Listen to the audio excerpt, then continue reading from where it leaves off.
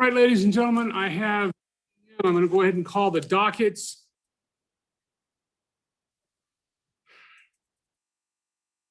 Give me just a moment. I'm going to make Ms. the host. Ask her to make me the co-host.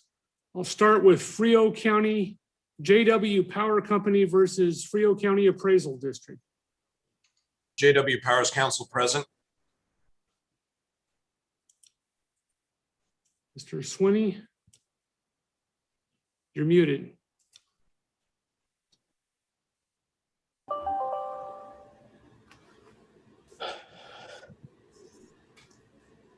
Now I think he's frozen.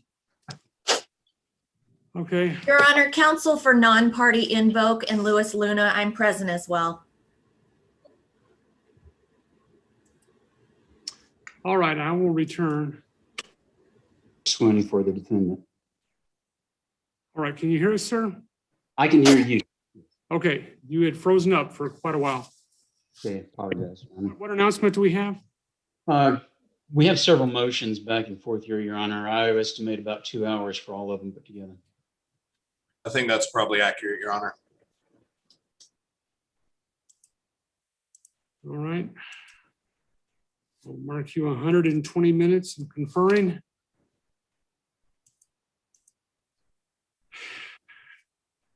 Simon Salazar et al. Versus the Department of Agriculture et al.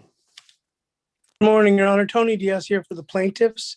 Esmeralda Yeah. Balderas and Simon Salazar. Yes, We're here on hello, a Judge. motion. Good morning, council.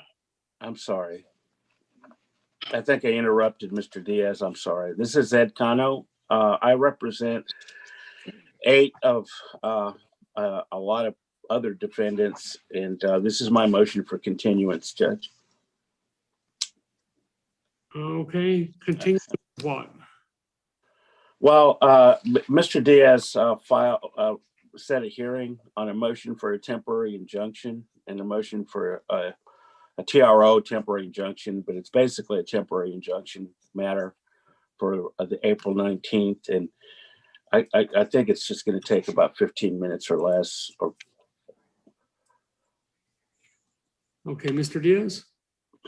Yes, Your Honor. He's asking for a motion for continuance, and he says it's going to take about 15 minutes. And I agree with that time. Okay, all right. I'm going to ask you to confer in a few moments when Ms. Riley opens up breakout rooms. And I'll mark you 15 minutes. And just out of curiosity, is the Department of Agriculture still here? No, they're not participating, Judge. Okay.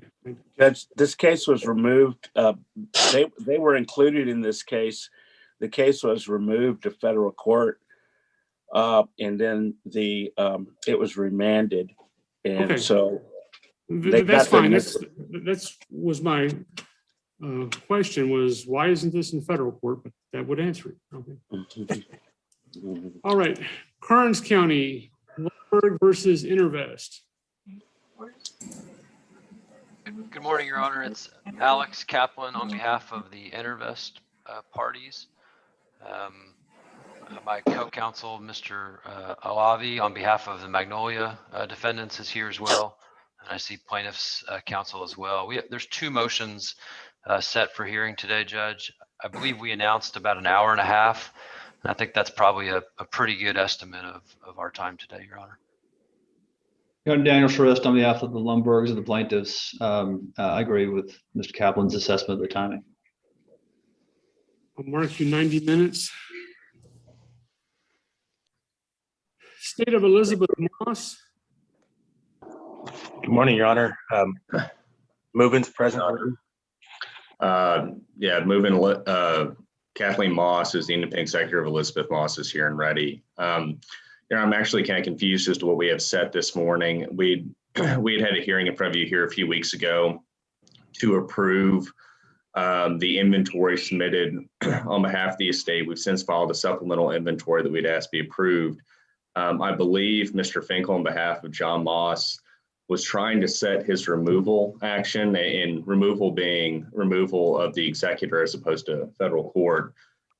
He wanted to set that for hearing, and we kind of informed the court, Judge, we have a jury demand on file and have paid the jury fee, and that needs to be set for a jury trial, not just a bench hearing. And I think we had a dispute over that. I believe Mr. Finkel was going to file maybe a motion to strike the jury demand, if I remember correctly, and I don't believe I've seen that come through. And I'm just kind of confused as to what we have set for hearing this morning, other than the inventory. All right, Mr. Finkel. Your Honor, that synopsis is correct. As far as the inventory itself, that's what we were going to have the hearing on, and I neglected to file the challenges, but they're being filed this morning if they haven't been filed already. My office was working on trying to get that done. We tried to get it on Friday and it didn't go through, but it's nothing that we haven't discussed as far as what our concerns are with the inventory itself. It should just be 15, 20 minutes, I think. All right, so is that being heard by agreement, or are you objecting, Mr. Jackson? If we're only arguing about the inventory today and not the removal action, I think 15 minutes is fine, and we can go forward with that, Your Honor. All right, and that's what you're saying too, Mr. Finkel? Well, yes. I mean, he's filed a jury demand, so I don't know when the court's planning on having jury trials for a probate matter when the executor is in question. It may become moot. Well, all I want to know is, are you in agreement that we're all that's set today is inventory and appraisement and list of claims? Yes, sir. Okay, 15 minutes. Thank you, Your Honor. Is that, Mr. Finkel, your estimate too? I think so, yes. Okay. In the interest of Paisley Brianna Rakowitz, the child. Your Honor, I'm present as ad litem. It's my understanding that Mr. Bauer's running late and we're supposed to be doing this at 1:30. It's for temporary orders. Okay. Judge, this is the one where Mr. Bowers has an emergency hearing, I believe, in another county, and he requested it to be set at 1:30. I sent you an email on that. Yeah, that's fine. Who is the other attorney? Or is there another attorney? I just have Boyd Bauer and Jennifer Tapia on the case. I don't know who else is on it. Okay. All right. And how long to hear this? It's for temporary orders, Your Honor. And again, I'm the ad litem for the child, and it probably won't even be more than 15, 20 minutes, I don't think. It's going to be the agreed. respondent. The biological parents have signed affidavits of relinquishment. So this was a family, it's going to end up being a family adoption. Okay. All right. So I'll mark you down 20 minutes. Okay, thank you. Okay, Wilson County. Regular docket. In the interest of 18-1-13, in the interest of the Liao children. I'm present on that, Your Honor, I believe. I'm present on that too, Judge. This is reconsideration for temporary orders. I think probably 30 minutes, but there's a request to interview 3 children. From, I guess, both sides. Right. Okay, I'll mark you conferring. I see to confer in 30 minutes. 30 minutes to an hour, Your Honor, and no more than what's allowed then by the court. Well, I'm want to see that this is something more than just a rehash of what had been heard before. Okay. County versus Ruben Morales. Good morning, Your Honor. Jeff Garcia on behalf of the taxing entities. This is actually a taxpayer motion for excess proceeds. All right, and Ms. Ogunbode? Ogunbode, yes. Good morning, Your Honor. Okay, and I'm sorry. I'm here representing. You broke up. I didn't hear how to pronounce your name. Ogunbode. Ogunbode. Okay, thank you. Go ahead. Thank you. I'm here representing the claimants in that case. And we would probably think it would take about 10, 15 minutes. All right, man, you're breaking up. I heard 10 to 15 minutes. I'll mark you conferring. And Mr. Garcia, is there, I see Ms. Carrillo has been made an ad litem at one time, it looks like. That's correct. Ms. Carrillo was an ad litem on this case. All right, now did that appointment continue to this issue? She stayed on the case all the way through judgment, and we did include her in all the tax sale notices. However, I don't know if the claimants have noticed her on this one. Okay. And there's yes, Delilah. we did. Okay. And there's a Delilah Walter also? That's correct, Your Honor. There should. Walter also has a claimant, and so Ms. Said has 3 claimants, and Ms. Delilah Walter has 1 claimant. And they're all heirs of the original taxpayers. Okay. And are we lucky enough that they're all claiming identical interests? So we can just do simple math, or? It appears that to be the case, Your Honor. Okay. And Ms. Ogunbode, have you gotten in touch with Delilah Walter, or have you notified her? It's like you're frozen up now. Okay, I will come back to that. Okay, I can hear you. All right, and I couldn't see you move for a while. You notified Ms. Walter, is she going to participate in this? Or?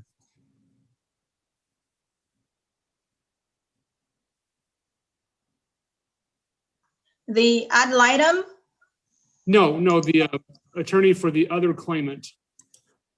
Mr. Garcia. actually, I did not get that petition at all. That was never served on us. This is the first time I'm hearing about that. Our petition was filed March 4th of 2021. We notified all the parties at that time that were already on the case, including the ad litem, and the ad litem actually signed off on our proposed order, which has been filed into the case record as well. Okay, I will look at that case. I'll mark you 15 minutes and I will look at that and see if Ms. Walter has filed something or why her name is there. Wilson County versus Gilberto Perez. Oh, same case, or is this the same parties? It's the same announcement. Ms. Said is on this one as well. This is just one, the claimant on this, Mr. Perez. And we have no objections other than also claiming a post-judgment tax here for 2019. And I believe I've already spoken to counsel on that. Okay. All right. So I'll just take that with the 18-5-367 case. The matter of the marriage of Cody and Karen Viotric. Yes, good morning, Judge. Stephanie Wilkie on behalf of petitioner. Everyone signed off on the order, Your Honor. We just need to do a quick prove up today. All right, I will mark you number 1. Thank you, Judge.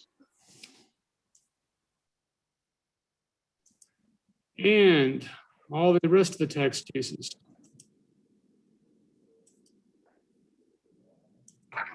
Okay, it looks like every case on these 4 pages is a tax case, so I'm not going to call out anything but the name of the defendants. Juanita Gato Rocha. Good morning, Your Honor. Jeff Garcia on behalf of the taxing entities. We're ready on this. Ms. Tapia is an ad litem on it. Yes, Your Honor, and I've signed off on the proposed order. All right. Carrie and Scott Wolf. And let me ask say there's no one present here in the courtroom. If there's anyone the district clerk's office is aware of outside, please let me know. And if there's anyone here who's making an appearance in these cases on Zoom, let me know. All right. So Carrie and Scott Rolfe. Plaintiffs are now ready. We'll take all the tax cases at once. Mary Ann Gonzalez. Your Honor, we'd like to pass on that. Mr. Kyle Ernst, ad litem, and he needs some time to be able to review the case. Okay. Lake Valley Homeowners Association. Plaintiffs announced ready, and Ms. Solis is the ad litem on that. Good morning. How are you? Good. I haven't seen you. Yes, it's been a while. I filed my ad litem report. We've signed off on the proposed order. Okay, I'll put this with the tax cases then. And it says Pro Se Lake Valley Homeowners Association. I don't know how. That's correct, Your Honor. Initially, we had served a Charles Hutto as president of the Lake Valley Homeowners Association. However, he did file a pro se answer stating that he was no longer the president and they had elected a new president, at which point we brought in Ms. Solis as an ad litem for the unknown successors of the corporation, and that's how that came about. Okay, and is this the lake? Is this the cul-de-sacs? Pretty much undeveloped property out there, yeah. Okay. Hector Medina. Plaintiffs announced ready. Andrea and Travis Tausch. Plaintiffs are ready. Ronald J. Smith. Plaintiffs are ready. Margaret and Caleb Martin. Plaintiffs announced non-suit if it hasn't already been filed. It has been filed. Non-suit was on March 31st. Okay. All right. David Bartz. We're asking to pass. It's been paid in full, and plaintiffs will be submitting a non-suit on this.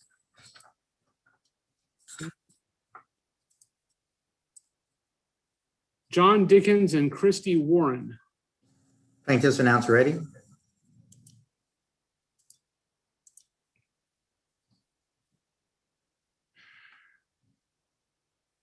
Abby Barrientos or Newman? Plaintiffs would like to reset on request. Jimmy Carroll Moore. Same announcement, we'd like to pass and reset on request.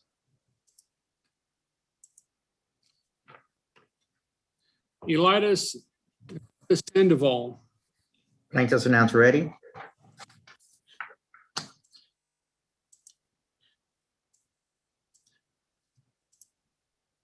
GRT Construction. Plaintiffs announce ready. Daniel Matthew Sivek. Same announcement ready, Your Honor. Anyone else told to be here today whose case was not called?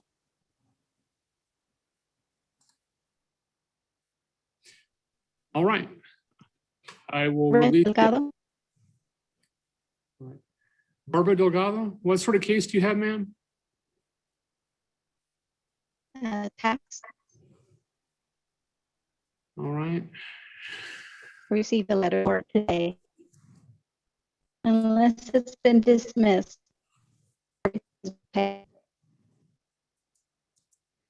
Okay, let me ask, what was the name of the taxpayer?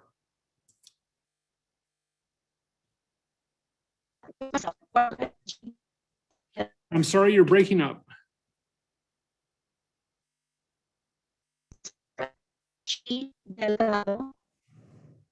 Ma'am, I'm sorry, you're breaking up. I can't hear you. Judge, that it is for Barbara. it was initially set on today's docket. However, it is not on the docket today and we're not moving forward with it today. It's actually cause number CVW 2000141. And so Ms. Delgado does not need to be present at today's court setting. Okay. All right, Ms. Delgado, did you hear that?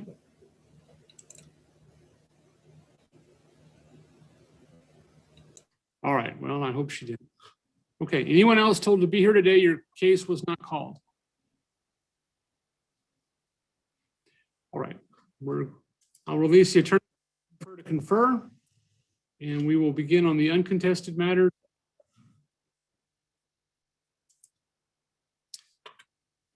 We need to take about a 1-minute break. I'll be right back.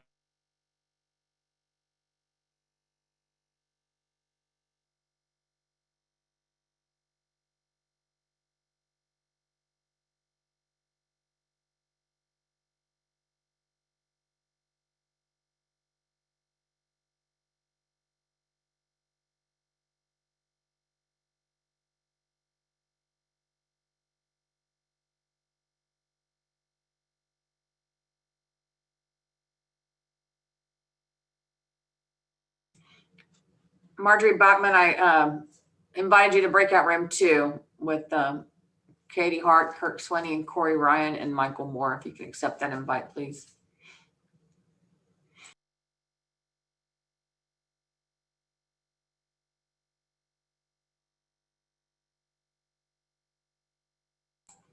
And if anybody else needs a breakout room, please let me know.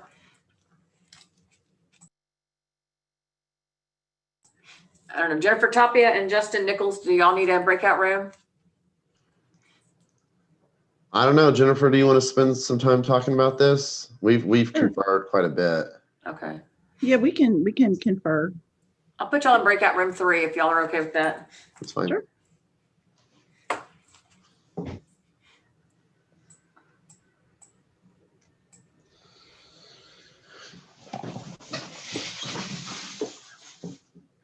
Okay. Matter of the marriage of Beatric. Yes, good morning, Your Honor. Okay. My client's on, he just needs to turn his volume on. Your Honor, and I'm present also. My client just said she might get on. That's why I got on also. Okay. But if she's not here, it's okay to go forward. All right. Would you raise your right hand, please? Do you solemnly swear or affirm the testimony you may give in the matter now on trial will be the truth, the whole truth, and nothing but the truth to help you God? Yes, Your Honor. All right, go ahead, ma'am. Thank you.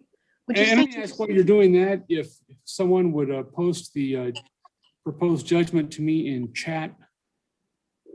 But it would be a lot easier if I could look at it in chat. Go I ahead. can do that. Just give me just 1 second, Your Honor, and I will put it up there for you. I apologize. I just got to the e-filing it this morning. Yeah, that's fine. I'm having computer issues. I definitely understand the feeling there. Give me just 1 second and I'll have it up for you, sir.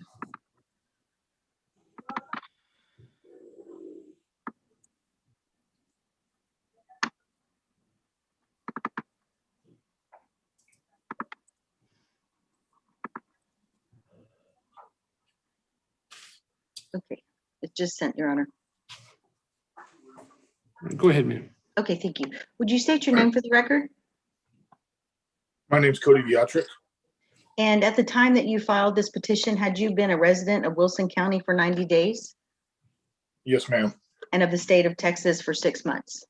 Yes, ma'am. And are you currently married to Karen Elaine Foster Wiatrick? Yes. And at this time, is there any chance that you and Karen can reconcile? No, ma'am. Okay. And there's one child of the marriage? Yes, ma'am. Okay. And so we have entered into an agreement at this point that disposes of all issues in regards to the child visitation, child support, medical support. Yes, ma'am. And then you've also entered into an agreement that disposes all of your community property and debts. Yes, ma'am. Okay. And there are certain properties, a home and a business, which are Karen's separate property. Is that correct? Yes, ma'am. Okay. And are either you or Karen in bankruptcy proceedings at this time? No, ma'am. And is Karen pregnant at this time? No, ma'am. Okay. And are you asking the court to approve your agreement and to sign it today? Yes, ma'am. Are you asking the court to grant you a divorce? Yes, ma'am. And do you believe that all the provisions in regards to your daughter are in her best interest? Yes, ma'am. That's all I have, Judge. All right, Ms. Barrera, any questions? Questions, Your Honor? Okay. I'm sorry, did you go over residence? Yes, I did, Judge. Okay. All right, and the proposed order has not made it through to me. It's in the chat. Oh, Ms. Wilkie, I think you sent it to me. Oh, okay. All right. Well, that was probably not well done. I apologize, Judge. Okay. Let me. I just wanted to open it up before I apologize, Judge. No problem. I'm trying to do it fast, and so I wasn't being as mindful as I should. Thank you, Grace, for telling me that. No problem.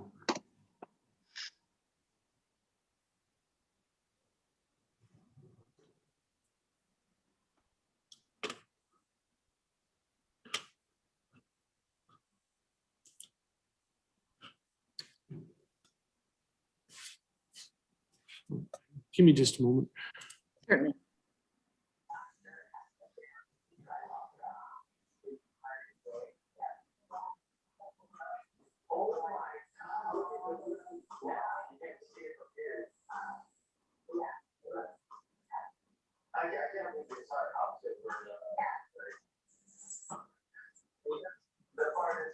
Cody, I think you need to put yourself on mute.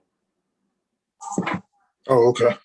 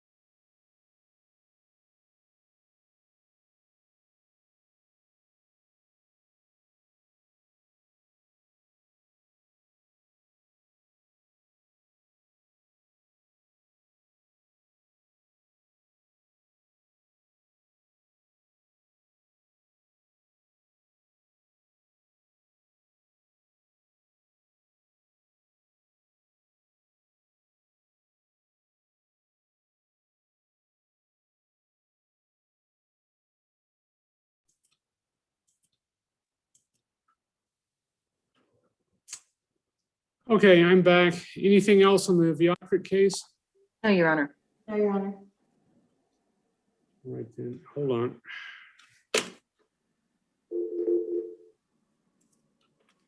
Okay, I'll find I have jurisdiction to hear this matter. It's been on file for more than 60 days. The respondent has filed an answer and has signed off on the divorce decree and has appeared also by counsel.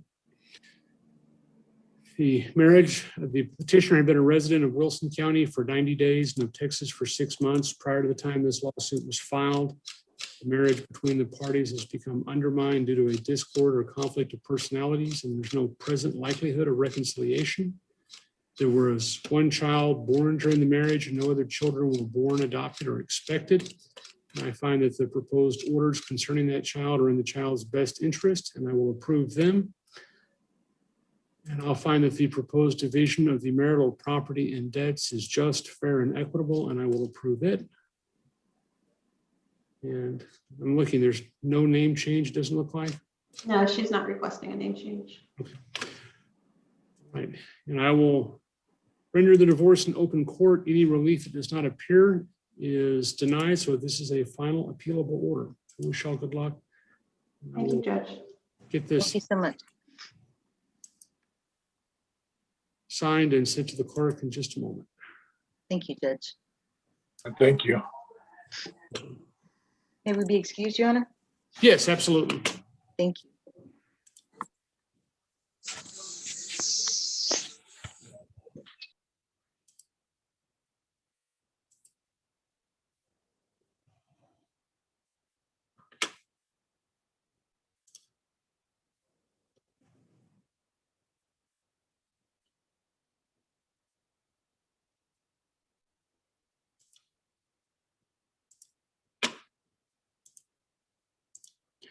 All right, Ms. Kruger, I just sent you the divorce decree.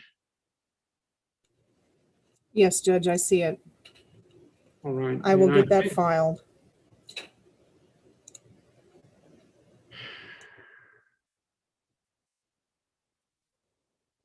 And let me pull the file and let's see, 185367 Morales.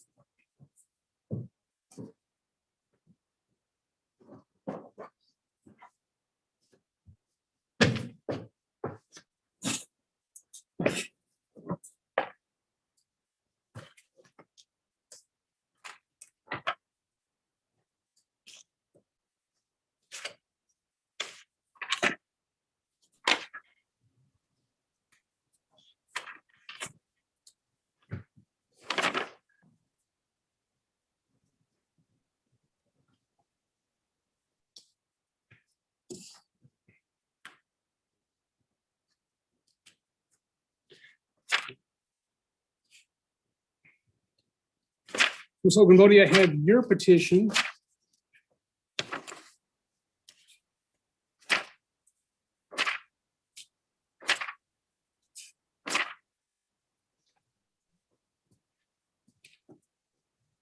And Mr. Garcia, let me ask, did, oh yeah, here's Isela Conley on April 1st. Correct.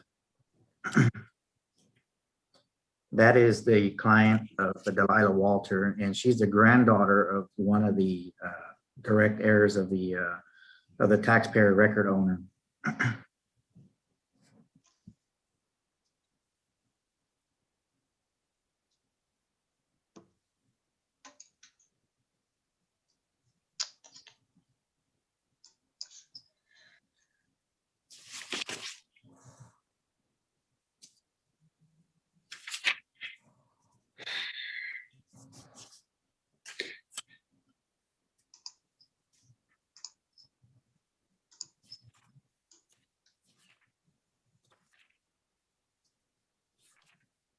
Okay.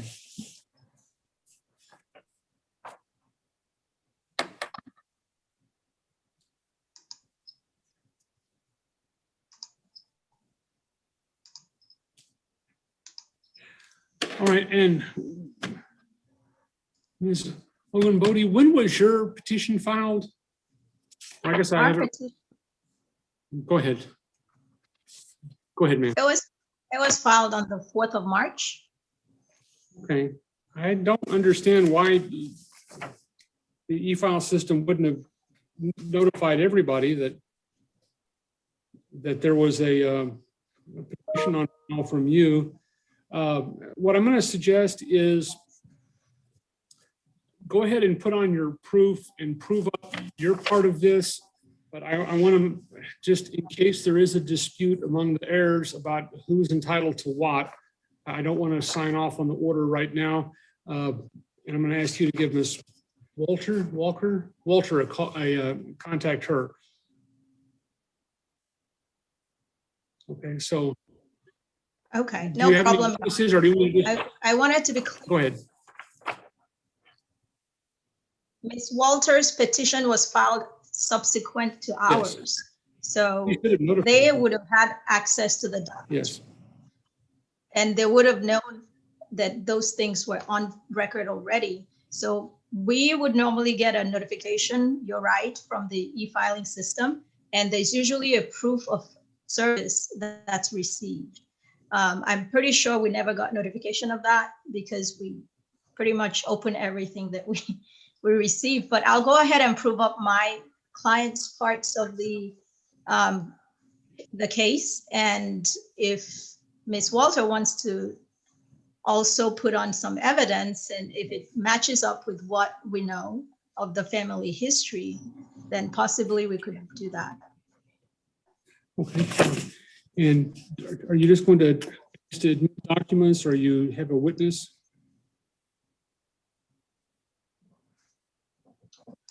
We just want the court to take judicial notice of all the filings. I think that the documents will speak for themselves. We've submitted with a petition the warranty deed that shows title in the deceased defendant, Ruben Morales. And we also have on record the death certificate, as well as the affidavit of heirship, which was signed by one of his children, as well as a disinterested party. And that affidavit has been recorded into the public records. It shows that he had 8 children. So the excess proceeds left over under the statute, section 3404 of the Texas tax code, allows the heirs to inherit from him because he died intestate. And we believe that those excess proceeds will then be split 8 ways. And I'm only representing 3 of the heirs of his children. And Okay. some of the children are deceased, so I have no doubt that some of his grandchildren will be making claims as well. The 3 claimants that I'm representing are all his direct heirs, his children. And that would be Miguel Morales, Roberto Morales, as well as Geraldine McLaughlin. So we're asking for 3/8 of the excess proceeds. And the Okay. total,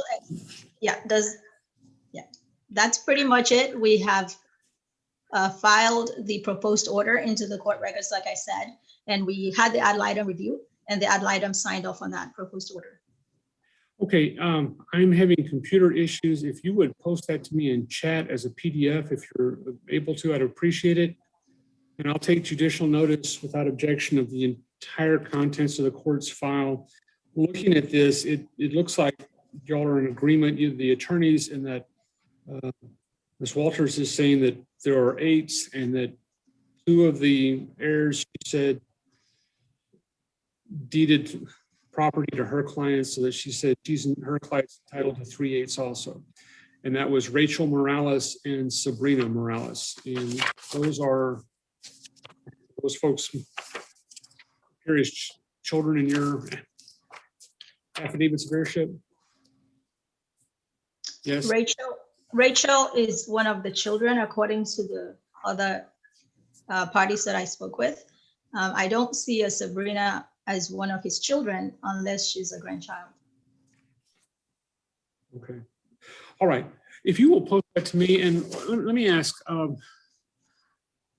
Ms. Riley, when's the next time, say a week out, that I have civil court in Wilson County? The 26th of April, and we have the 19th, but it's already, excuse me, it's already full, but the 26th will be the next available with you. Unless you want to put it on your criminal docket, but that's, I don't know how full those are actually. Okay, what I'm going to suggest is let's set this for entry a week from now. What do we have on the 20th? Is that a civil docket? It's a LaSalle County civil docket, Judge. All right, let's just set it on the 19th. Okay. Ma'am, Ms. Hogan Modi, would you be available on the 19th if necessary? Next Monday? Yes. Yes, I will be available then. Okay, all right. So what I'm going to ask you to do is just send Ms. Walter a notice today that it's set for entry, and that unless she appears and challenges something, that I will sign the order on that day, giving your clients 3/8 of it. She's asking for another 3/8. It doesn't look like there's any conflict, but. All right, Your Honor. Okay. And if she wants to prove it up at the same time, that's fine. And okay, all right, thank you, ma'am. And let me download this. Okay, I will see you on the 20th if you'll just give her that notice. The 19th? The 19th, I'm sorry. Okay, and I have one more case, so I'll just hold on. Oh, okay, yes, the next one. Gilberto Perez. All right, 194309.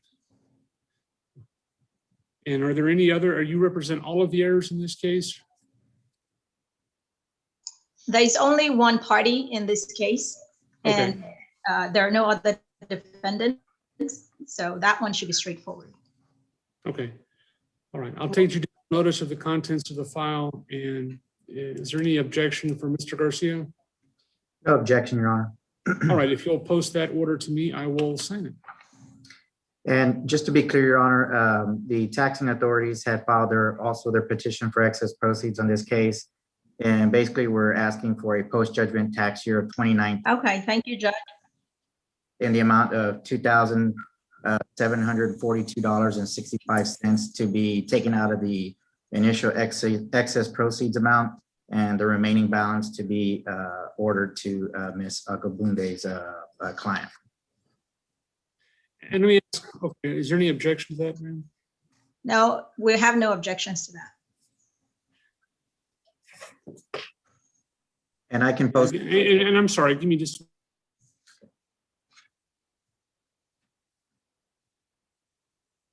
Oh, I can't see anything.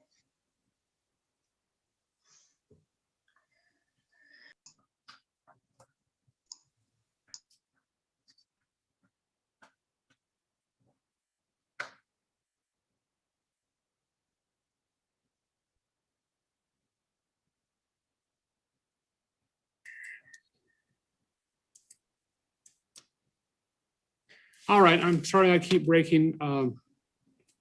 We've got a water leak we've just discovered at the house, and we're not sure where it's coming from, but the utility room, we've shut the water off to it, and the floor keeps filling up with water. So apparently it's coming from somewhere you don't want a water leak. Okay. All right, so on the Perez case, do you have your proposed order, ma'am? We have a proposed order, but we don't have the county's claim accounted for in the proposed order. So okay. I can certainly modify that and refile it. I don't know. And I can send you a separate order also, Judge, via chat right now. All right, well, let me ask the two of you to cooperate in that, and you're welcome to e-file it. You're welcome. I'm going to be here quite a while. Like you're welcome just to come back if you get it done this morning or today and file it. So I'll put order to be filed. Okay. And with that, you are excused. Have a good day. Thank you and good luck with the plumbing. issue. Thank you.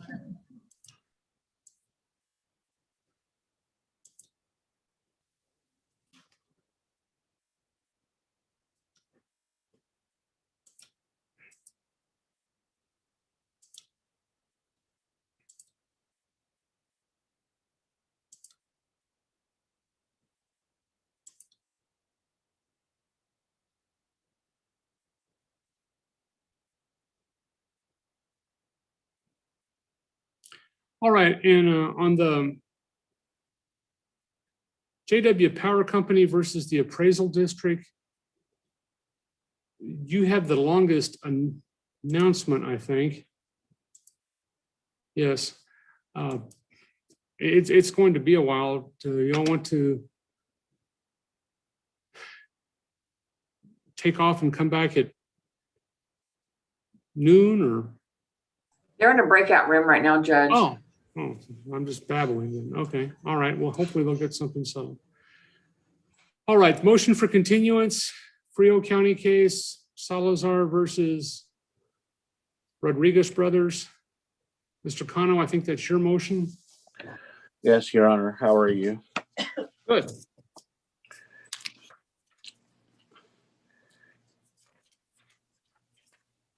Did you want me to proceed, Your Honor?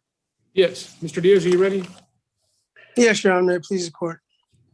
Okay, okay, Judge, here's what you need to know. This was a case filed by Mr. Diaz.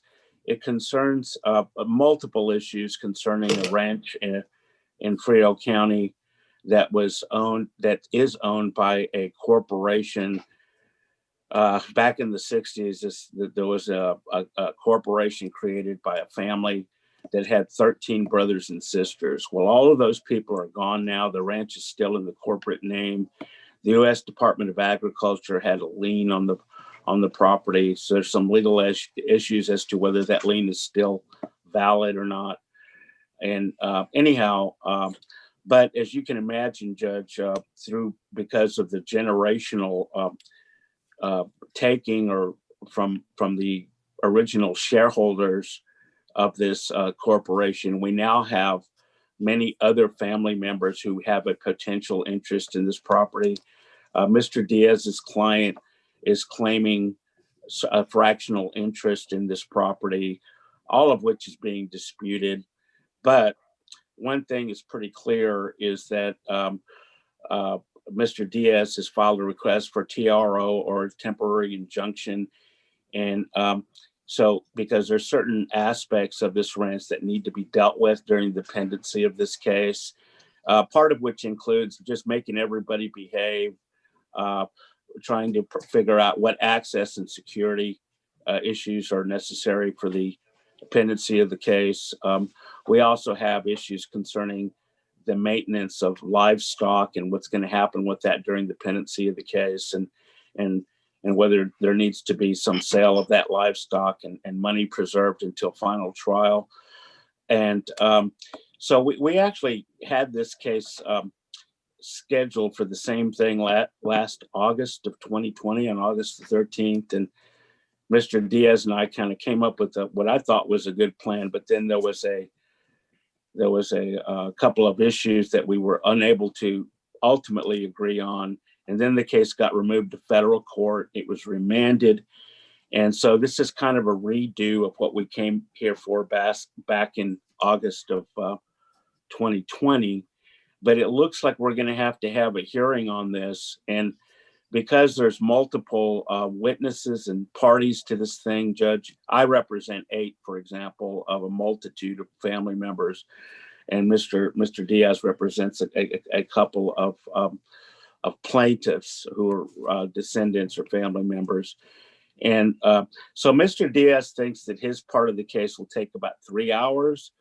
But if I respond to his evidence, I think my part can take about the same amount of time, Judge. So Mr. Diaz is good with rescheduling this thing.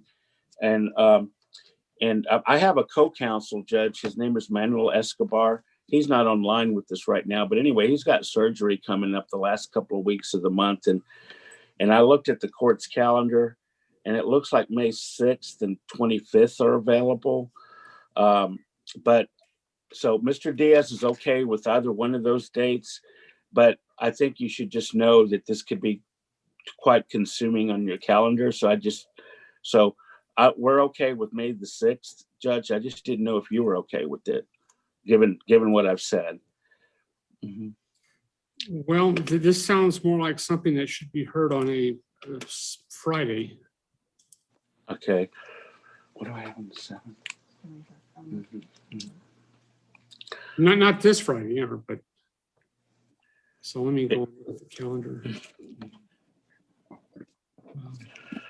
Actually, I need to ask Ms. Riley, what do I have going on Fridays? Let's see. See if This I can- month, your one case got dropped on the 23rd. You have a setting on the 21st of May. The judicial conference is on May the 14th. So looks like the 7th and the 28th of May would be okay. May 28th would be the weekend of the Memorial Day holiday, so just FYI on that. But the 30th of April, possibly, the 23rd of April. Let me look at the calendar as well. Yeah. Let me go back and look at this real quick. I don't know if you've updated anything since I've updated my calendar. I don't believe so, no. And Judge, yes, sir. This is Ed Cano. It looks like that Friday, May the 7th, it looks like a good day for me too. I don't know if it's okay with Mr. Diaz. It's just that given the number of people I have to deal with on my end, it may take me a little bit of time to notify everybody and that kind of thing. So I'm asking, I would like the 7th, if that's okay. Okay. Mr. Diaz? Your Honor, I'm available on the 23rd of April. I'm also available on the 7th of May. Yeah, I can't do it on my colleague is entitled to as much time as the court's going to give him. I don't think it's going to take all day, but he may be right. He may prove himself to be right. Okay. All right. And has someone been running the ranch in the interim? Well, that's been the problem. Mm-hmm. Hey, please, the court. Yeah, go ahead. Yeah, that's been the problem, and that's what we have to rectify. A lot of cows have died. Okay, A lot hang of on, I cows- gotta stop the other one. All right. I don't know who that was. Go ahead. All right. Actually, I don't need to know anymore. It sounds like. Yeah, I was just going to say, Judge, we're getting it done, but not very good. I have in-laws within a state, and if you go out there, it's full of cactus and mesquite, and the grass is about that high because they run about 3 times as many cattle as it can support. So it's completely overgrazed. And I know you can have a mess if folks can't get along. Yes, sir. All right. So what do we decide? The 8th of May? I think the 7th, Judge. The 7th. I'm sorry. That's the Friday. Okay. All right. Okay. I will see y'all at 9 a.m. on the 7th of May. Will we be dropping the April 19th then setting, Judge? Yes, unless there's something else to be heard. No. And that's why I had something else that day. I got a first-degree habitual felony case that day, Judge. That's why I had to get more time on it. But the other thing is, okay, so is that going to be live, Judge, down there in Frio? We'll do it by Zoom. Okay, Zoom. I mean, yes, we're going live in May, but on a special setting, especially if that's the only thing on the docket, we'll do it by Zoom because I don't want to drive over there and find out y'all settled it or that, some medical emergencies come up, it's been continued or something. And would that be the same Zoom link with the same passcode, or will we be getting something else down the road? You'll have to get something else because we are going to have to set that. Okay, Judge. I'll send out Zoom invites to you that week, sometime or the week before. Thank you. Once I get it set up for y'all. Okay, Thank you. Thank y'all. Thank you, Your Honor. God bless you. Yes, sir. Have a good day. All right. Thank you. Yes, sir. Bye-bye.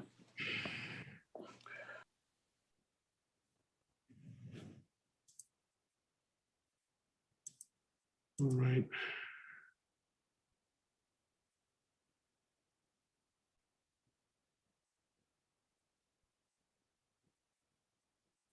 Looks like Ms. Tapia is conferring. So let's go ahead and finish up the tax cases.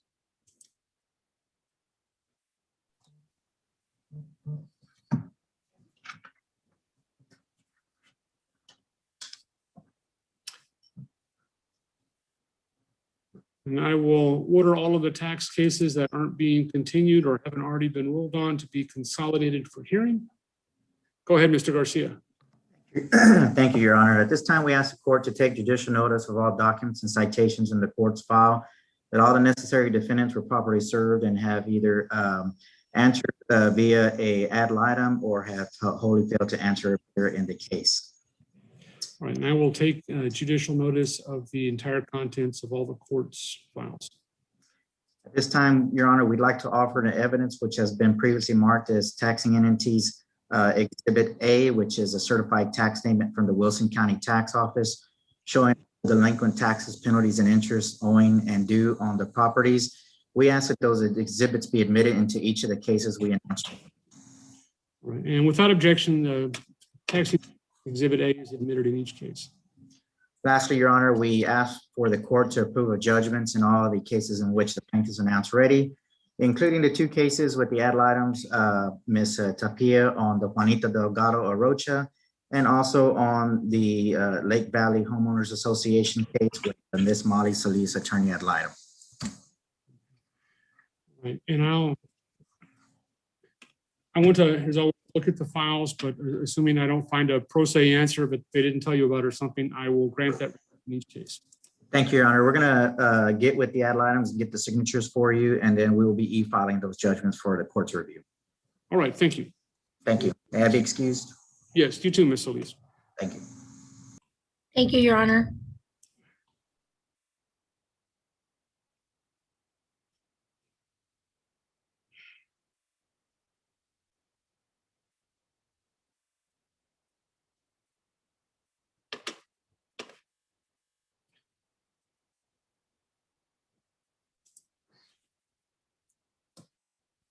Just a moment.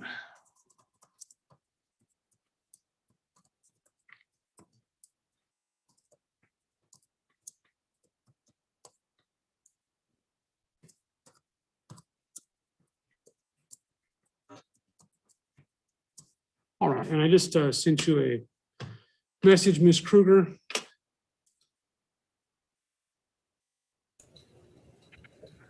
All right. The estate of Elizabeth Moss. Yes, sir. Mr. Motterkeen is sitting here in our lobby. Yes, Your Honor. All right, let me grab that file.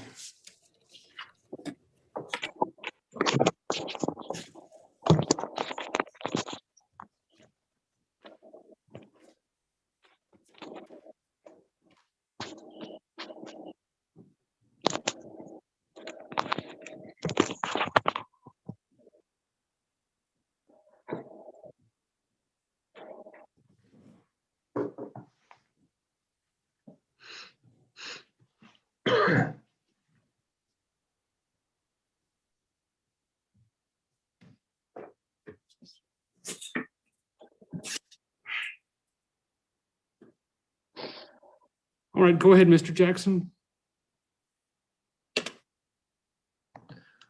Your Honor, Joe Jackson here on behalf of Kathleen Moss, the independent executor of the estate of Elizabeth Moss. We're here seeking the court approval of the inventory. We submitted the initial inventory in this estate back in August of 2020. We have since filed in late March a supplemental inventory, which added 2 additional assets under the miscellaneous property. It included a portable shed, kind of like a backyard barn that I thought had been included in the property appraisal of the other property, but it was not a fixture, so it hadn't been in that appraisal. And we also included a medical lift for a total value of about an extra $7,000 to the estate. Just a little background on it. Of course, the initial inventory submitted back in August of 2020. In December, or actually of November of 2020, we received a letter from Mr. Finkel on behalf of John Moss, one of the estate's beneficiaries, concerning some of the valuations in the estate. And I guess before I go further on this, Your Honor, I have two letters that I wanted to provide to the court. Do I just kind of put those in the chat function? Yes. Okay. And they may have been from him, but if you would make sure that you copy Mr. Finkel also, just so we're all looking at the same documents. Sure, I'm going to, I'm just going to put these in the general chat to everyone. And let's hope this works. There we go. I think both of these should have just gone through the chat, Your Honor. It should be one that's the files labeled letter from Finkel regarding inventory. The other one should be S. Kiger to Mike Finkel. I'll wait a second, see if everyone, the court's been able to pull those up. Download it. Let's see if I can open it.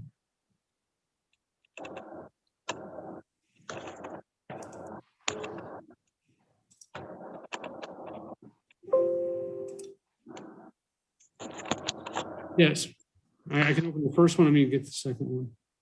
Okay.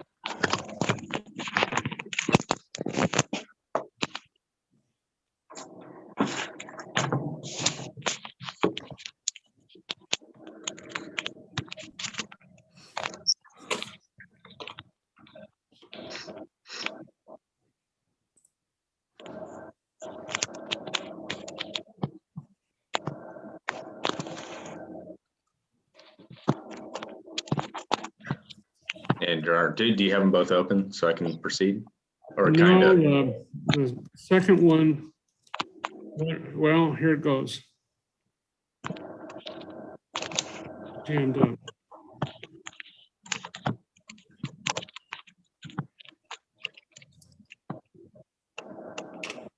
Yes, I have them both open. All right, thank you. I'll kind of proceed. So, Your Honor, a few months after we filed the first inventory, my office received this letter from Mike Finkel dated November 9, 2020, kind of raising some issues that they thought they had with some of the property valuations in the inventory. They viewed a house based on Zillow estimate they thought was worth between $160,000 and $178,000. They valued what I'll just call the farm at $700,000 based on $8,000 per acre. They mentioned they thought that there's an account or with another $214,000 out there, which we would surely like to find. That's a lot of money. But then they had some other values for kind of miscellaneous property, like the item one that's on the second page of the letter is a old truck, and item two is a different vehicle. The shed they thought should have been added at $8,000. Of course, it's only worth $4,000. But so we get this letter in November, and my colleague Sasha Kiger responds in December and provides. I actually don't have the enclosures with what I just attached, Your Honor, but we had provided in our response letter the appraisals by Mann and Associates for both the house and the farm, and of course the inventory valuations are the appraised values. And as executor, my client is relying on the professional expertise of Mann and Associates to appraise those properties. So we provided those appraisals to Mr. Finkel. Regarding the bank account, we just frankly don't know what that's about. If Mr. Moss, John Moss, Mr. Finkel's client, has information on an account out there we don't know about, we'd surely like to know about it, because that's a lot of money we'd like to have for the estate. So let us know about that account in our response letter. And then some of the other miscellaneous personal property items, we just asked, let us know the basis of your valuation so we can kind of deal with it. We're an open book here. And we never received a response to that letter, and that was back in December. And so here we are in April. Of course, we did file a supplemental inventory to add that shed and a medical lift chair under the miscellaneous personal property. But as we sit here today, we have not received any information from Mr. Finkel or his client regarding some of the valuations that they want changed on the inventory. And really, my clients relied on professional appraisals for the real property. I think partially, on the farm where there's a big discrepancy in, say, the farm valuation, Your Honor, is, Mr. Finkel's letter, they thought it's worth $8,000 an acre. Mann and Associates, based on their comps that they pulled, again, they're the professionals, I'm not, on appraisal. They valued the property at $2,500 an acre and then applied a 15% discount because the estate only owns an undivided interest in the land. So that hurts the value pretty significantly. And that's how the inventory ended up with $180,000 valuation on it. And as we sit here today, Your Honor, the inventory has been pending in front of the court. These valuations have been pending in front of the court for going on 9 months. And we still haven't received any information from Mr. Moss that would lead us to believe that those numbers are incorrect. So we'd really just ask the court to approve the inventory as drafted so that we can actually move forward with some of the distributions from the estate. Frankly, the only thing holding back, pre-material distributions to all the beneficiaries is the approval of this inventory. Mr. Finkel? Thank you, Your Honor. Your Honor, with regards to our challenging the inventory, we sent the letters and then they responded as indicated, and then we were trying to set it. I think we were trying to get a setting in probate court and then realized that we had to go to district court, and it's been pending and has been reset a couple of times. But be that as it may, my client, John Moss, is concerned because he believes that there was an account, and not knowing if it was one of the 2 accounts that are listed, but there was an account that $60,000 was withdrawn from just days before the death of Ms. Moss. And so he wants to know where that money is because it apparently wasn't spent.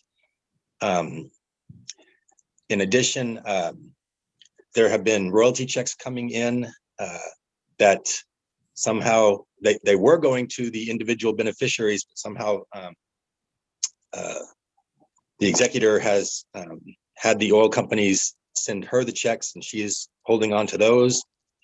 But those aren't accounted for anywhere in the inventory. The real estate value, Mr. Moss has done his own independent, comparison and research, and feels that the value would be more like $5,000 an acre for that type of property. And I have no idea how many acres this is, so. Your Honor, it is 169.29 acres total, but it's the estate only owns an undivided 1/2 interest in it. Okay. And Mr. Moss owns a piece of property right next to it where, and the executor has torn down a fence, has excluded him from the property itself. In fact, filed trespassing charges against him when he was actually residing there for the 3 weeks prior to Mrs. Moss' death. And so she's just been real difficult with him. All his tools were there. He's in construction. All his tools were there. We got most of those back. But we also feel that she is using assets to pay for the residents, electric and all the utilities, including internet that wasn't being used before. And she's basically coming and using the property as a vacation home. And the value, supposedly, Mr. Moss believes that she might try to sell the property to somebody that she knows at that discounted price. And so we would ask that the court just either appoint an independent appraiser of the court's choice as opposed to the executor's choice, and to have those values adjusted. Your Honor, if I may respond to a number of the points kind of raised. One, these appraised values are based on the date of death valuation. So, Mr. Finkel mentioned that there's royalty checks coming in that aren't reflected in the inventory, and that'd be correct because they would not be property of the estate at the time of the decedent's death. So, the inventory is not going to have an up-to-date amount of what's in the estate account as we sit here today, because again, this is based on the value of property owned by the decedent on the date of death in October of 2019.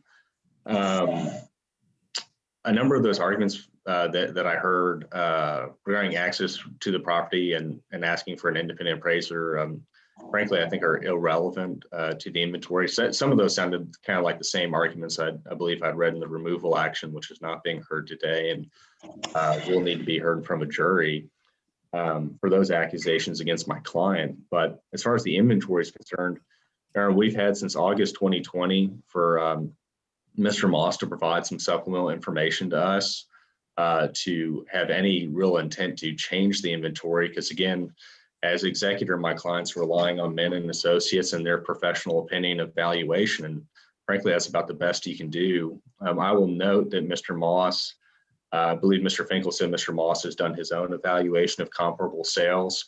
I have no idea if that evaluation is based on comps from the provided valuation for the date of death as opposed to present value of the property. As the court's likely aware, property values everywhere have gone up pretty significantly in the last 2 years.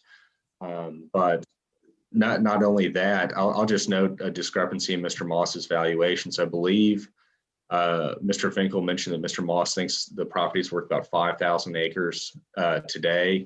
I'll note that in his letter in November of 2020, he's valuing the property at $8,000 an acre, which is a pretty significant swing in valuation. And frankly, Judge, that's why executors rely on professionals for this kind of thing. And Menon Associates, they're reputable appraisers in Karnes County, and we're happy to use them. So I'm not really hearing anything that makes me think the estate needs to go out and spend more money for a second appraisal on any of these properties, and that would really prevent the court from approving the inventory so we can actually move forward with distributions to the beneficiaries who've been waiting for quite some time now. And I'll add that would also be distributions to Mr. Moss as well as beneficiary. Okay, and let me ask, Mr. Finkel, what is the procedure under the code for attacking a valuation?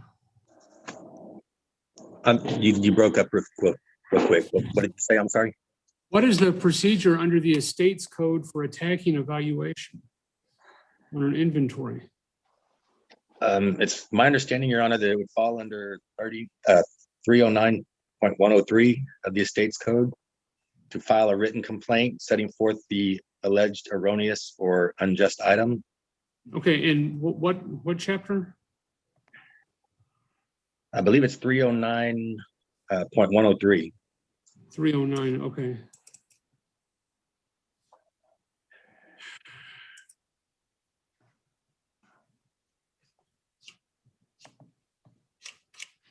So filing the complaint, then the personal representatives to show cause why the item should not be corrected. And if the court is satisfied from the evidence that the inventory or list of claims is erroneous or unjust as alleged in the complaint, the court shall enter an order specifying the erroneous or unjust item corrections to be made. And 2, if the complaint relates to an inventory appraisement or list of claims, appointing appraisers to make a new appraisement, correcting the erroneous or unjust item, and requiring the filing of the new appraisement before the 21st day after the date of the order. So it would only delay 21 days, according to the statute. Okay, and have you filed that complaint against the proposed inventory? That is what I was mentioning earlier that was being filed this morning, and I believe it's been filed and gone through. I hope. So the answer for the right now is no.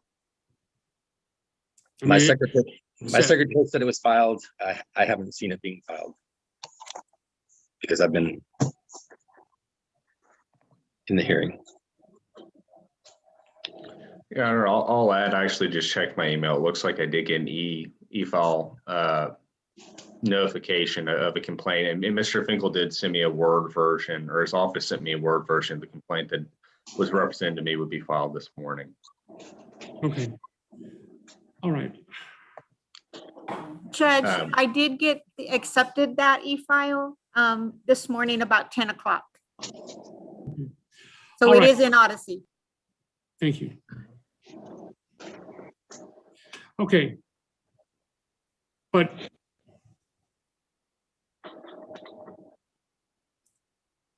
all right, and so well, I guess what I need to do is just put the inventory now, and what date do we want to set the Finkel's challenges to it? That's what I thought we were set for today. Well, Mr. Jackson, are we hearing that by? Sure, I'm happy to, frankly, Your Honor, we don't want to delay this anymore if we can help it. So I'm happy to hear his challenges this morning. Okay, well, I don't actually have a copy of them. Mr. Finkel, I don't know if your office can upload it through the chat or not.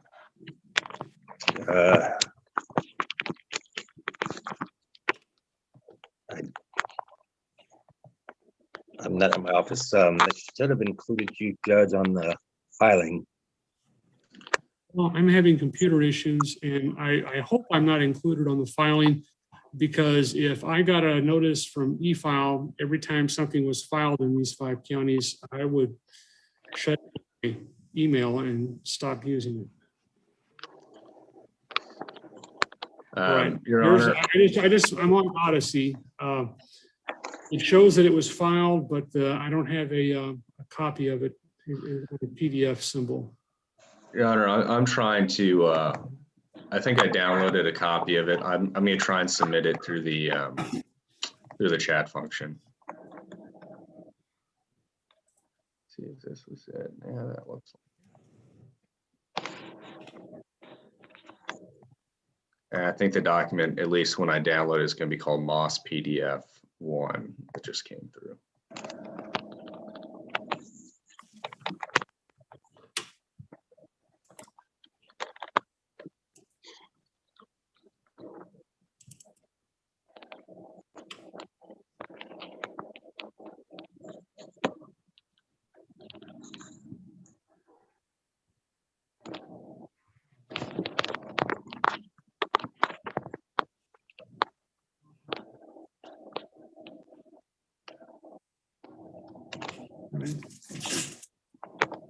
And let's take a break until, let's call it 5 after 11, and I'll be back at that time. Everyone's used until then. That'll get Ms. Cavasso. 5 after 11. I think that's what he said. Oh, I'm sorry. I was seeing 10:46. Okay, let's call it 10:35. All right. Thank you, Your Honor.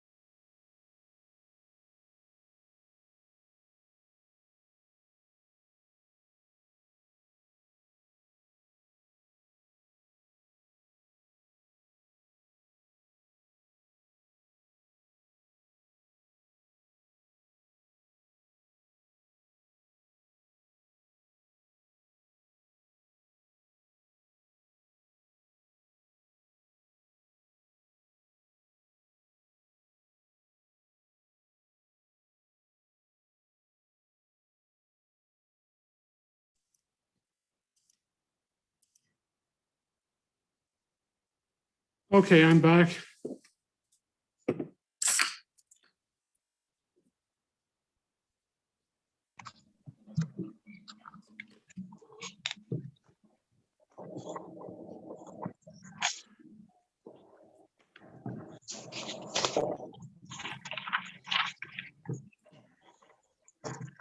Okay.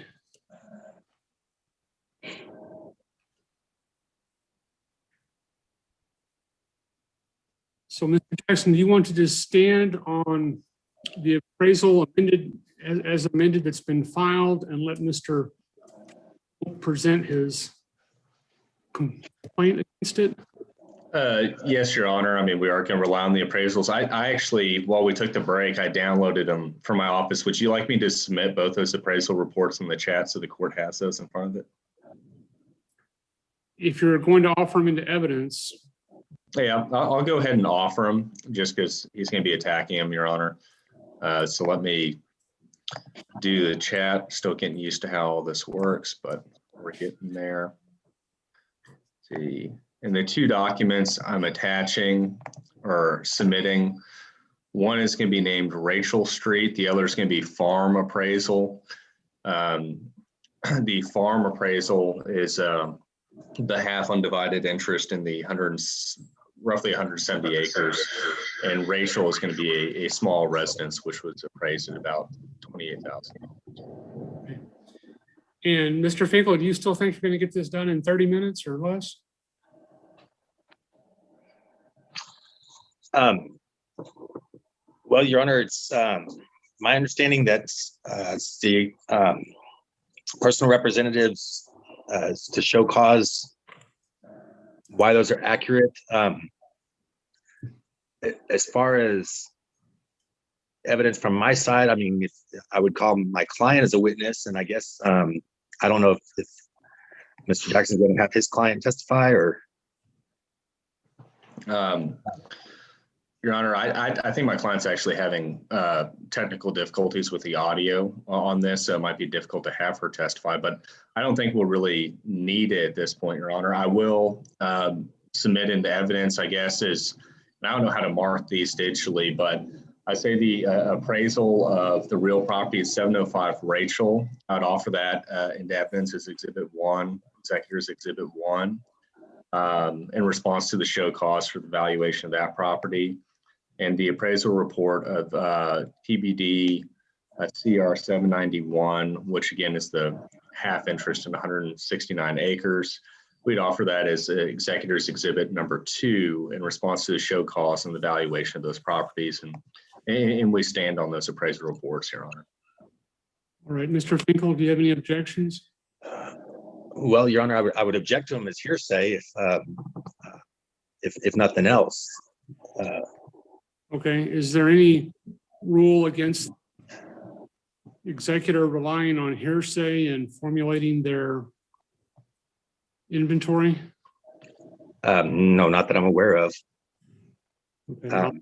Your objections and admit I guess I'll just put the administrators, the executor or administrator? Executor, Your Honor. I would call those executors 1 and 2. All right, thank you, Your Honor. I'm still downloading the second one. Go ahead.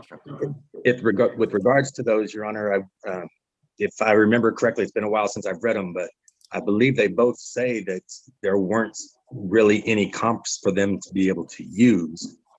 And so, I mean, I don't know how.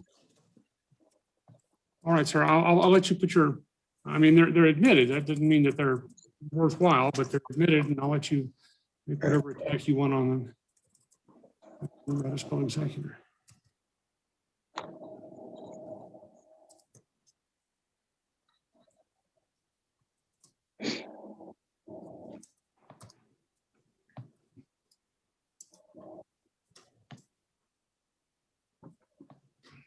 Okay, what else, Mr. Jackson? Your Honor, those are the two larger valuations. As far as, and I'm just going through his complaint, kind of sequentially here. The first complaint he had was the real property He thought the house should be worth 50. We have it appraised, I believe, 26 by Mendon Associates. Second complaint had to do with, well, I'll just call the farm. He had it at 5,000 an acre. Again, back in November, he said it's worth 8,000 an acre. Mendon Associates appraised that at around 2,500 an acre, and that exhibit has been admitted into evidence. For Schedule 3, he mentions there being leases on the property. There are no leases on the property that the executor is aware of. So, I mean, I don't really know what to add as far as that. If Mr. Moss has evidence of any leases that he wants to offer to the court, we'd be happy to consider it, but we're not aware of any leases that need to be added to the inventory.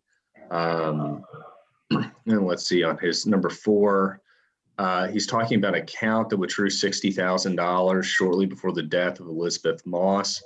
Don't really know what account he's talking about.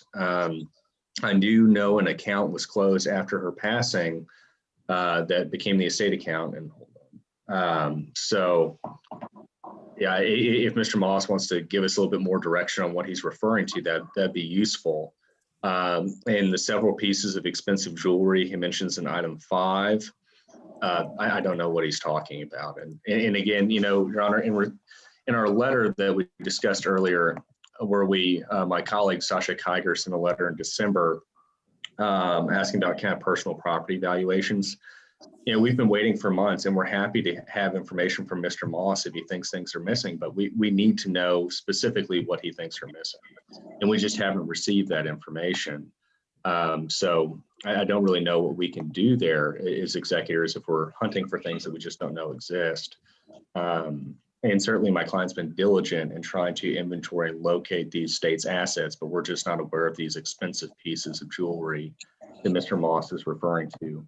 I will note in response to a comment from Mr. Finkel, in both the appraisal of the farm and the Rachel property, Mendon Associates does use comparable properties to come up with their valuation. And again, we will defer to the professionals on that. I will note, big picture procedurally, you know, I guess these objections in the show cause is under States Code Section 309-103, in which case, you know, there has to be a written complaint setting forth the alleged and erroneous unjust item, and the personal representative needs to come and show cause. You know, Your Honor, we're relying on professional appraisals here. I don't really know what else we're supposed to do on that. Now, if this were in a state where I've seen objections before, if we just relied on like the appraisal district value, I get it. The appraisal district value is a guess. It's not a professional appraisal. And that's where it'd be appropriate to order a professional appraisal of the property. We went ahead and did that on our own. And frankly, Your Honor, we have 5 beneficiaries of this estate. If the court orders yet another appraisal of the property, which you know the court can certainly do, it's going to cost the state thousands of dollars, and maybe another beneficiary is going to be unhappy with that valuation. So they come in and say, "Well, I don't like those 2 appraisals, Judge. I want yet another appraisal. Let's have the estate spend another $5,000 on that, and we'll just keep checking down the beneficiaries, Judge." And at some point, the executor has to be entitled to rely on a professional's opinion of value. And we've already done that. And frankly, I just think it's not going to be a good use of the estate's resources to have to reappraise these properties. All right. Executor rest. Yes, Your Honor. I would like some time to reply if needed, but yes. Mr. Finkel? Thank you. Your client sworn in, or how are you going to proceed? Yes, I'd like to have my client sworn in, John Moss. Okay, and do you plan to call any other witnesses? I may call Kathleen Moss as well. All right. I'm going to ask Kathleen Moss to unmute her phone or electronic device. All right. Would you please raise your right hands?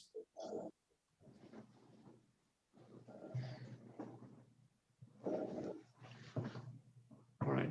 And are you able to hear us, ma'am?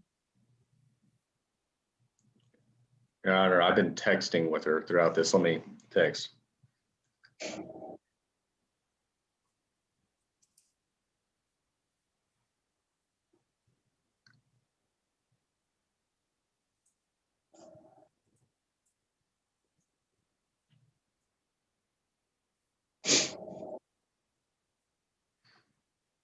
Your Honor. No, I just got a text message from my client that she's actually not able to hear us. My understanding is that Okay. I think one of the other siblings has the hearing up on YouTube and is kind of giving her play-by-play of what she's hearing. No, we're not doing that. All right. No, I'll just call John Moss for now. No, I'm not going to proceed Oh, I'm sorry.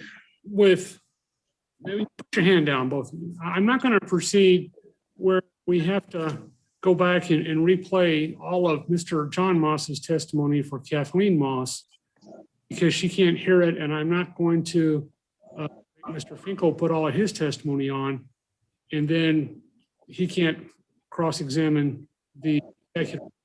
So, Mr. Jackson, where is Kathleen Moss? Where's she located? I believe she lives in Fort Bend County. Okay. You need to find a way to get her or electronically in front of the court. So I'm going to take up the next case. I will mark you all as conferring. And if you're able to get that done today, we'll do it. Otherwise, we will continue this to another time when everybody is available. Okay, I'll call my client and see what we can get done, Your Honor. Thank you.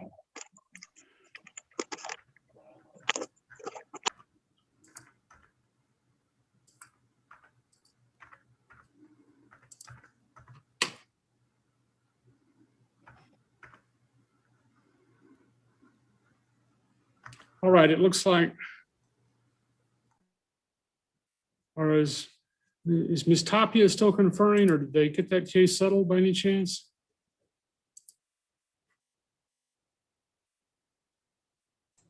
They're still conferring, but I think the Intervest case, I think. Yes, they're next. I was just. Yes, Ms. Tapia is If still we on a had an breakout agreement room. to put in the record, I wanted to do that before the clients got to talking to each other and rule it. Because I've seen that happen. Okay, Lundberg versus Intervest. Can I get either a Dropbox or if it'll work, because it's slow sometimes with to get a copy of the whatever pleadings I need to look at? Sure, of course, sir. We can send you a Dropbox links if you like. I'll get that sorted out right now. That's usually easier than putting a bit large document through Zoom.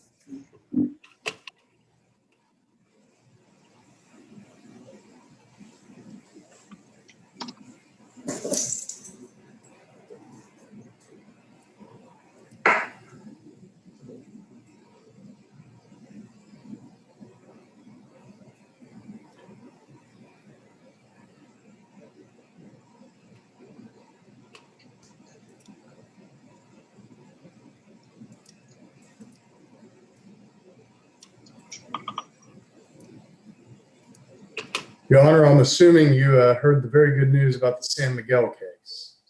Yes.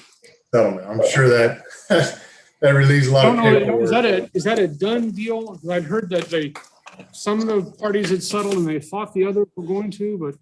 No, I mean, we are still ironing out just a couple of particulars, but I think we're working on KMG to get them into the fold as well. But I think it's going to encompass the entire case.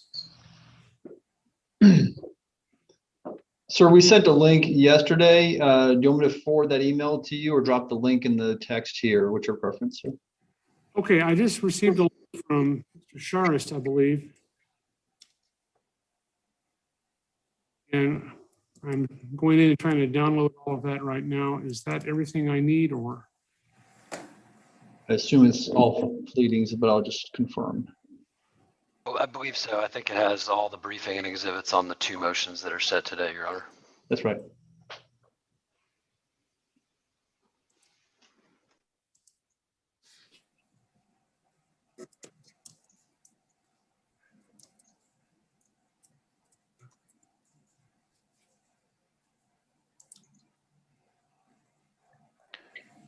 And Judge, I've conferred with Mr. Trest and the other counsel, and we, if it's all right with the court, we agreed that we would first take up the defendant's motion for partial summary judgment on the plaintiff's royalty claims. And following that, we would address the plaintiff's or Mithral's motion for clarification on the back end claims. Okay.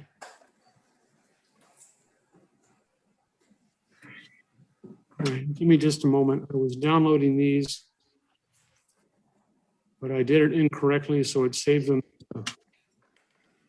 HTML file and not a PDF.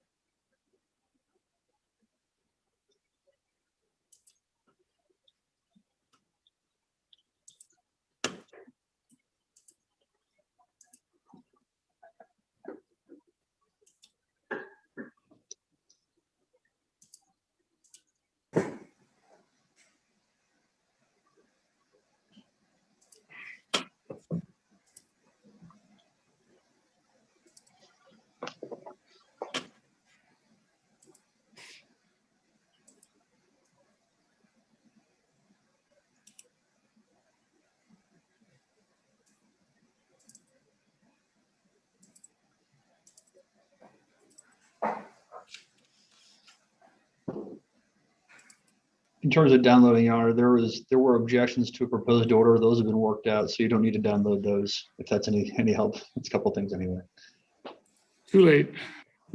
Sorry. Go ahead and delete them.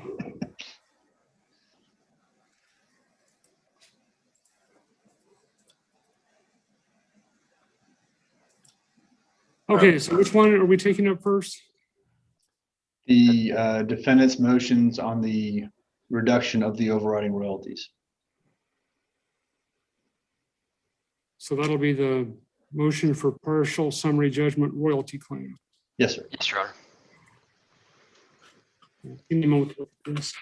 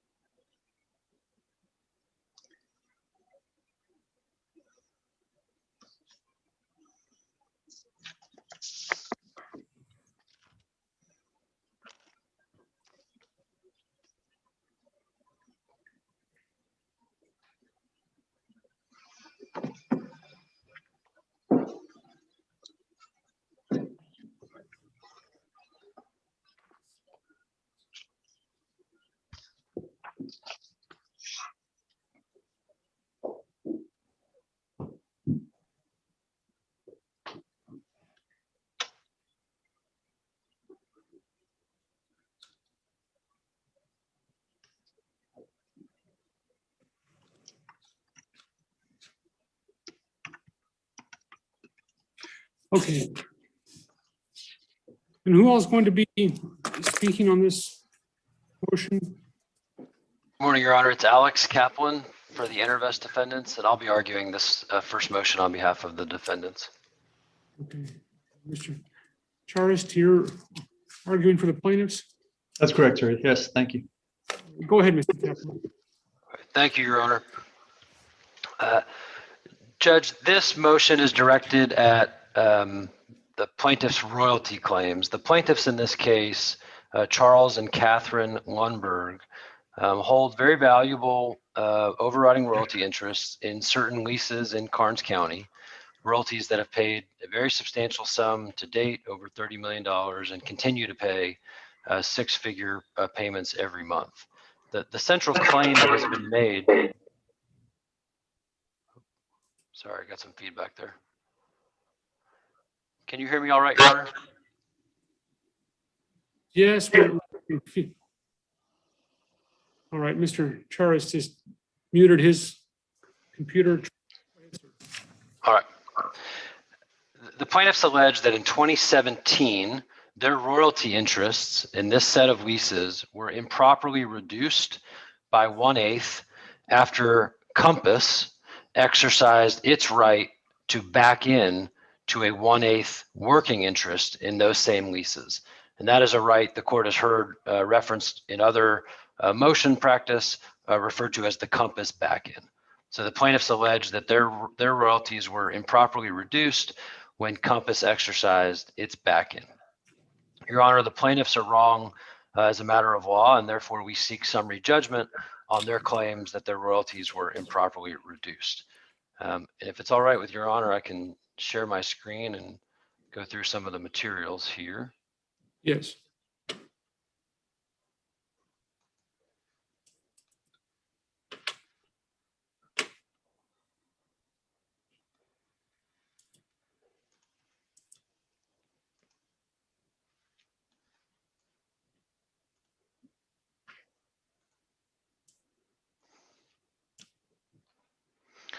All right, Your Honor, this motion presents a question of contract interpretation, and the relevant contract is the area of mutual interest and participation agreement, which is Exhibit A to our motion. This contract was signed in 2001 by Charles Lundberg, the plaintiff in this case. At the time, he signed it on behalf of his wholly owned company, Lundberg Operating Company, and by Compass. Those are the parties, the original parties to this contract. The key provision for purposes of this motion, Your Honor, is in Section 8 of the AMI agreement. Now, you'll see in the briefing, Judge, that we're referring to this as Section 8.2. And just to be clear, there's a numbering error in the AMI agreement. There are two Sections 8. So we have taken to referring to the second Section 8 as Section 8.2.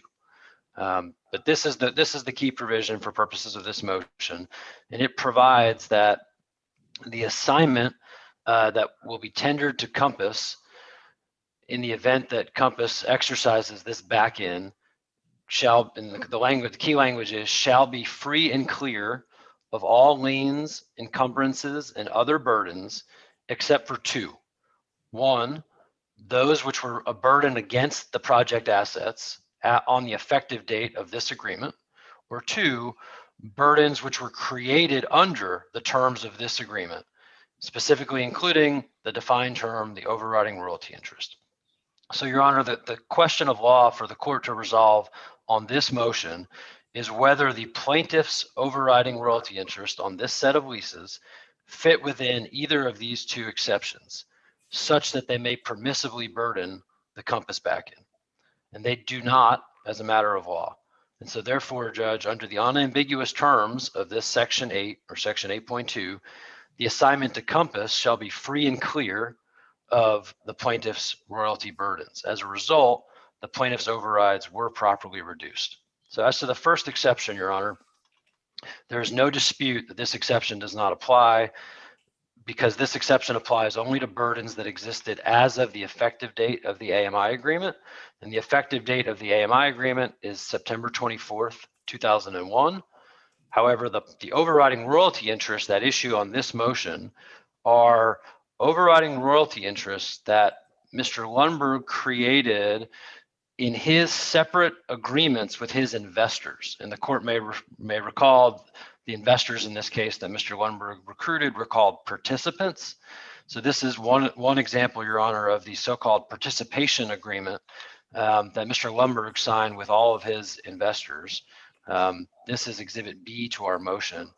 This is the contract that first contemplated the overrides that the Lundbergs now have. And you can see that this is dated in December of 2001. And the actual override itself was created pursuant to this letter, Your Honor, in an assignment that was made from LOPCO to the participants. And this is Exhibit D to our motion. And you can see in the assignment from LOPCO to its participants, to which Compass is not a party, this is the instrument where the Lundbergs accept and reserve the overriding royalty interest. And you can see this is effective in December of 2001, therefore was not a burden on the project assets as of September. Therefore, the first exception under the free and clear provision in Section 8 does not apply. So the question then, Judge, is whether the second exception applies. And again, the second exception is for any lien, encumbrance, or other burden, and there's no dispute here that the overriding royalty interest constitutes a burden. So the question is whether it's a burden that, quote, was created under the terms of this agreement. And Your Honor, on that point, as a matter of law, the answer is no. The overrides, again, as we just saw, that the Lundbergs have were not created by virtue of the AMI agreement with Compass. Rather, they were first contemplated in a separate agreement between the Lundbergs and their participants, to which Compass was not a party. And that is, again, that is Exhibit B to the motion, the participation agreement. This is the instrument that contemplated the override. As you can see, it says, in the assignment from Lundberg to participant, Lundberg shall reserve a royalty interest. So what was happening is All right, and I'm sorry, give me just a moment, please, Mr. Yes, of course.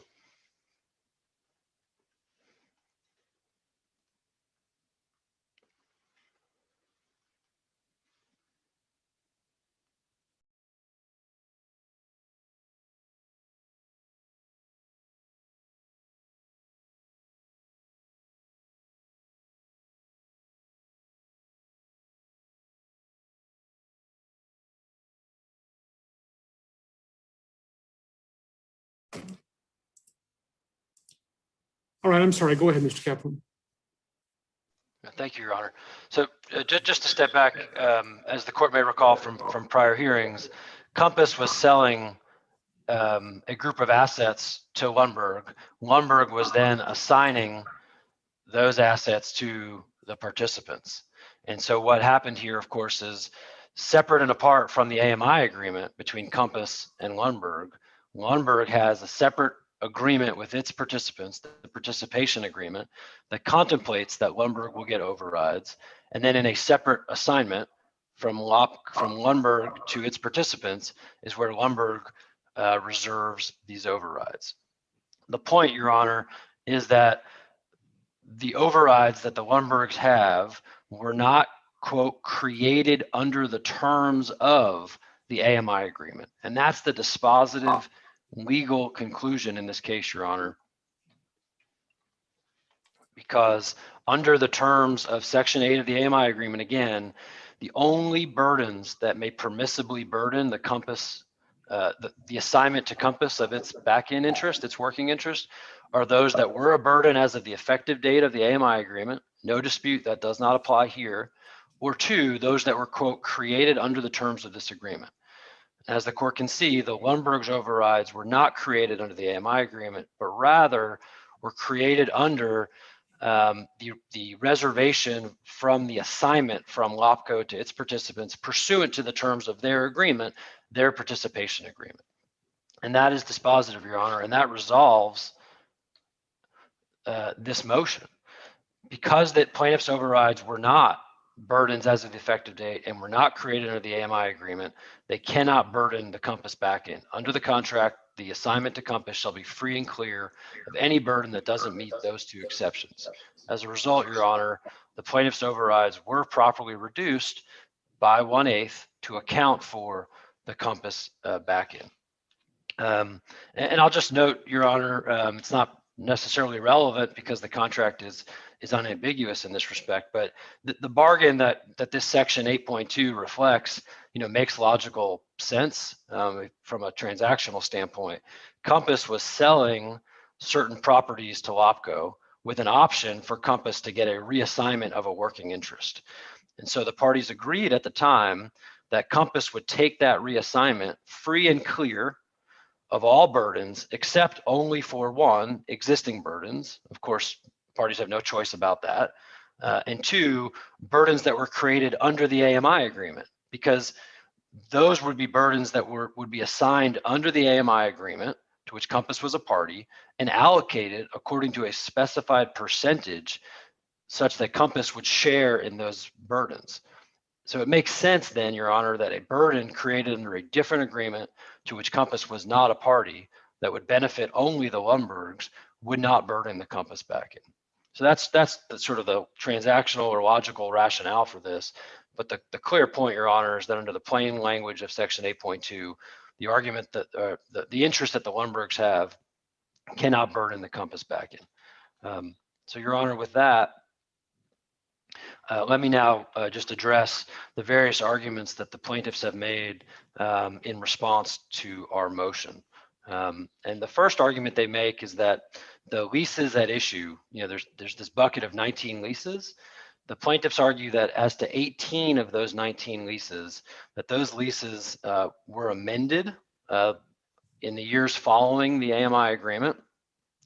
And the plaintiffs argue that because those leases were amended, they therefore became capital A amendments under the terms of the AMI agreement. And their argument, Your Honor, is that there's an interest under the AMI agreement called the defined term overriding royalty interest, capital letters. And they say that that type of overriding royalty interest is included within the second exception to 8.2, which, Your Honor, the plaintiffs are paying a bit fast and loose with the contract here. They've skipped a critical step that we would like the court to focus on, which is this interest, the defined term overriding royalty interest, which is defined in Section 2 of the AMI agreement, is a specified contractually defined interest.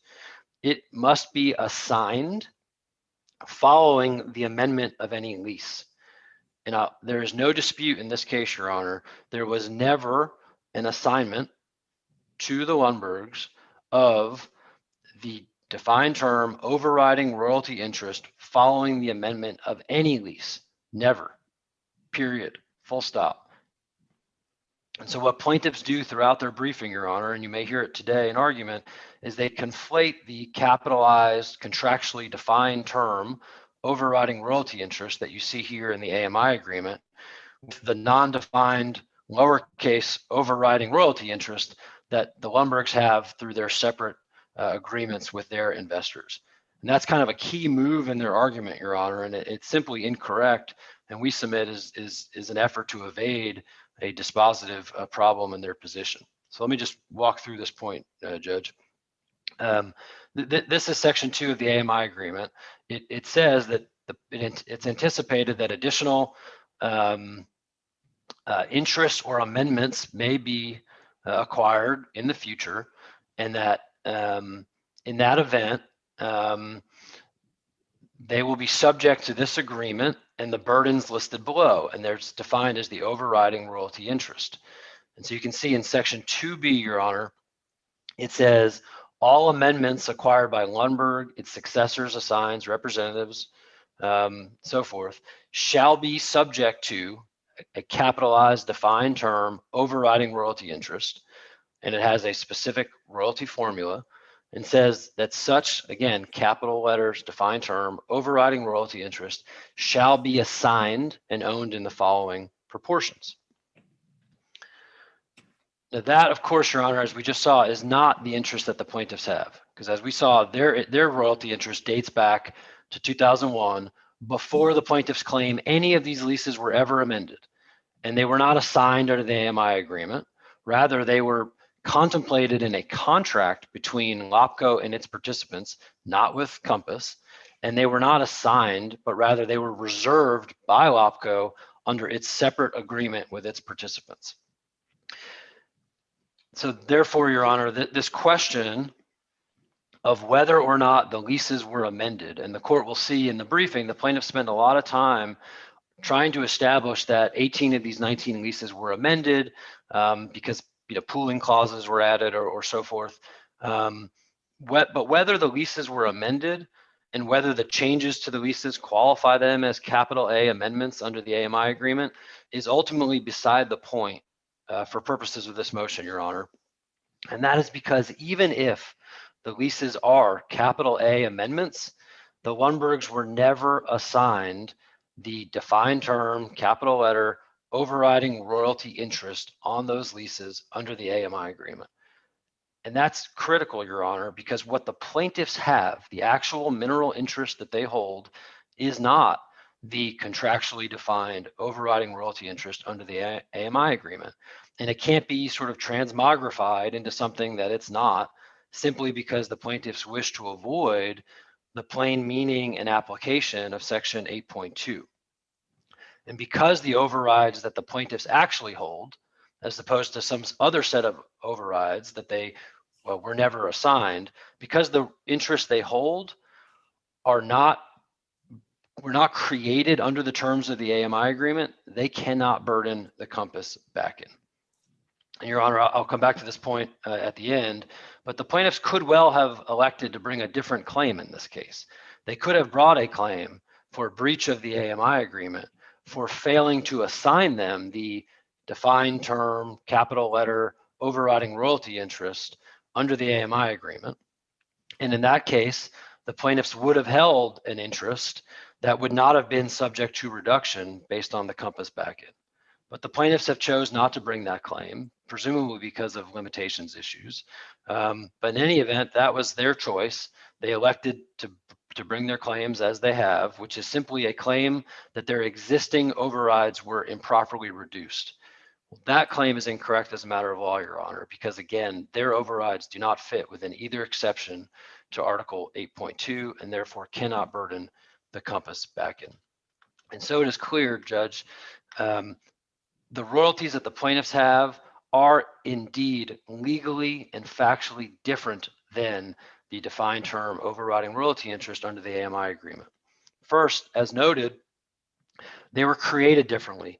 The plaintiffs, as you saw, the plaintiffs' royalty interests were created by reservation from an assignment they made to the participants before any of the leases were amended.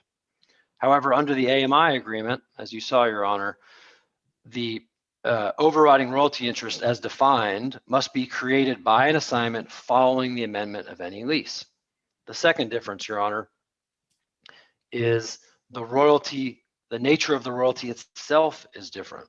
So the Lundbergs' royalties under their participation agreement and their reservation from their assignment, okay, is based on the different, it's set forth here at the top of this slide, Your Honor, is based on the difference between 25% of the production and all of the burdens on such leases. By contrast, if you look at the bottom of this slide, Your Honor, this is the relevant provision from the AMI agreement. This is the defined term overriding royalty interest. And that royalty formula is equal to the difference between 25% and only the landowner's royalty, not all burdens on production. So again, these two interests were not only created differently at different times pursuant to different agreements, but they're based on different royalty formulas. And third, Your Honor, as you can see again on the bottom under the AMI agreement, there is a specified proportion of ownership for this defined term overriding royalty interest that is to be shared between Compass and Lundberg.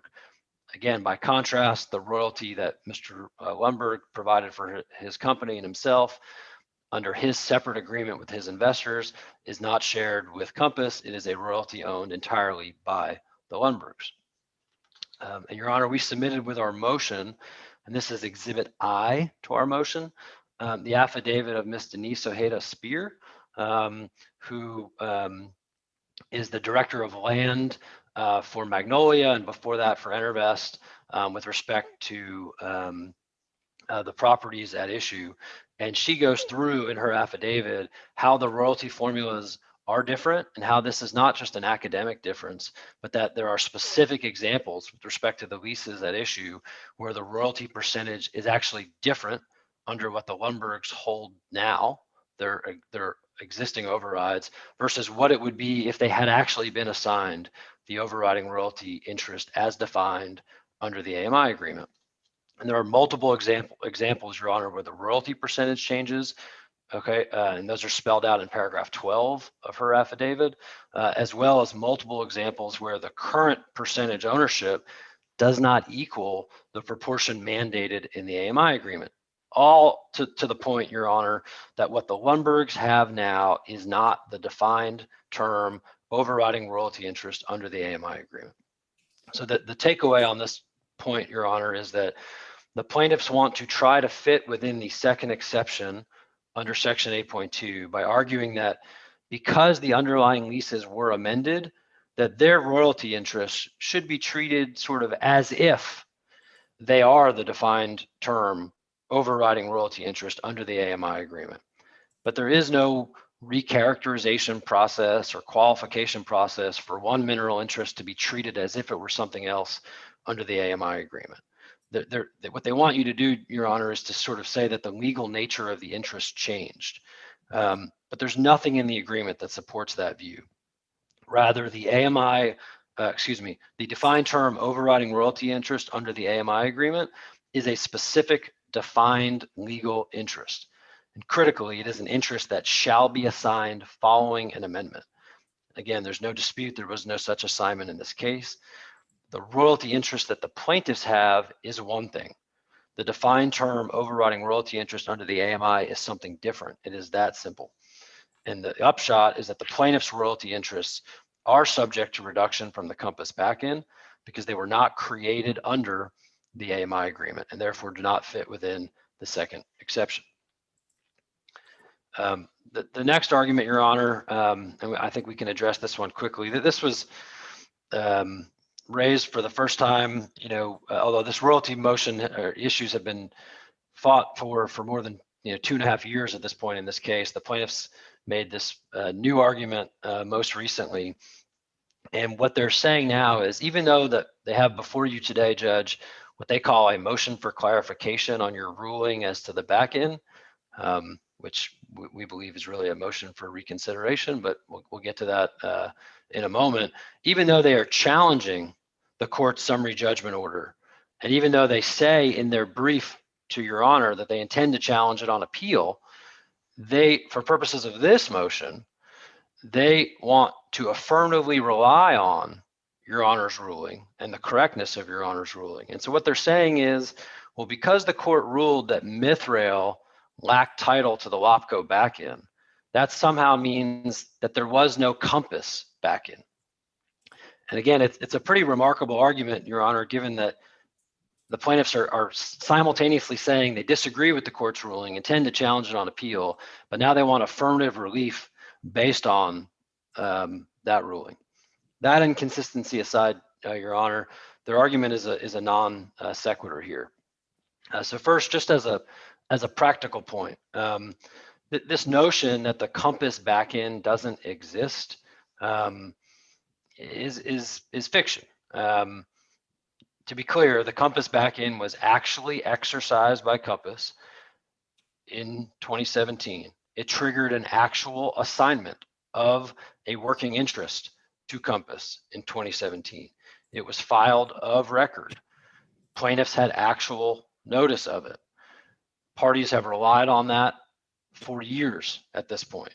So this notion that it can be declared non-existent, perhaps just long enough, I suppose, for the plaintiffs to avoid the plain meaning of section 8.2 is just so many words, Your Honor. If the plaintiffs genuinely believe that the Compass backend didn't exist, presumably they could have filed a cause of action in 2017 seeking to invalidate the Compass backend. They haven't done that. The argument now is plainly barred by Cosgrove and all manner of other substantive problems. This is an actual assignment of an actual interest filed of record years ago. It is pure fiction to say it somehow just doesn't exist. That point aside, their whole argument is premised on a misreading of a particular document, and it is a letter of understanding from September of 2001. And this is Exhibit A to the plaintiff's response, Your Honor. Unfortunately, it's not a particularly good copy. I apologize for that. But this is a letter of understanding between Compass and Mr. Lundberg's company from September 01. And this is the premise for the plaintiff's argument that somehow the Compass backend doesn't exist. And what the plaintiffs want to say is that this letter effectively says that if LOPCO doesn't retain a backend, then neither did Compass. But that's not what the letter says, Your Honor. If you look at the second sentence that starts in the event, what the letter says is, in the event, if buyer retains a backend under the terms of its participation agreements with its potential participants in an amount different than 25%, then the after payout interest to be assigned to Compass shall be adjusted to 1/2 of that interest. Critically, it refers to the terms of the participation agreements between LOPCO and its participants.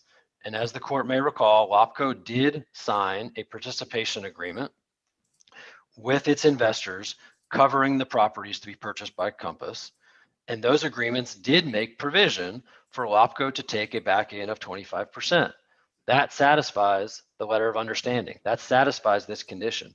The problem, of course, for LOPCO, and this is the issue the court resolved in connection with the Mithrail motion for summary judgment, is that when LOPCO then assigned its rights, titles, and interests to the participants, LOPCO failed to reserve any back end for itself.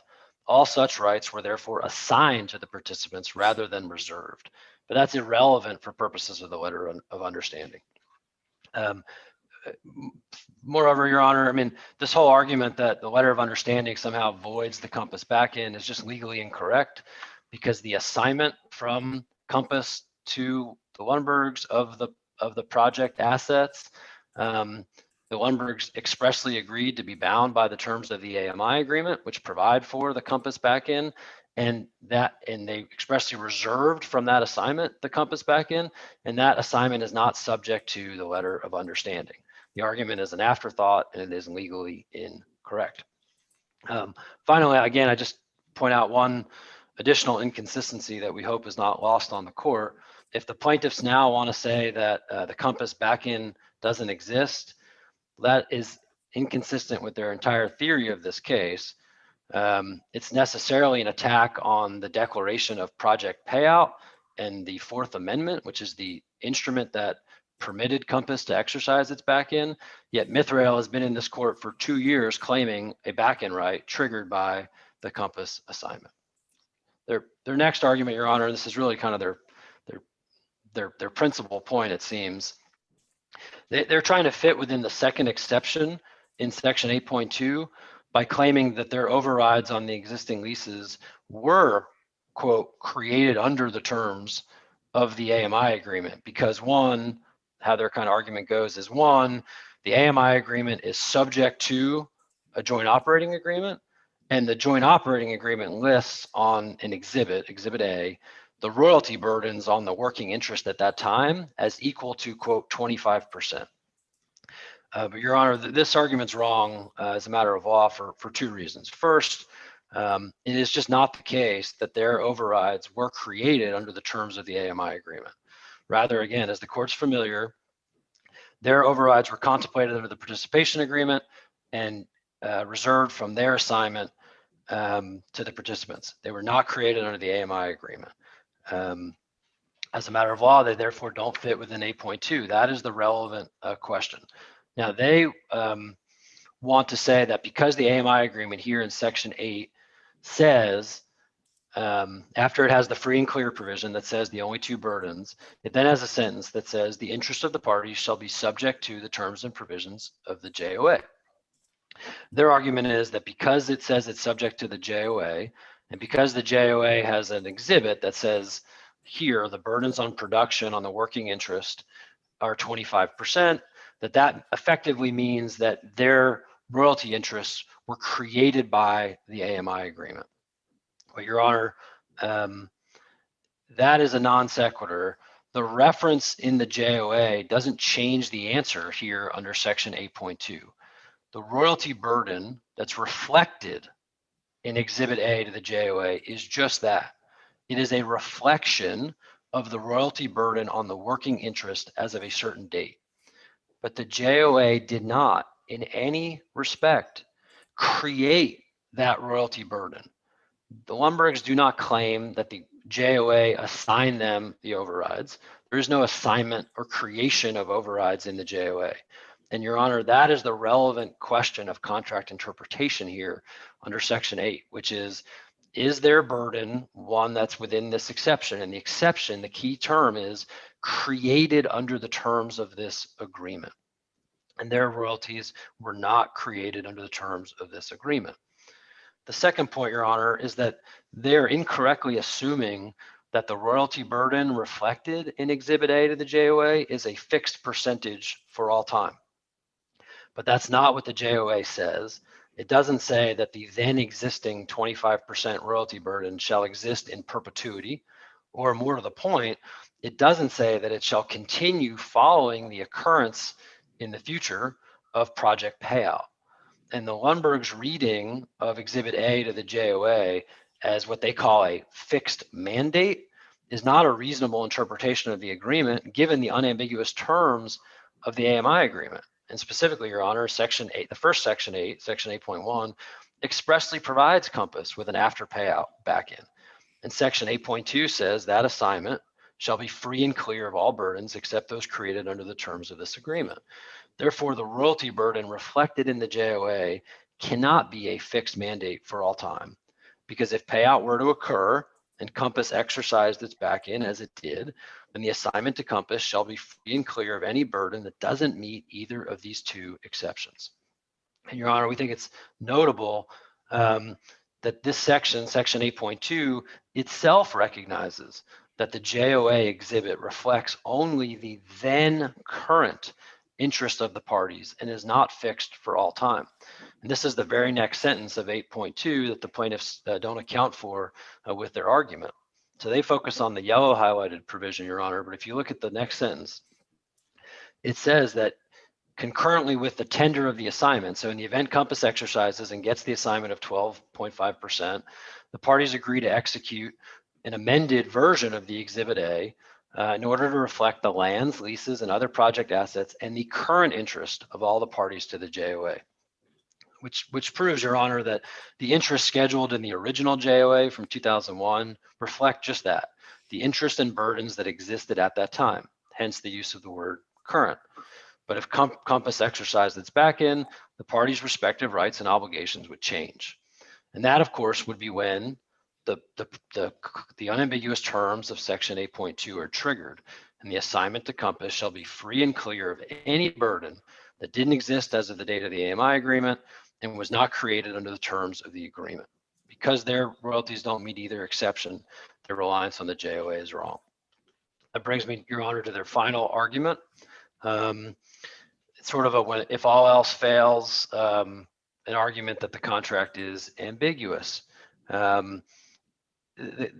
Interestingly here, Your Honor, and unique, I've not really encountered this before, but the plaintiffs are claiming the contract is ambiguous, yet the entirety of their motion, they don't identify a particular term that they say is ambiguous or a phrase that they say is ambiguous. They just sort of say generally, well, the contract as a whole is ambiguous with respect to how our royalties should be treated with respect to the exercise of the Compass back-in. But there is no term or phrase in the AMI agreement that is ambiguous, Your Honor. And as the court is well familiar, a contract is ambiguous only if it's susceptible to more than one reasonable interpretation. Not ambiguous just because the plaintiffs and defendants offer different views. There has to be more than one reasonable interpretation, and we submit the plaintiff's interpretation is not reasonable as a matter of law. Your Honor, the plaintiffs don't genuinely dispute the plain meaning of Section 8.2 or otherwise contend that the phrase created under the terms of the AMI agreement is ambiguous. It's not ambiguous, Your Honor, right? There's two exceptions, burdens that existed on the effective date or those created under the terms of the AMI agreement. The relevant question for the court under Texas Supreme Court contract construction law is whether those terms can be given a definite or certain meaning. Well, so that's the question. Can the phrase created under the terms of be given a definite or certain meaning? And Your Honor, the answer is yes. It means exactly what it says. The burden must be created by, that is, right, brought into existence by the terms of the AMI agreement. That's the ordinary meaning. We cite here the dictionary definition of the verb create, to cause to exist, to bring into being. And the plaintiffs don't genuinely dispute this construction. Instead, their argument again is, well, because the AMI was subject to the JOA and because the JOA had the then current royalty burdens, the overrides on the leases assigned to the participants shouldn't be subject to reduction. But Your Honor, that is not a proper construction of the agreement. Just because the AMI agreement is subject to the JOA and reflects the royalty burden on the working interest as of the JOA's date of execution does not mean, and this is the critical point, that the JOA created those royalty burdens. That's the relevant question for purposes of Section 8 of the AMI agreement. So in effect, Your Honor, what the plaintiffs are asking the court to do is to rewrite that section, that second exception in Section 8.2 to say burdens created under the terms of this agreement. And we've sort of added the effect of the position that they're arguing here in red, or created under a separate later instrument solely between LOPCO and its investors, but then reflected on Exhibit A to the JOA. But the relevant verb here is not reflected, it's created. And the JOA did not create these interests. And finally, I just point out, Your Honor, despite these efforts to rely on the JOA, which we think are wrong on the merits for the reasons that we've just identified, the whole enterprise here of trying to create a conflict between the JOA and the AMI agreement to create an ambiguity is foreclosed as a matter of law, Your Honor, because the JOA itself, which is Exhibit C to the plaintiff's response, provides in Article 16 that should there be a conflict between the JOA and the agreement to which the operating agreement is attached, the AMI agreement, the terms of the AMI agreement shall control and prevail. So even if there were a conflict, which again, there is not for the reasons that I've covered, Your Honor, there can't be a conflict that creates an ambiguity for the trier of fact because the parties addressed that and gave legal precedence to the terms of the AMI agreement. So finally, Your Honor, the plaintiffs kind of as a last page of their brief, they kind of tick through, 2 or 3 pieces of what they call, parole evidence. But of course, parole evidence is not admissible to contradict or vary or add to the terms of the agreement. Section 8.2 is not ambiguous, and therefore the parole evidence is inadmissible. Even if the evidence were admissible, though, Your Honor, it doesn't support the plaintiff's contention in this case. They point to two pieces of evidence, Your Honor. The first is deposition testimony from Mr. Litke, who signed the AMI agreement for Compass. And the plaintiffs say, well, Mr. Litke acknowledged that when he first learned that the Lundberg's overrides were reduced, he didn't think that was right. But of course, the full picture, Your Honor, doesn't support the claim of ambiguity because Mr. Litke testified that that was before he went back and read the agreement. And when he read the agreement, it was clear. So that doesn't support ambiguity, even if this evidence were admissible, and it's not because the contract language is not susceptible to more than one reasonable interpretation. The other piece of evidence they cite is from Mr. Musselman, another Compass employee. And here they claim that Mr. Musselman too thought that the initial reduction was incorrect, but Mr. Musselman's testimony, I think, is clear to the contrary. He says, I wouldn't say that I was unclear because I hadn't looked at all of the documents referring to the AMIPA. He then goes on to say that having read paragraph 8, Chuck, referring to Mr. Lundberg, agreed that any assignment tendered to Compass at project payout would not be burdened by any burden except for those, and he lists the 2 exceptions. And he notes that was my opinion then as well, once he had the opportunity to read the agreement. So, Your Honor, I'll just end with a point I alluded to at the outset, which is the plaintiffs in this case made a strategic choice as to how to bring their claims. They were the masters of their own petition. They chose to base their royalty claims on the contention that their overrides were improperly reduced by 1/8 when Compass exercised its right to back in. And if you look through the petition, Your Honor, you'll see this notion of reduction is replete throughout their pleading. That is their fundamental theory. That theory is wrong as a matter of law for the reasons I've explained under Section 8.2 of the agreement, because the overrides they hold under their separate agreement with their participants and pursuant to their assignment to their participants is not a burden that existed as of the date of the AMI agreement and was not created under the AMI agreement, and therefore cannot burden the Compass back in. Now, the plaintiffs, as I said, could have brought a different claim.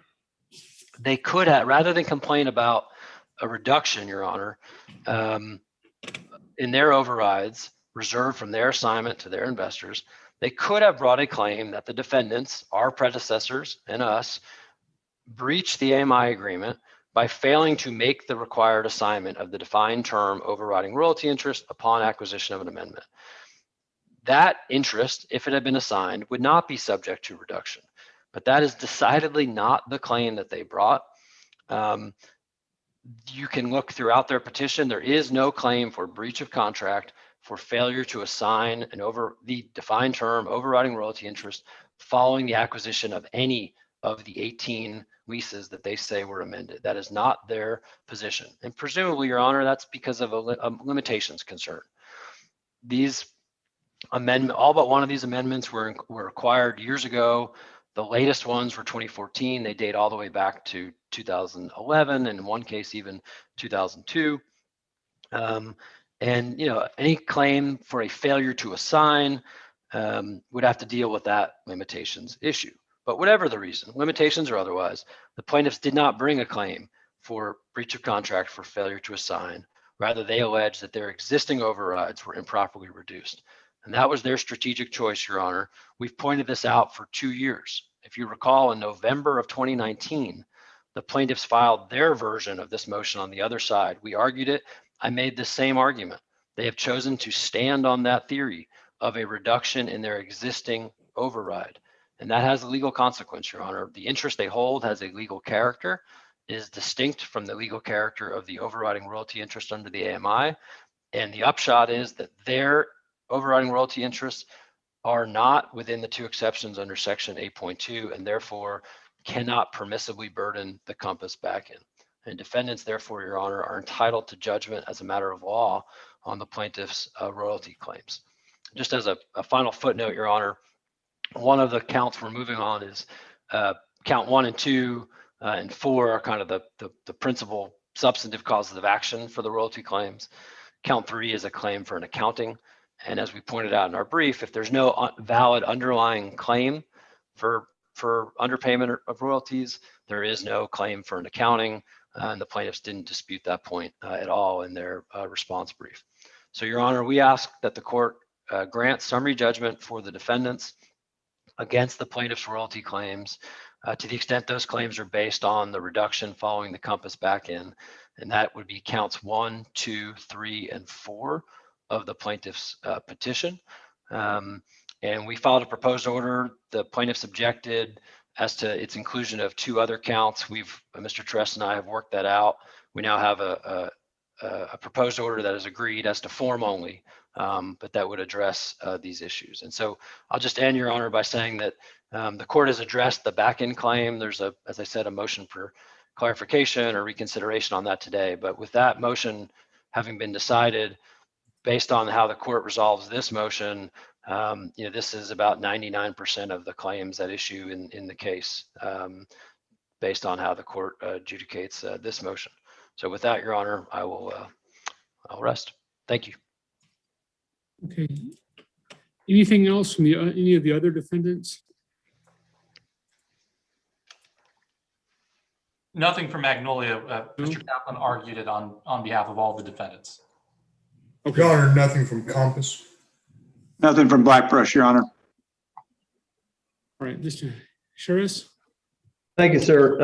My former partner and friend, Alex, spent about 15 minutes describing the basis for the reduction of the Lundberg overrides, and then another 30 misstating the plaintiff's arguments and then debunking the misstated arguments. So ask the court to hear us articulate our own arguments so that the court can evaluate them as they stand. And it's important to understand where we are in the record, in reality, as of now.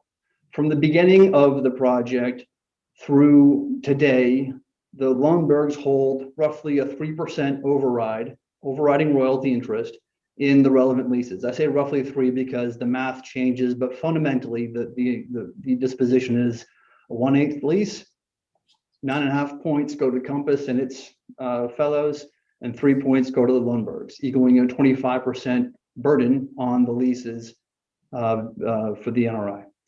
And the operator regularly paid on that 3% override from the beginning of production through about 2017. There's no question about the Lundberg's right to own or hold those 3% overrides, which they do currently hold as record title owners of those interests, that property right of a 3% override in these leases. After the fourth amended AMI agreement, to which the Lundbergs were not parties, Enervest began paying the Lundbergs less than 3% on their overrides. Didn't ask for a reassignment. It didn't say, oh, things have happened now and you now own less than the record title shows. You own 3% on the records, but we're only paying you on 2.625%. The decimals being small because the volumes being big are important. And then immediately the Lundbergs complained about the underpayment, and soon thereafter the lawsuit was filed. So this, first off, I'm going to take off the table this notion of we should be seeking assignments. The Lundbergs own 3% overrides, an overriding royalty interest in these leases. So that's the first step. Enervest first claimed that the reason for reducing the Lundberg's override was because of proportionate reduction language that was in the underlying deal documents. They wholly abandoned that theory, and now, after litigation began, have reinvented what they now say is the only reasonable interpretation. But the fact is that the Lundbergs still hold those 3% overrides. The operator has never sought to revoke those interests, those mineral interests, the property interests that they hold. The operator's never asked or requested a reassignment from the Lundbergs of any amount of those interests. The operator is still producing under these same leases, though they've been amended. And the operator is simply underpaid with respect to the 3% override interest that is validly held by the Lundbergs. And that's why this is a royalty underpayment claim and not a assign me something that I already have claim, because they own the royalty interest as it stands. I'm going to address the arguments in a slightly different order than the defendants did, because the first point about the effect of the ruling on title is sort of, I'd say it's preliminary. Let me interrupt you for a moment before I lose my train of thought about requesting assignment from your clients. Is that one of the agreements provide that at the time of the back end, if it happens, that they're supposed to request a reassignment? Assignment. I'm not. I think I know what you're talking about, but I don't know which particular you're referring to. So. Does this happen automatically if the defendants are correct and your client's interest is reduced? You said that, hey, they're the they're the title record holders. Does this happen automatically, or do they have to make, do your clients have to make that assignment? And if they don't make the assignment, then the defendants have to sue them and say, hey, we're entitled to this assignment. And Well, I know I understand that the other defendants assigned to Compass the amount of its back end.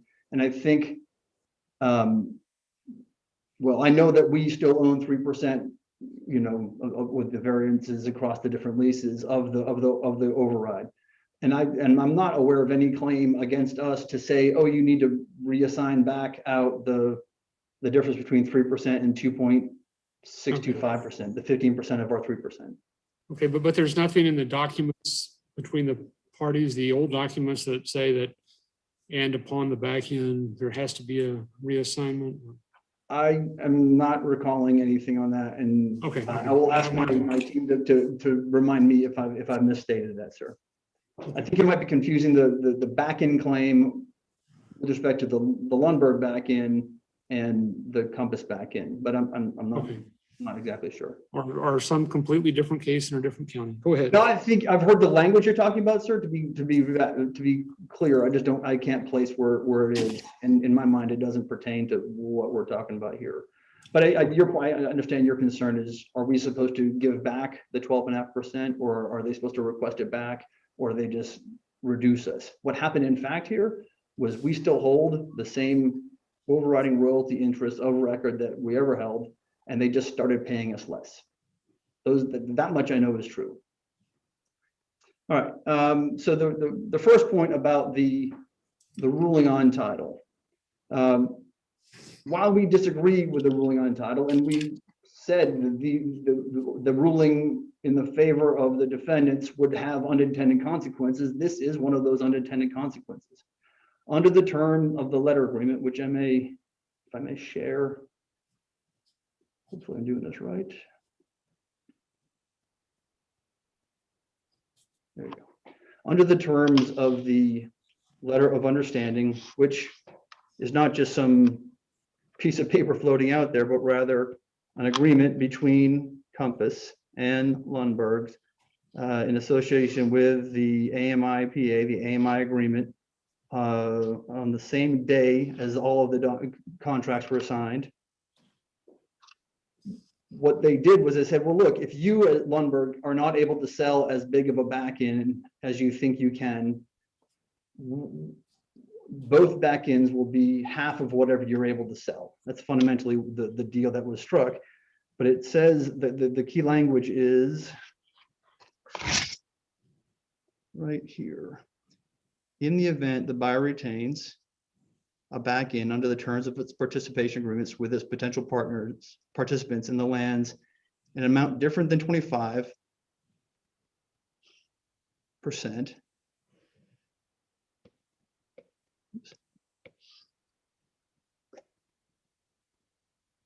then the after project payout interest to be assigned to Compass shall be adjusted to 1/2 of the interest retained by the buyer in its sales to the participants. The interest retained by the buyer in its sales to the participants. Okay. The court's ruling was that Lundberg retained nothing in its sales to the participants. We disagree with that ruling, but the necessary consequence of that ruling is that having retained nothing in Lundberg's sales to its participants, then therefore there can be no Compass back in. And we are agnostic with respect to whether there is a back in outside of the Lundberg overrides, but it's impossible, if the court is right about the ruling on title, it's impossible that this same back in, which is 1/2 of 0, now reduces the overrides that are owned by the Lundbergs.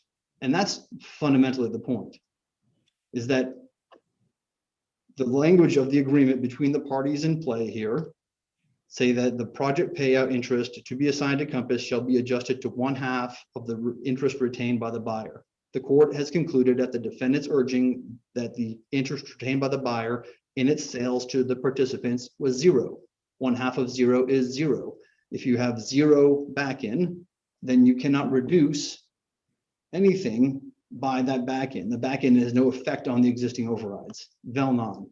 Now, again, respectfully, we disagree with the ruling, but that is the necessary consequence of that ruling, and there's no way out of it. The only argument that was stated was that the language, this language here where it says, under the terms of its participation agreements, if the buyer retains, what it's talking about is not if the letter says we will, but yet we fail to do so in the sale, but rather if in the transaction, the interest retained by the buyer is less than the 25%, then the Compass has 1/2 of whatever the interest retained by the buyer in its sale. That's the operative language of the agreement. The courts ruled it 0, so it must be 0, and therefore it cannot affect. Stop the share. Therefore, it cannot affect the Lundberg overrides fundamentally. Now, and there was an argument that there's no basis to enforce the letter of understanding, but of course, those are between the same parties that the entire transaction was from, signed the same day, referring to all the agreements. So the court has to look at all of the documents and all the transactions collectively. And then the last argument against was this notion of it's inconsistent with an attack on the Fourth Amended AMI, which frankly, I don't quite understand. But fundamentally, it misconstrues. If it's stated that we're attacking the Fourth Amended AMI, that's not what this argument is about, but rather, literally, the defendants can't have it both ways. They can't say, oh, there's no LOPCO back in because you failed to retain it, because a necessary consequence, and yet the Compass back in, which is 1/2 of the 0, now also reduces your interest. If there is no LOPCO back in because LOPCO failed to retain the interest, then the Compass back in is 1/2 of whatever was retained, which is 0. 0 back in on Compass cannot reduce the Lundberg overrides. So that's, again, we don't agree with the ruling, but that's the consequence of the ruling. And again, I said it last time, the court didn't like what, I guess, go my way, but our articulation of the way the transaction works is the only one where on all points, the transaction fits. And what we've had here is these myopic sort of focusing on points and rulings around a paragraph here and a paragraph there without view of what the whole transaction was. And I think this is a result of that. All right, moving on. The next point is this notion of the existing leases, capital E, existing capital L leases, become amendments, and those are addressed, is the mirror image, and Mr. Kaplan pointed it out, of a motion for summary judgment that the plaintiffs filed saying that the override associated with amendments could not be reduced. Back in October of 2019, we argued it in November of 2019, and that issue is still pending. So I think that this is the mirror image of that, except for word the movements, and so we have to overcome any fact issues fundamentally, but that's the real difference. In that argument, plaintiffs said that there could be no override reduction due to the Compass back in on any amendments. Any amendment, lowercase a, to a lease, and capital E, capital L existing lease, which is the leases that were in the project at the time of the project, converted that capital E, capital L existing lease into a capital A amendment as defined under the AMI agreement. And I'm sorry for all the capitalizations, but that it just, for me, makes it more clear. And under the AMI agreement, there is a permitted burden and a formula for it for amendments. And therefore, the burden under the AMI agreement exists and was created by the AMI agreement, and it is not affected by the Compass back in. The primary opposition back in 2019 was, oh no, those amendments aren't really amendments. And even if they were, there's no consideration. And also you should have asked for an assignment. Those are the kind of 3 principal points there. Those oppositions seem to have faded in the distance, and I'm not really, it's not clear to me. It seems to me that the defendants are admitting that these leases should be treated as capital A amendments under the lease. It never said that expressly, but they sort of jumped over any opposition to that point, and the defendants can speak for themselves. I wouldn't want to mischaracterize their arguments, but the very clear record is that, what is it? All but one of the leases, of the existing leases, were amended in some form. The primary type of amendment being a pooling provision. The amendment literally calls itself an amendment. The term capital A amendment is defined as, okay, show the court, is defined as an amendment to a lease. It's not really rocket science. And therefore, all of the existing leases that are amended, whatever it's 18 out of 19 or 17 out of 18, whatever the number is, are amendments under the AMI agreement and not existing leases under the AMI agreement. And on the consideration point, the documents themselves, the amendments themselves confess consideration. They say for value, for true and valuable consideration, the sufficiency of which is admitted, yada, yada, yada. Now, those are confessions in the agreement, and whether or not $10 and good consideration actually exchanged hand is irrelevant, because the parties to those agreements are stopped from ever trying to assert there was no good consideration, which is the purpose of having those provisions in there. So the opposition that was posted as to, well, they're not really capital A amendments, as I said, seems to have waned and perhaps completely evaporated. But they are amendments under the record before the court, and there should be no question about that. Now, what does that mean? The first and I think most critical misarticulation of the plaintiff's position was that we say that this conflation of the overriding royalty interest, the property interest that the Lundbergs own, and the capital O, capital R, capital I overriding royalty interest as defined in the AMI agreement. And I think the best place to start with that, I'm going to share the screen again, and I'm going to show the court the AMI agreement.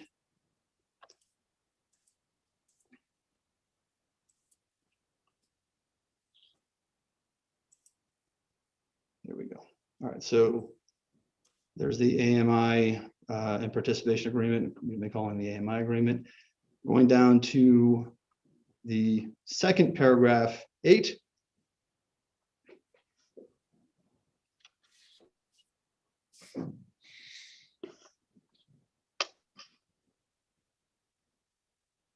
And it talks about what, well, again, the compass back in shall be free and clear of all burdens. And we agree generally with the 1 and 2 exceptions that the defendants articulated. The first being, so here's the except. Those are a burden on the effective date, so the sort of existing burdens, or which were created under the terms of this agreement, specifically including the capital O, capital R, capital I overriding royalty interests. All right, so what is the capital O, R, I overriding royalty interests? That is defined in paragraph 2 of the AMI agreement. It says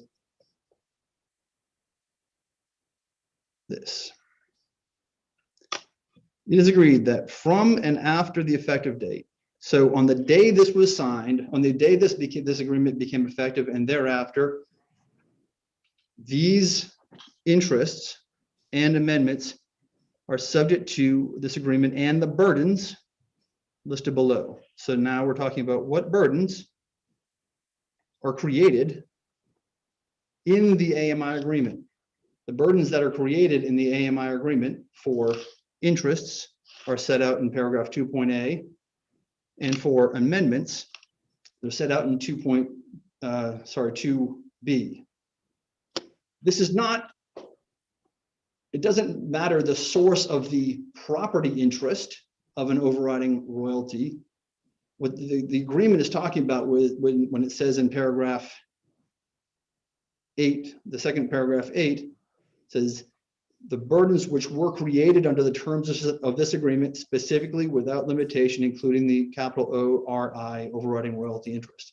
The things that were created, past tense, in this agreement are set out in paragraphs 2A and 2B. Those are the burdens that were created in the AMI agreement. And what that means is, as defendants properly identified, that there's some math about it's the positive difference from whatever the royalty is from minus 25, and then spread out under the same proportion, which will look familiar, the 9.5 points divided by 12.5 points to Compass, and the 3 points divided by 12.5 points to Lundberg. And what that does is it brings the sort of standard mechanism, the standard distribution of existing leases from the agreement. And it says when they're amended, if you're going to have the same proportionate share of the override, 9.5 over 12.5 to Compass and 3 over 12.5 to Lundberg. And the point there is if an amendment requires an increase of a royalty interest, for example, both parties take a hit on their override, but they share that hit respectively. But the key point of this understanding of how the AMI agreement works and the terminology used is that the burdens were created in the AMI agreement. They're not talking about future assignments that have to be made and the creation of the property interest. They're defining the burdens as those two articulations of math, those two formulas. And let me ask, and again, sometimes the cases run together. Is it the plaintiff's position that the breakdown that you just showed on how the back-end interest is going to work, that comes into effect with any amendment of the lease? If you have a lease, if you amend the lease to provide $1 an acre difference in surface damages, does that change the back-end percentage or percentage, or is that only protection if, like you said, you have to change the royalty that's being paid out to someone else? I'll answer that in two parts, sir. First off, what we're talking about is not really the calculation of the back end. What we're talking about is whether this type of burden, whether this type of override is subject to or not subject to the back end by Compass. That's the first point, right? We're not calculating how much of the back end, but rather does that back end have an effect on my overriding royalties? Okay. And because remember, Mr. Lundberg, the Lundbergs hold already the 3%. And so the question is it the type of interest that is protected from reduction by the back end, or is it a type of interest that quote unquote burdens the back end and therefore would be reduced and therefore is impermissible and must be reduced by the back end? Does that make sense? I hope let me try that one more time because I'm not getting fuzzies here. All right. It's okay. The core question is whether when the back end is exercised, what does it affect? Does it take out of the working interest only? Does it take out of overrides? Does it take out of royalty? Well, it doesn't take out of royalty. No one says it does. Does it take out of just the working interest, or does it also take out of the overriding royalty interest? And that's the core question, because we have that sliver of overriding royalties, this 3% that the Lundbergs own, that the operator and the defendants have said, oh, that gets reduced by the back end.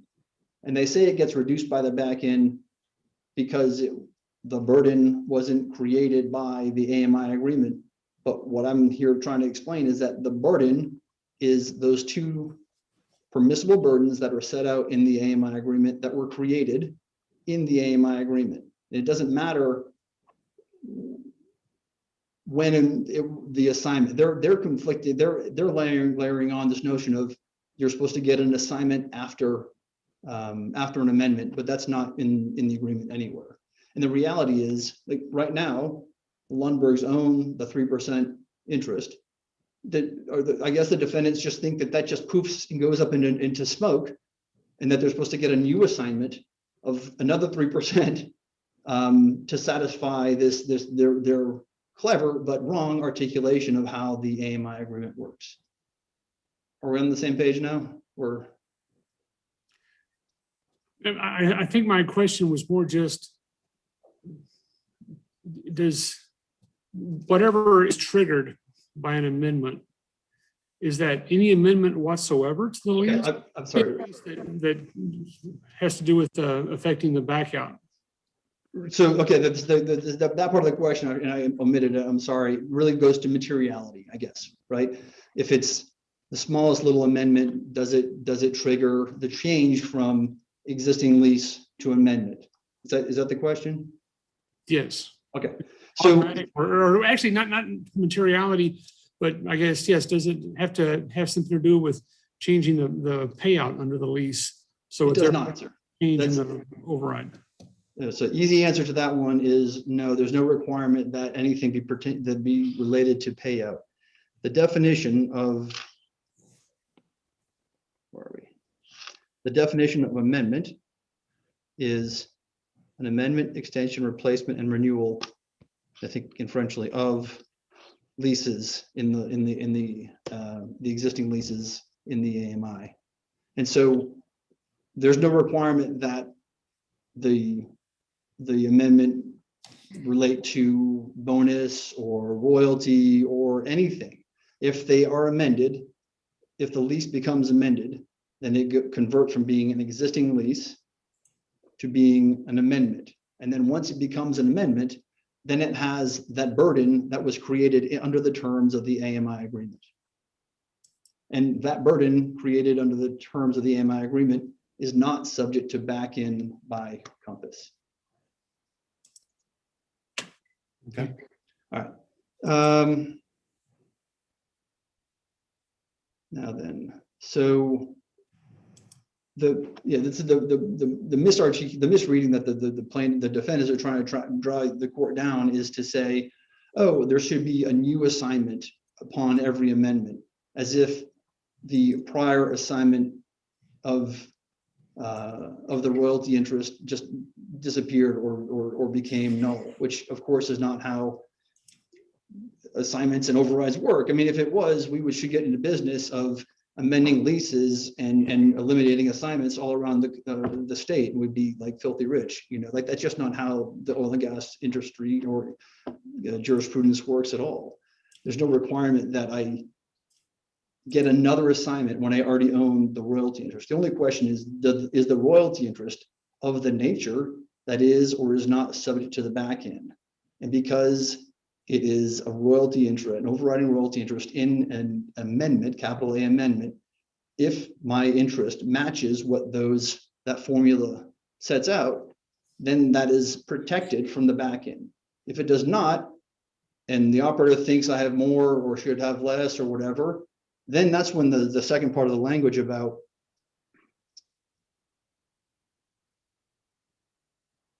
assigning comes into play. Because at that point, the overriding royalty interest shall be assigned and owned according to these proportions. So if the current proportions of any of the formerly existing leases and now amendments are not shared under that formula, which is the burden that was created in the AMI agreement, then the appropriate thing to do is to request Lundberg to assign back out whatever portion should be, to true up basically to those numbers, or to assign to Lundberg, depending, maybe got a better deal and got a lower royalty. But there's just never been any request to assign back or inward or outward the royalty interest. The only thing that ever happened was that the Lundbergs have the 3% royalty interest, and the operator just started paying them less. So there's no requirement that, first off, what the defendants are saying is, oh, you have to ask and get a new assignment. Well, what happens to the old assignment? Does it disappear? No, obviously not. They already have the royalty interest. The only question is it subject to or not subject to the back end? And because it fits within the math set out for amendments, as to all amendments, those interests are not subject to the back end. And that's the fundamental point here. All right, what's next?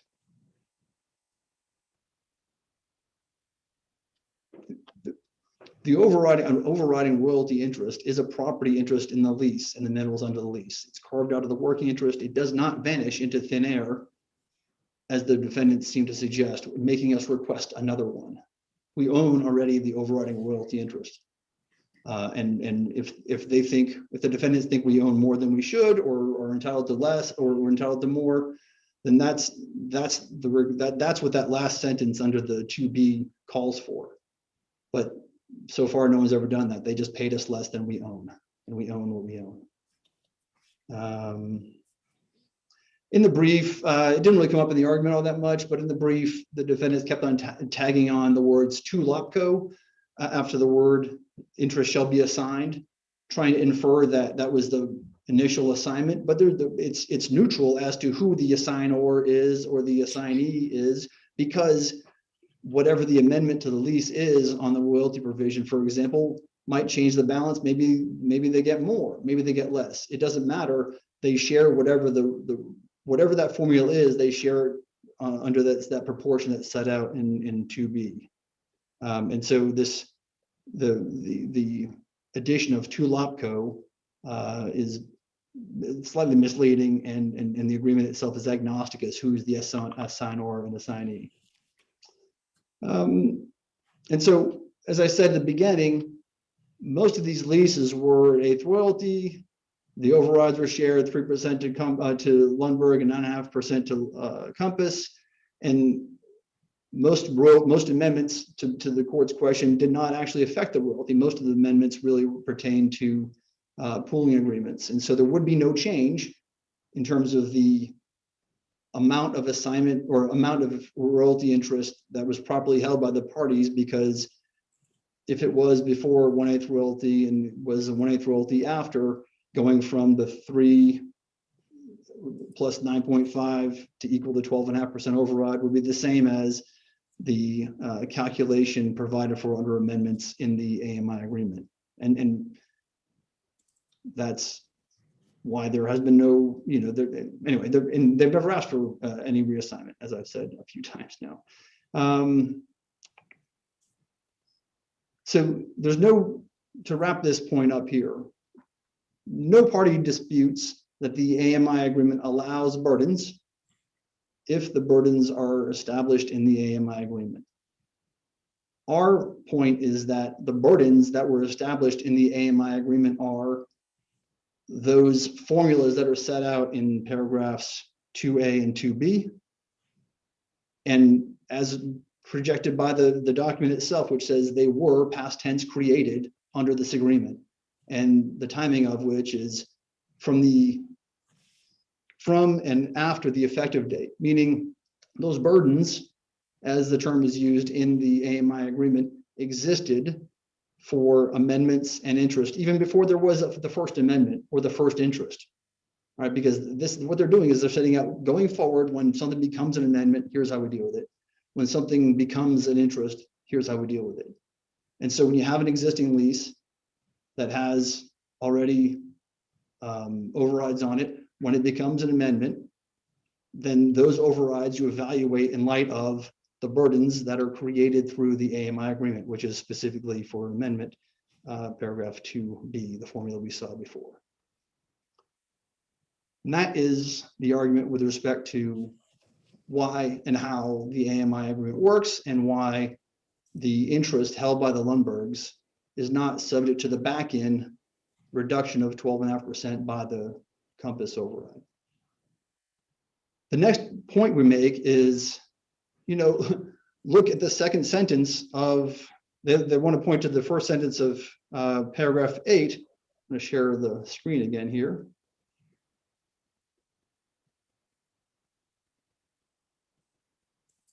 And I'm referring the court to the second paragraph 8.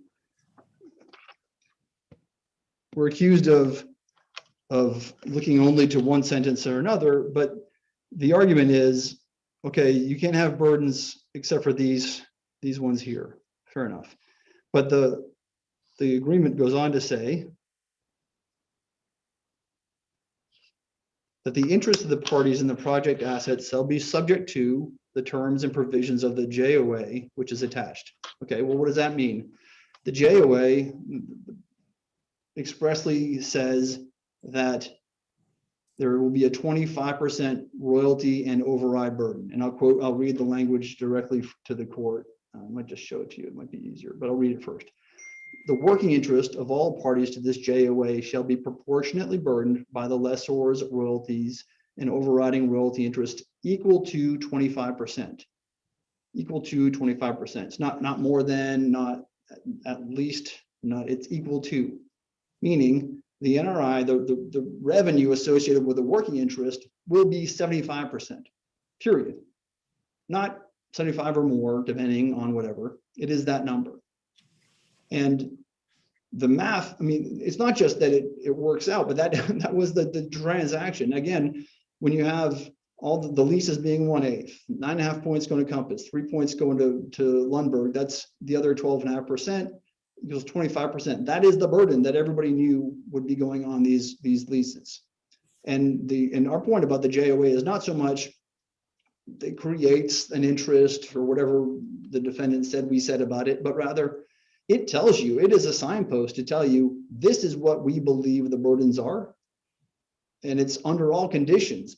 It's for amendments. If you do the math out, for amendments before payout, the burden is equal to 25%. If you do amendments after payout, the burden is equal to 25%. If you do interest before payout, the burden is equal to 25%. If you do interests after payout, the burden is equal to 25%. If you do existing leases before payout, the burden is equal to 25%. The only time it doesn't work is under the defendant's articulation of the existing leases after payout, meaning they say, oh yeah, for existing leases after payout, it could be whatever it was, whatever the numbers are.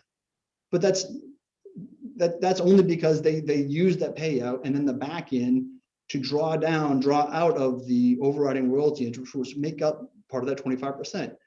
The deal was, under any circumstance, the burden would be equal to, literally the terms of the agreement, 25%.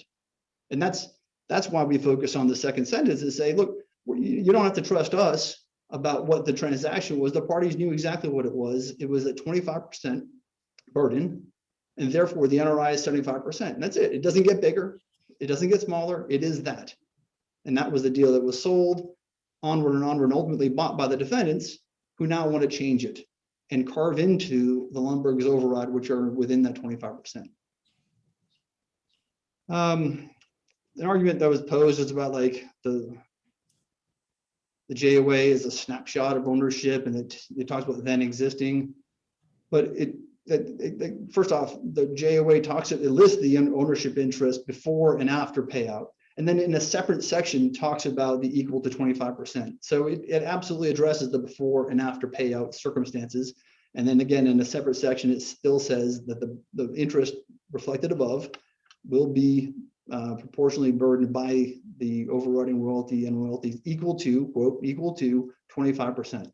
That's before and after payout. So there's not like this optionality or moment in time. The moment in time and the ability to amend the JOA, what that's talking about is the parties to the JOA can amend it to reflect changes of interest of the parties to the JOA, meaning the working interest, not the override, and not the royalty interest. Neither the overriding royalty interest owners or the royalty owners are members of the JOA. The parties to the JOA that can amend the JOA are just the working interest owners, and they have, sold and bought amongst themselves, but they're only selling the 100% working interest that is subject to 75% of the NRI.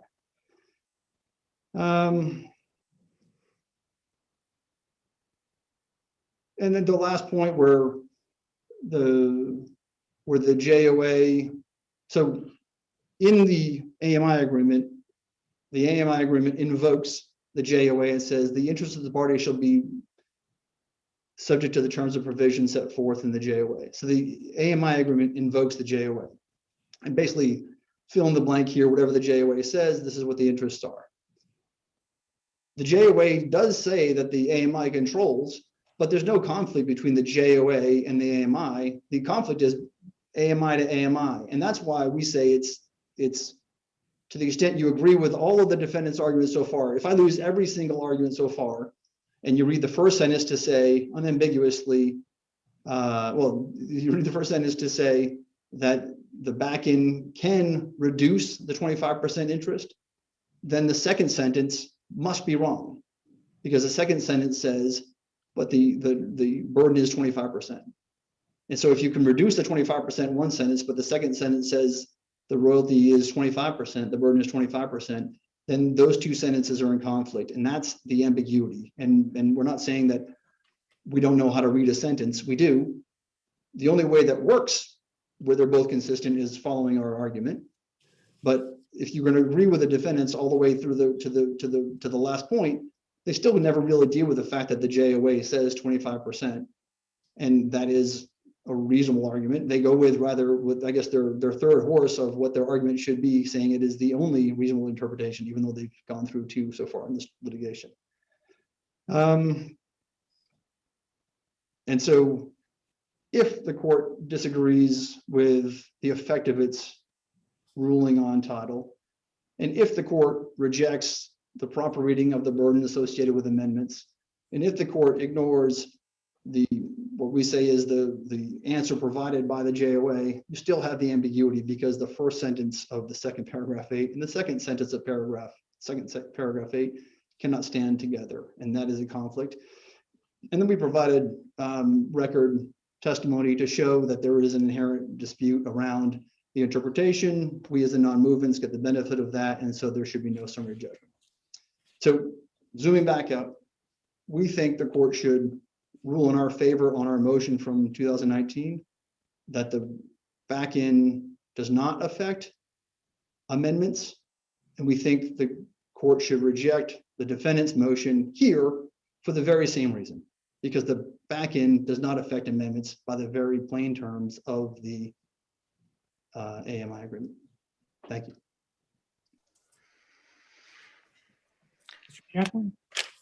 Thank you, Your Honor. So maybe start where there's some common ground. I think my friend and I agree that under section 8.2, Compass is to get a reassignment, when Compass exercises its back end, Compass is to get an assignment. I think we agree that under that provision, that assignment is to be free and clear of any burdens that don't meet the two exceptions. And I think we both agree the first exception doesn't apply. So the narrow question then becomes whether the second exception applies.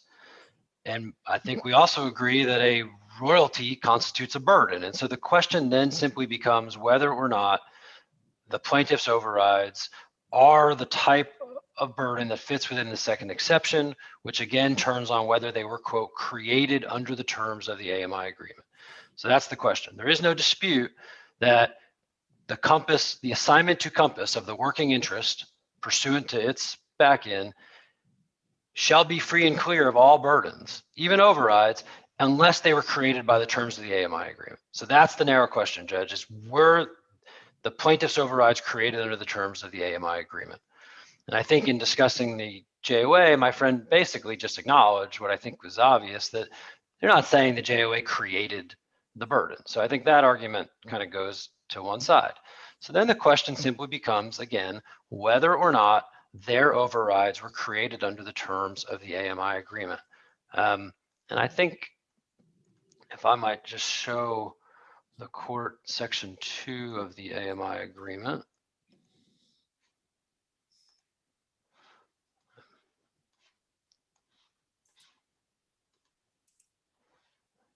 Can you see this on the screen, Your Honor? I can't read it at 2 pages, no. Oh, I'm sorry. Let me try that again.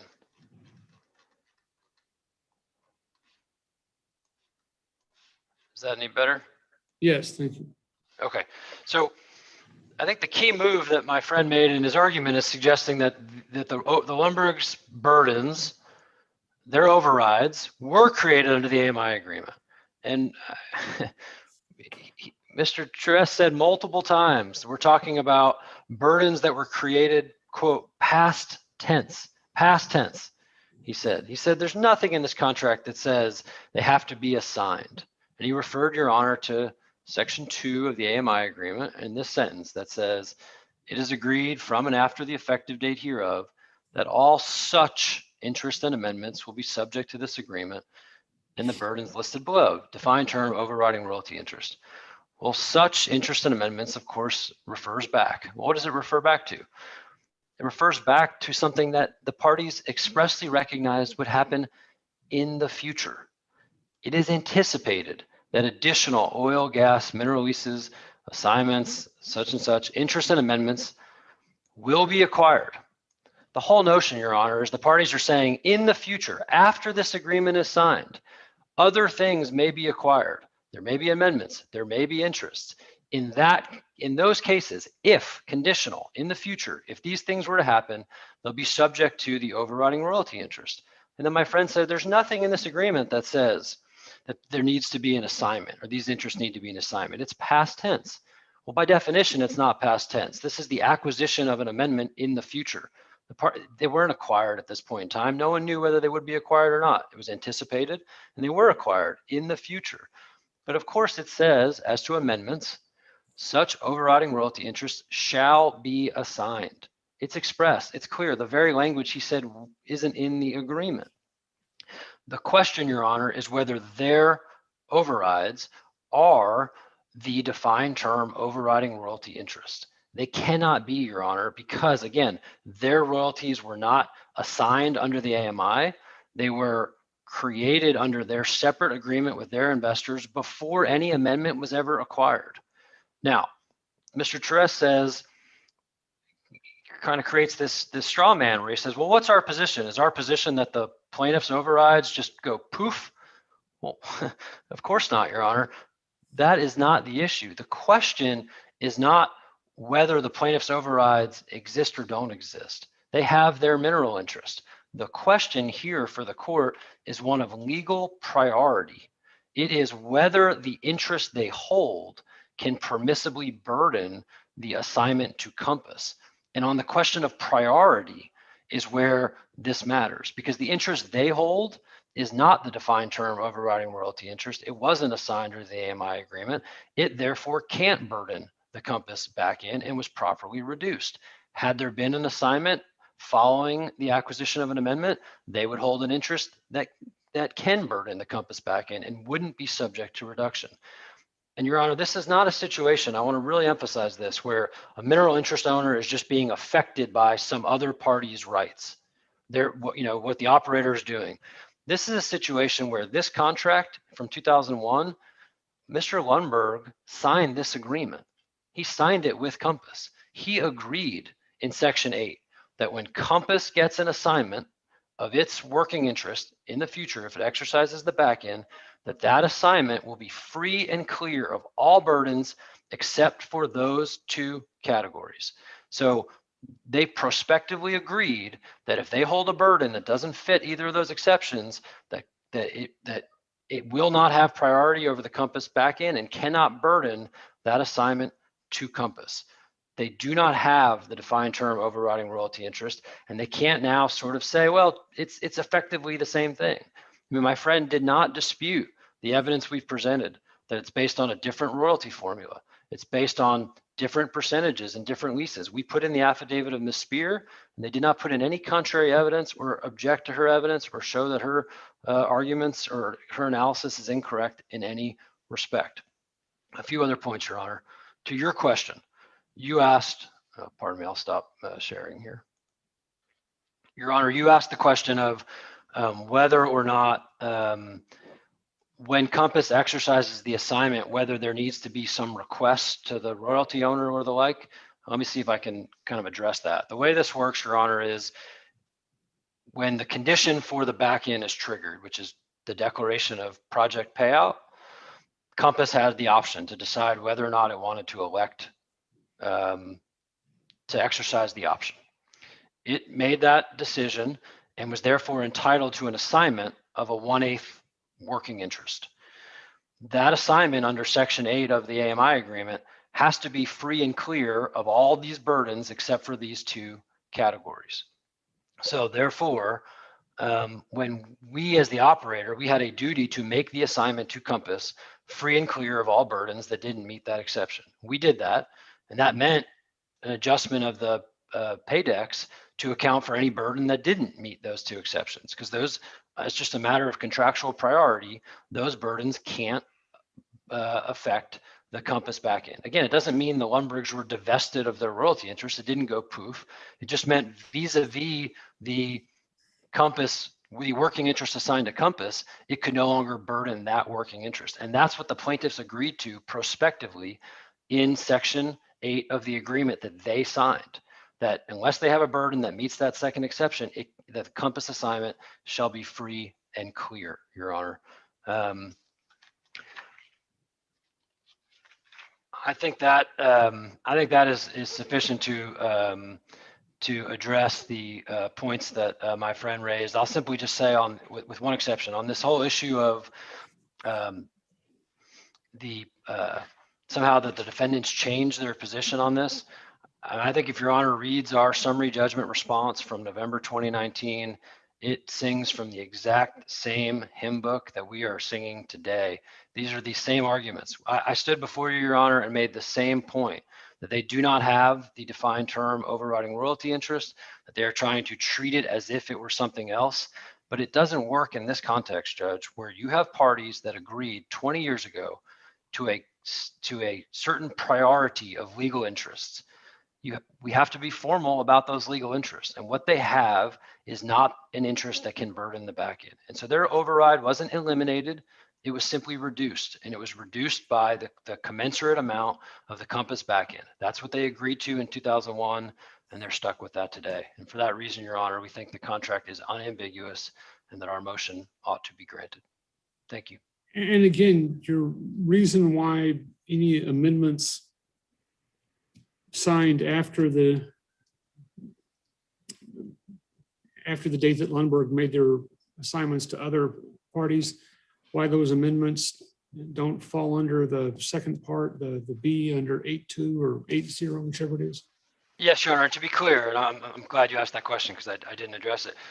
If there was an amendment after Lundberg made the assignment, Lundberg has a right under the AMI agreement to an assignment of the defined term overriding royalty interest, assuming it meets the definition of an amendment. That didn't happen, Your Honor. There's no dispute about that. That never happened. And that's why I've said, and we tried to be very forthright with the court as to our predecessors and us, Lundberg could well have decided to make a claim for breach of contract for failure to assign the defined term overriding royalty interest. He has not done that. Rather, Your Honor, he has only alleged that his overrides that he had through his separate agreements with his investors were improperly reduced. And that's, Your Honor, this whole issue of legal priority, because his overrides are not burdens created by the AMI agreement and therefore can properly be reduced. Had he received that assignment, he'd have a different interest, and that would be in a different priority vis-a-vis the Compass assignment. But that didn't happen. That claim has not been asserted. As to the interest they hold, that those interests are subject to reduction.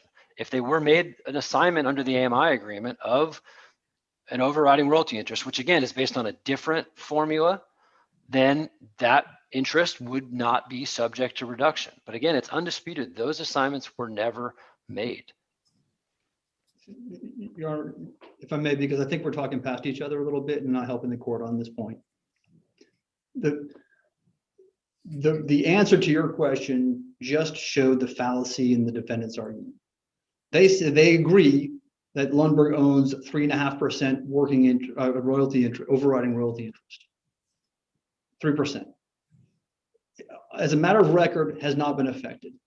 They say that nevertheless, when an amendment happens, Lundberg is supposed to request another 3%, which would then give him 6% of an overriding royalty interest, which is not their argument at all, but rather the original one that he had is deficient in some manner, undefined, just goes away somewhere, and Mr. Lundberg needs another one. What really should happen is that Mr. Lundberg, if he owns 3%, and it does own 3%, and if the lease is amended to increase the royalty rate and therefore decrease the amount of override associated with a particular lease, he should then, under the terms of the AMI agreement, assign out to Compass or whomever the necessary amount to true up the override associated with that particular amendment down to whatever the formula provides.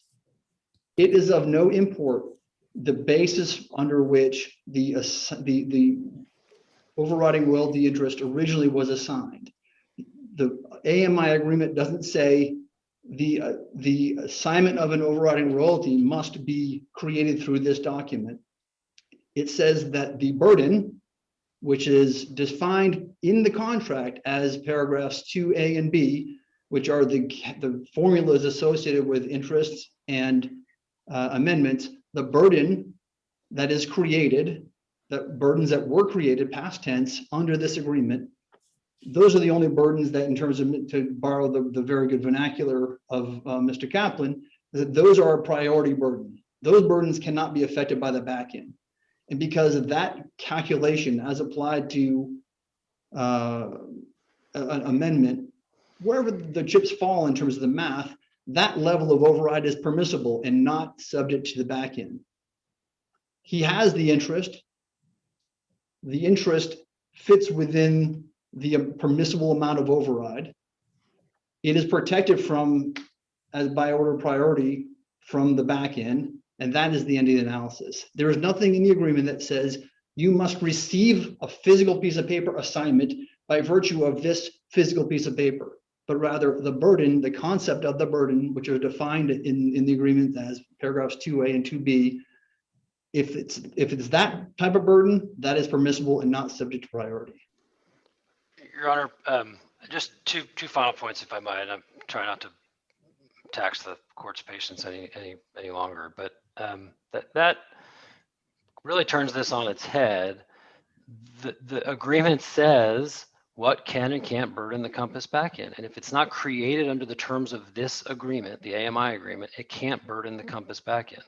The Lundberg's overrides were not created under the terms of the AMI agreement. And of course it means you have to have an assignment, because it says expressly, Your Honor, in section 2B, that in the future, if amendments are required, there shall be an assignment of the defined term overriding royalty interest. And my friend says that, well, we're now saying that, you know, they have a 3% interest, they should get another 3% interest. No, that's not at all true. The nature of the burden that they have is an override on leases. Those leases are subject to the Compass backend expressly. The Lundbergs acknowledge that in their assignment from Compass. That burden, their override burden, can't apply to the Compass backend. And if you look, Your Honor, at this is Exhibit C to our motion. I mean, this is the assignment that LOPCO makes to the participants, reserving the its override. And there's a proportionate reduction language that says, in the event the assignor acquires less than 100% of the leasehold estate, the overriding royalty interest shall be proportionally reduced as to production from the affected lease. The Lundbergs, this is the whole point, the Lundbergs acquired less than 100% of the leasehold estate. They acquired leases expressly subject to the Compass backend. And if you look at section 8.2 of the AMI agreement, it says that the assignment to Compass shall be free and clear of all burdens not created by the AMI agreement. So therefore, what burden do the Lundbergs have? They have a burden created under their own agreement with their own investors where they recognize a proportionate reduction. So Your Honor, it really is a simple question of what is the nature of the interest that the plaintiffs hold? They do not hold an assignment of the overriding royalty interest under the contract.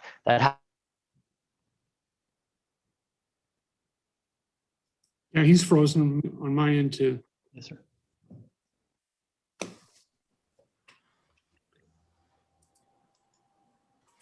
I'll just say that off the record, it's funny because I always see people saying my friend, but it's actually, we actually are friends. It's kind of fun. I'll tell him I'm going to text him, he froze. Okay. And just to let the attorneys who are waiting know, we're going to take a 30-minute break.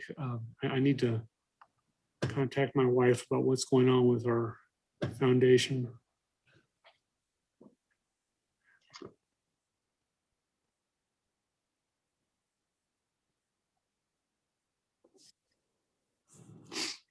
I suspect he's gonna log back in. I just texted him.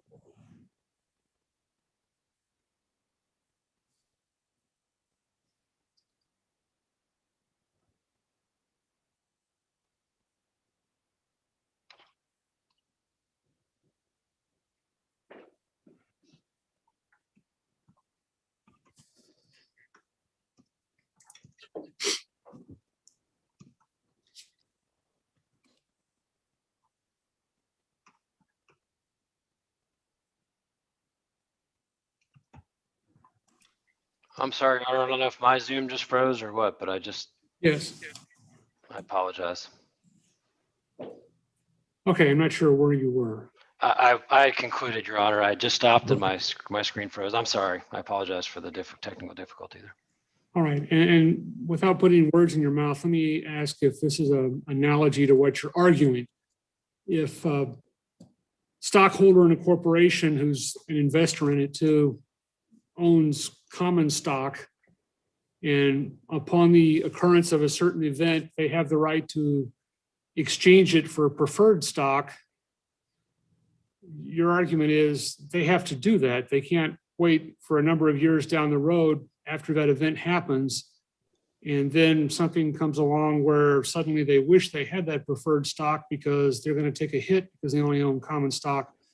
And you're saying that you use the word transmorgify, that the common stock doesn't just magically transform itself into preferred stock, that they had to do whatever it needed to be done to trigger the surrender of the common stock and the issuance of the preferred stock. I think that's a fine analogy, Your Honor, particularly in a situation where the shareholder is party to a shareholders agreement that says if the condition occurs in the future, the common stock won't, receive a certain windfall or won't be able to burden some other claim on the corporation, whereas the preferred stock will. That's a contract to which the Lundbergs are a party.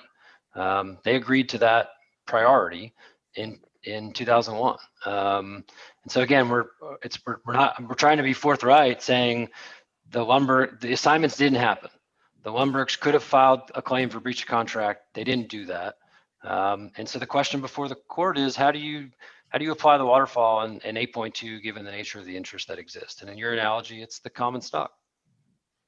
And my answer to your analogy, sir, is the analogy shows the flaw in the argument, because a 3% overriding royalty interest in these leases is not common stock. And then another 3% overriding royalty interest is not preferred stock. They are the same stock. It's a 3% overriding royalty interest in a lease. It's the same stick from the bundle. The only question is whether, when applied to an amendment, is this bundle protected or not protected? This stick in my bundle protected or not protected? It is the same undivided 3% regardless. And just when you have an undivided 3% that follows the formula set out in the amendment burden as defined in the AMI agreement, that's not going to be reduced by someone else's by the compass back in. It is not common stock and preferred stock. It is one stock. It is 3% interest.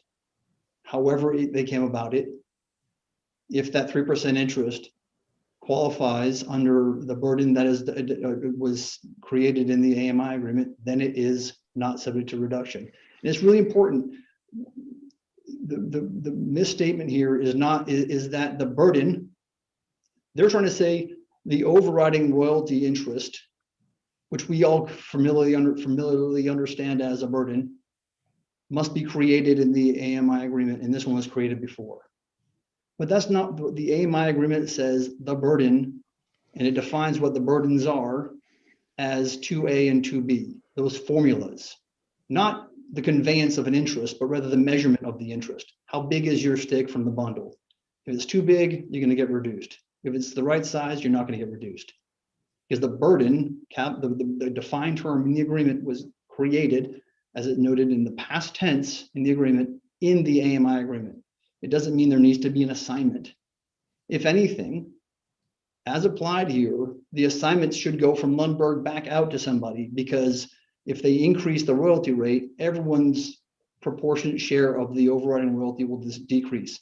And that's why it says it'll be owned and shared, or sorry, assigned and owned pursuant to these provisions. He owns the bundle, he owns the stock, and there's not another type of stock out there. He owns the stock. Your Honor, I would just encourage the court then to look at, pages 9 and 10 of our brief and the affidavit of Ms. Spear, which was not rebutted. It's not the same stock. The formula is different. I showed the court the royalty formulas. The percentages are different. And so because they happen to be the same in some instances, you can't say they're the same stock when they're not. No, but it's not that. All right, I'm gonna wrap it up here because I know we've got 20 something people waiting. I have 12:47. I'll be back not later than 1:17. Like I said, I typically don't break for lunch, but I need to do so today. And we'll be back then, and we will resume. And I'll release everyone on the Lundberg case and get something out as quick as possible. Your Honor, yes, sir. I'm sorry, I didn't mean to interrupt. There is one other motion. Okay. You tell us what clarify. motion. Yes, Your Honor. It's the plaintiff's motion for clarification, which Okay. Mr. Alavi was prepared to argue for the defendants after the plaintiffs go, but we can do that at the court's schedule. We can do it after lunch if you like, sir. No problem.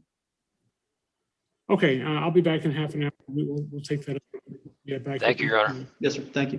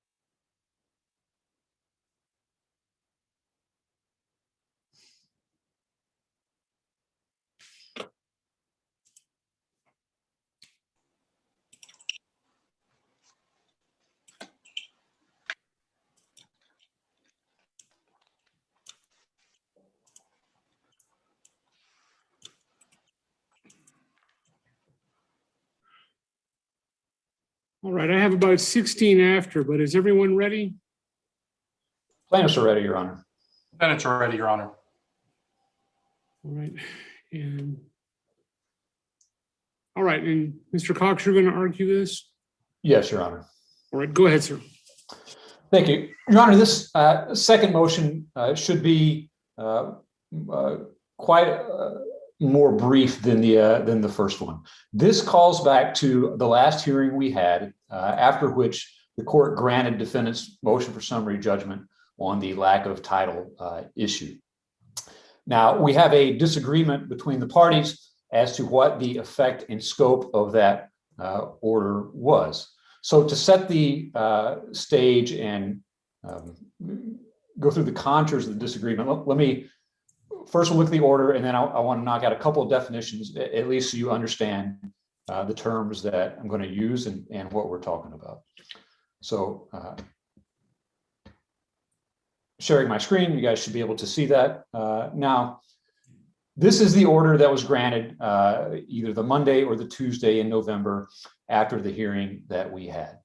So you can see the order grants defendants summary judgment on the lack of title motion. And at the bottom, the order grants the motion. Now, Mithrail has brought a claim for a back end that encompasses the entirety of the project.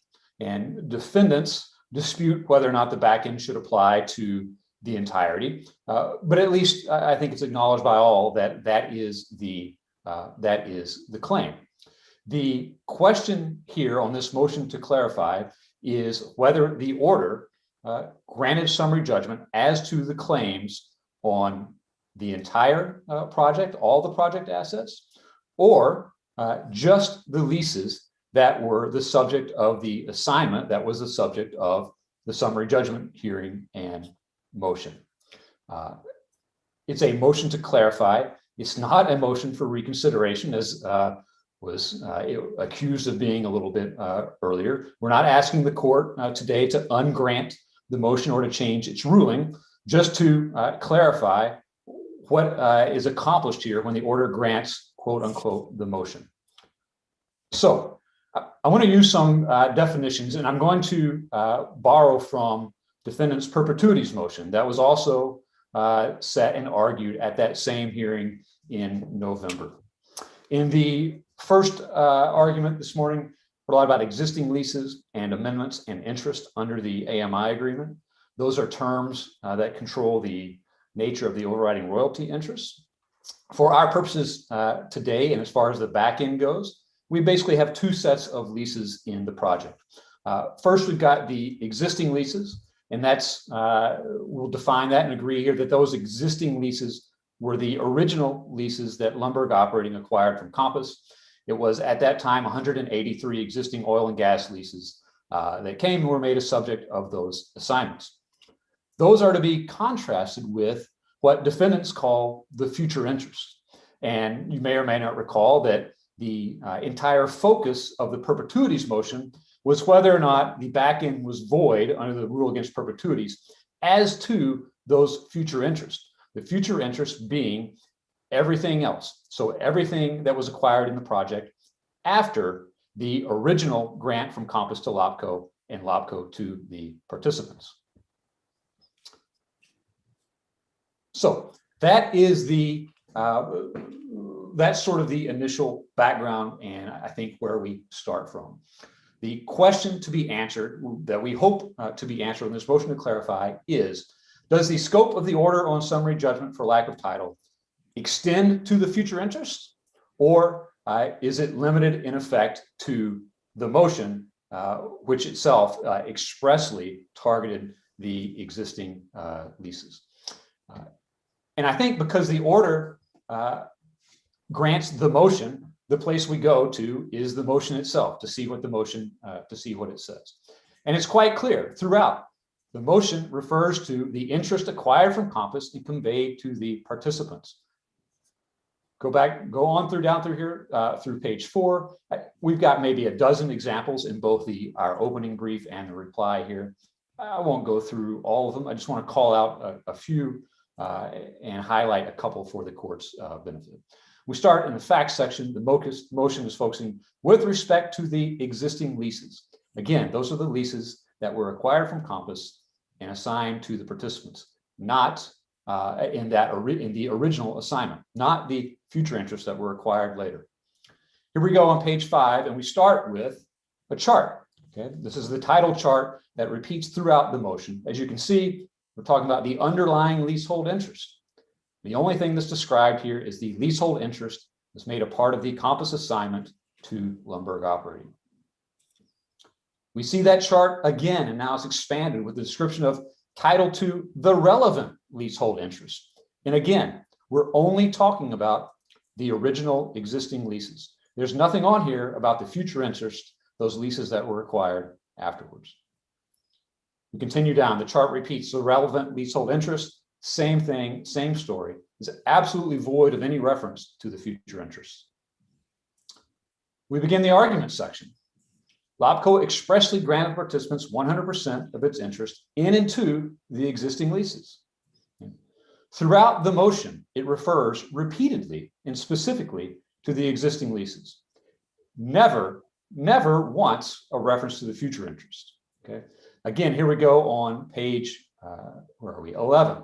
The rights, titles, and interests that LOPCO received were all rights, titles, and interest in the existing leases, except for a couple things not at issue here. LOPCO's grant to the participants. This was the grant, if you recall, that defendants contended LOPCO assigned away or should have reserved a back-end interest, but did not. LOPCO's grant to the participants includes all of LOPCO's interest in and to the existing leases. In order to reserve a future interest in those leases meaning the existing leases. And this basically on page 12 sort of is the argument in a nutshell. LOPCO could have reserved a future interest in the existing leases, but defendants argue that it didn't. That's the motion. And because the order grants the motion, right, the scope of the order, the effect of the order is thus bound to the scope of the motion itself. All of those references to the existing leases. Not one single reference to anything else, not the future leases, not anything else. In their response, defendants cite to a number of other materials, but they just are completely, the response itself is completely silent as to all of these specific examples as to the existing leases. The other materials that are cited to the reply, the oral argument, I'll start with the initial black letter law that reply, argument, anything else outside of the motion cannot expand the scope of the motion. The motion is the motion, and the scope of a summary judgment order is confined to the scope of the predicate motion. That's just that's preliminary background law. But in any event, if we go and look at the reply or the oral argument transcript, we'll see that instead of expanding the scope there of what was going on, it actually confirms it. So here's the reply. And all I'm going to point to here is that, again, in the reply on page 13, it's discussing the relevant leasehold interest. When we go back to the same title chart, it's only showing the leasehold interest that was received from Compass and assigned to the participants in that first assignment. That's the original or the existing leases. Nothing about the future interest. Oral argument transcript. Oral argument begins, and this is the upfront thumbnail snapshot of what the argument is. In sum, the LOPCO assignment to the participants conveyed 100% collectively of LOPCO's interest. And this, I think, should say in and to the existing leases, the leases in existence at the time. That, Your Honor, was the scope of the motion. That was the argument that was presented. Okay? There was no argument, no discussion, nothing about the future interest. Okay? Now, defendants in the response also cite to some other briefing. One, they cite to their motion for summary judgment on the scope of the LOPCO back-end, which is then summary judgment that they've filed twice, set twice, and pulled down twice now. And they point to our response as evidence that we understood the motion to be something that it's No, okay. Again, first of all, I'll go back to the basic point that the motion defines the motion, not another party's response to a different motion. But in any event, if you read carefully in the response, that's not about what plaintiffs understand, okay? It's just several pages of additional argument as to why defendants think they would have been right anyway had those arguments been made the first time around. But the fact that they're new to this motion on the lack of title issue just proves the point. Those arguments weren't in the original motion, okay? That's why the scope of the order must be limited to just the existing leases that the motion did discuss. And the same thing on the last 2 pages of the response brief. There's an argument made to a nominee agreement. Now, the nominee agreement is labeled as an exhibit. It's not in defendant's appendix. I think that is a mistake, but the bigger point is that that nominee agreement also wasn't in the appendix on the lack of title motion. It is completely and utterly new argument. The point of the argument being, well, in any event, the order, it would have been correct to grant an order that extends across the whole project. But that's different. That's not the motion that was presented, and that's not what the order that was granted, therefore, accomplished. So there's not a whole lot more, I think, to be made from our point of view. Our argument is not that the lack of title motion was vague or ambiguous or confusing. Argument is the opposite. It very specifically and very expressly over and over again identified and referred to specifically only the existing leases. Nary once a reference to anything else. There's a common canon of statutory interpretation, contract interpretation, that even though this isn't either one of those things, applies here. It's when you specifically identify one thing, and here that's the existing leases, over and over again, okay, and you never, all right, identify something else, then the clear implication is that the first thing is included and the second thing that you're silent on is excluded. That's exactly the situation here. If you need a case for that canon, it's the Broadway case that we cite in our brief. But I think the common sense nature of it is fairly obvious and comes here. We're not, the Kenyon case, among others, is look that the non-movement is not required to read between the lines and assume things that the motion could have argued about, but did not. Okay? The motion is the motion. The motion itself defines the scope of the order. Okay, that's standard law in any event, but especially true here, where the order itself refers back to the motion. The relief that we're asking for here, Your Honor, is simply for the court to clarify that its order on summary judgment applied to Mithril's claims insofar as they extend to a back-end against the existing leases, i.e. those leases that were assigned from Lumberg Operating to the participants in that participant assignment, I believe it's 767-358, that defendants argued LOPCO should have reserved a back-end from, but did not. That's the relief that we're asking for on this motion. Thank you. Thank you, Your Honor. May I proceed? Yes, Mr. Lobby. I'm going to share the screen. Let me get that up. Mr. Shrest informed me the last time that I shared way more than I anticipated. Let me make sure I share the right thing. And Your Honor, do you see the PowerPoint up, or yes, have I incorrectly shared more than I intended? Your Honor, despite Mithril's protestations to the contrary, this motion is not a motion to clarify. It is a motion for reconsideration. Mithril wants you to believe that we filed a motion for summary judgment on lack of title that dealt with, at most, 19 of the hundreds and hundreds of leases at issue in the back end. It started with 183 leases, those existing leases, but only 19 of them are active now. That's not what happened. This motion addressed, the motion for lack of title addressed the entire cause of action for the back end. And the court should deny this motion for reconsideration that they're calling for a motion for clarification for several reasons. One is there's no new evidence. This is not a situation where the court granted summary judgment and the plaintiff then took some additional depositions and found out some new evidence and came back to the court and said, we found new evidence, you should reconsider your motion. That's not the case here. It's not even a case where Mithrail is raising arguments as to why the motion was wrong, even though that would be improper. What they're doing is they're arguing that they didn't understand the scope of the motion, that the motion should be limited to the existing leases. And they do that, Your Honor, by changing their theory of liability. For several years, they pursued a theory of liability that motion was directed to. And now that you've granted judgment against them, they want to change their theory of liability. And I'll get into the details of that.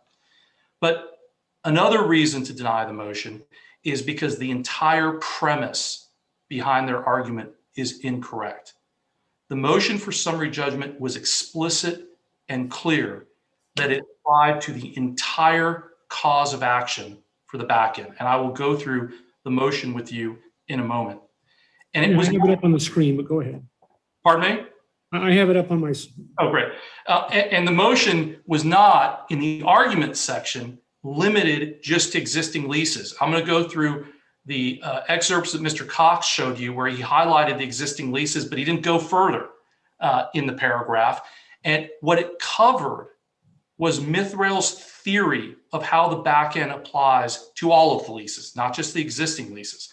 Their theory for 2 years has been that the participant assignment assigned not just the existing leases, but the entire project to the participants. That was their theory, and that was the theory that the motion attacked.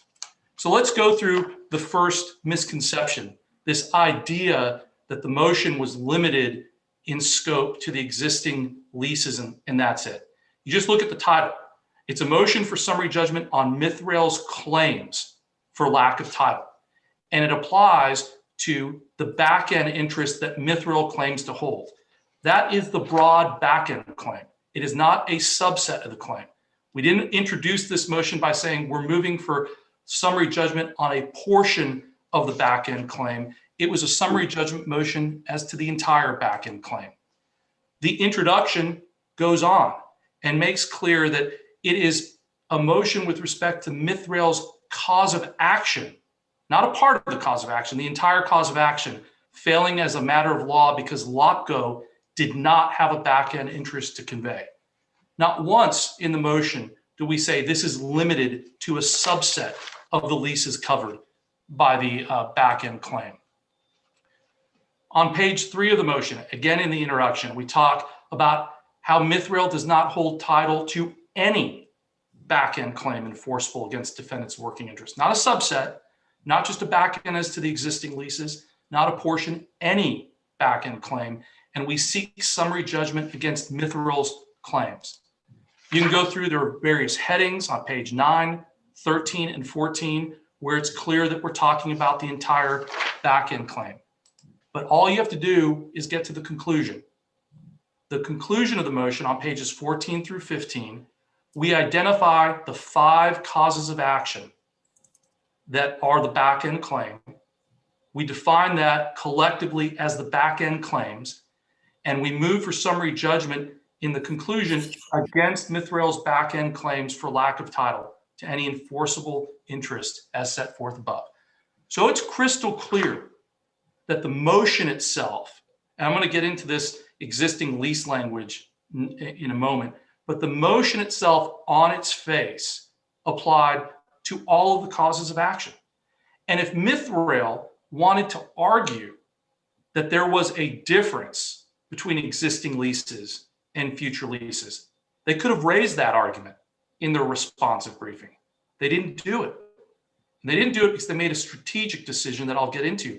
They didn't want to make that distinction at that time because it was inconsistent with their contract theory as to how the back-end claim covered more than just the existing leases that the participants had.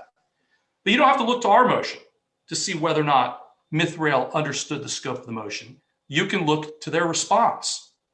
This is their response to the motion for summary judgment on lack of title, page 25 through 26, where they're making an estoppel argument. Here they say there's a dispute about the scope of the motion. But when they were responding, they wrote, there can be no real dispute that the position defendants now take that LOPCO never retained a back end is inconsistent with their previous pre-litigation conduct. They understood that we were moving for summary judgment on the entirety of the LOPCO back end. On pages 23 through 24, where they're making their estoppel argument, what do they argue? They argue the entire point of defendant's motion is that the LOPCO back end never materialized. They understood we were arguing that the entire back end was gone. And they raised an estoppel argument. They said, look, if that's true, that we never had a back end, then the defendants are stopped from asserting that because they honored Compass's back end, which covered not just existing leases, but future leases. That argument makes no sense. No sense whatsoever if the motion was only directed to 19 of the hundreds and hundreds of leases covered by the back end. And they go on page 24 or 25. Leaving aside the question of whether the LOPCO back end was lost, defendants are stopped from arguing that they never had a back end right to begin with. They understood that this motion was directed to the entirety of the LOPCO back end. And they understood that because we told them and the court that we were going to file that motion 7 months before we did it. If you recall, there was some supplemental briefing on Cosgrove after the plaintiff stood up and said that they had record title to the back end. And the parties submitted briefing on how Cosgrove affected different arguments such as the statute of limitations. And in that briefing, we let the court and Mithrail's counsel know, look, we're going to be filing a motion for summary judgment under Cosgrove that LOPCO does not have record title to the LOPCO back end. They understood what we were arguing when they responded to the motion, and we put them on notice 7 months prior. They make an argument in the brief. You didn't hear Mr. Cox talk about it. He insinuated it. He said, look, the defendants have filed other motions where they attack just portions of the back end. And they're right about that. On the left-hand side of the screen, you see our rule against perpetuities motion, where we filed a motion for summary judgment and we limited it to the future leases. And when we did that, in our conclusion, we made that express limitation.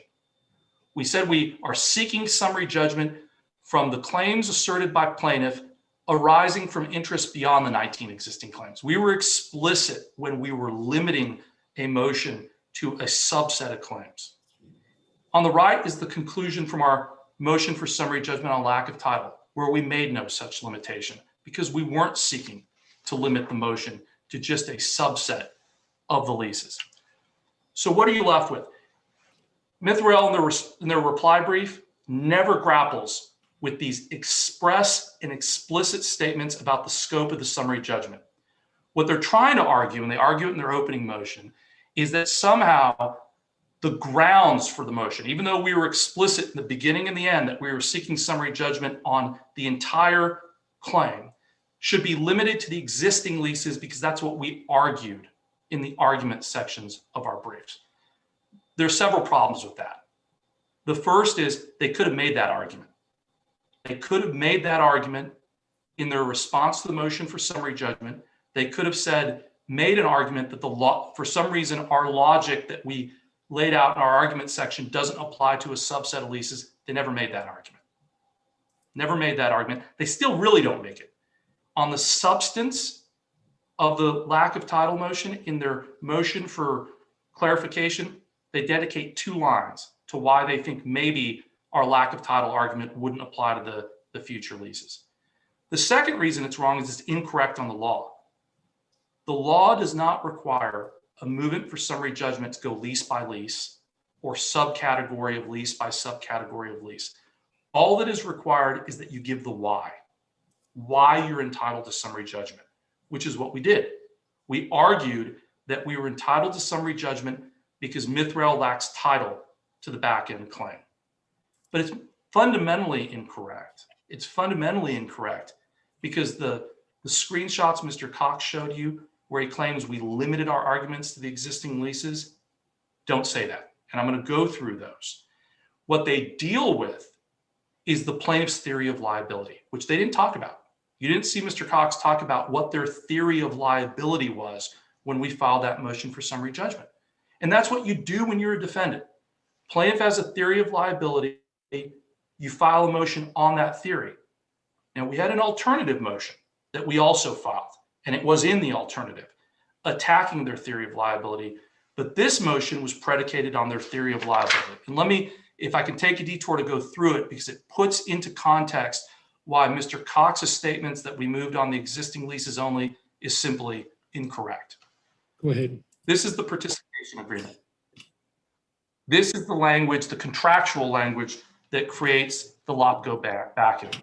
And what it says is that Lundberg shall at its option be entitled to a reassignment of the interest assigned to participant. The back end is limited to a reassignment of what is assigned to the participants. The next agreement is what we call the 2002 back end assignments. This is the critical document.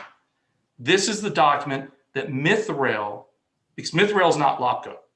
This is the document that Mithrail relies on for their cause of action. This is the assignment. There were two assignments. An assignment from LOPCO, the original owner of the back end, got extinguished, to Mr. Lundberg, and then Mr. Lundberg to Mithrail. This was filed of record, and this is the agreement that creates Mithrail's contract rights, or rights in this case. And it starts with an assignment. It's an assignment of, to Mithrail, of a defined term, the Lundberg backend. The Lundberg backend is then defined. It's defined, and that's what the green line is, hereinafter defined as Lundberg, referring back to what? The option, at its option, be entitled to a reassignment of 25% of the interests assigned to the participants. So Mithrail's rights under this agreement, the only agreement that grants them any back-end rights, is the right to be reassigned what is assigned to the participants, 25% of what's assigned to the participants. And Mithrail acknowledges this. This is their briefing, page 17 from the lack of title response. And they acknowledge that the back end requires a reassignment from the participants. The word reassignment, and this is their emphasis, evidences the party's intention that the initial assignment from LOPCO would be just that, an initial assignment to the participants, followed by a second reassignment back to LOPCO. And this creates the problem that Mithrail then tried to create a legal theory to get around. Mithrail's only right is to a reassignment of what was assigned to the participants, but there were hundreds of leases that came into existence after the participants exited the transaction. Leases acquired by Blackbrush, by Enarest, and others that Mithrail wants to claim a back-end right to. So how do they get there? What is their solution? Their solution is their legal theory. Their legal theory that this motion was directed to was that LOPCO acquired not just leases from Compass, but the project. That's a defined term they create. And that Compass assigned not just leases to the assignments in the participant assignment, but the project. Now, we disagree with that. We had a separate motion on contractual interpretation, but this is their legal theory that this motion on lack of title was directed to. And what they say is the three categories of leases, existing leases, interests, and amendments. That's the distinction Mr. Cox is trying to make, right? Existing leases between future interests. Those address the relationship between LOPCO and Compass, not the relationship between LOPCO and the participants who took assignments of the entire project subject to the LOPCO backend. So the theory, the operative theory going into the motion on lack of title was that the participants took an assignment, not just of existing leases, but of the project, because Mithril made a strategic choice. They wanted to be able to argue that their back end, which requires a reassignment of an assignment, covered the entire project.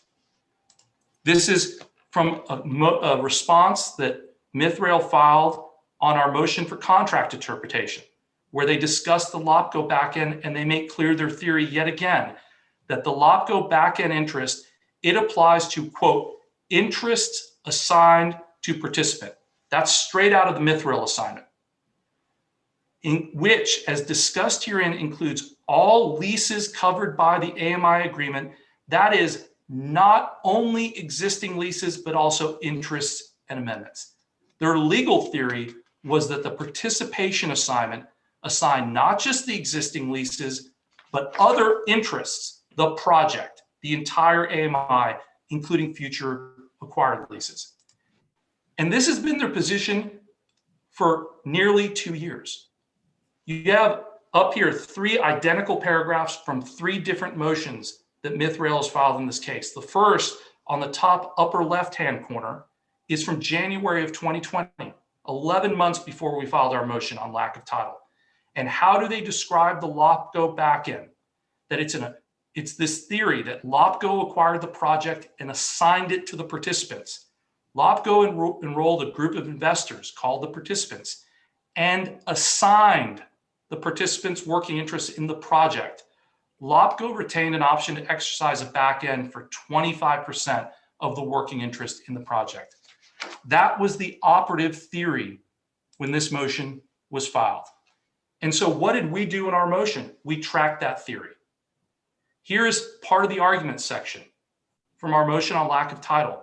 Now, what Mr. Cox read you was the first part of the highlight, when he argued that we were only talking about existing leases, LOPCO's interest and into the existing leases, but we added more language. And all other rights, titles, interests received under and by virtue of the Compass assignment. That's from the assignment, the participant assignment, and it covers this concept that the plaintiffs have been pushing for 2 years now, which is that the participants were assigned not just existing leases, but this other interest in the project. And that's why they claim the Mithril backend applies to future leases. We did it again in our argument section. And by the way, every slide I'm going to show you now where this language is something they cite in the reply brief as evidence that we limited it to the existing leases. Once again, when we talked about existing leases, we added the other language to make clear that it was not limited to just those 19 leases. These are the 2 charts that Mr. Cox showed you. It doesn't say existing leases. When it talks about what was conveyed from Compass to LOPCO, it uses a broader term, all other interest.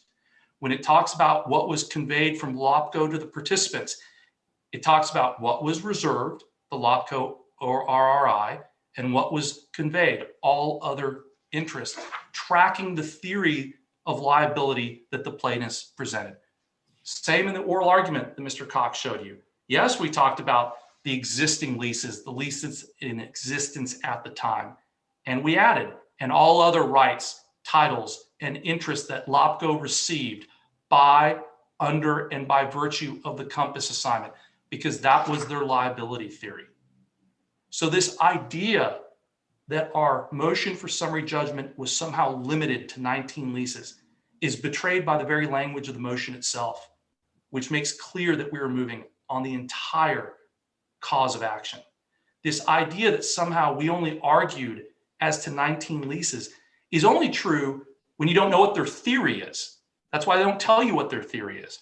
But when you understood their theory of liability and you look at the language, we were arguing over the entirety of this back-end claim. And here's the point. They could have made any of these arguments in response to the motion for summary judgment.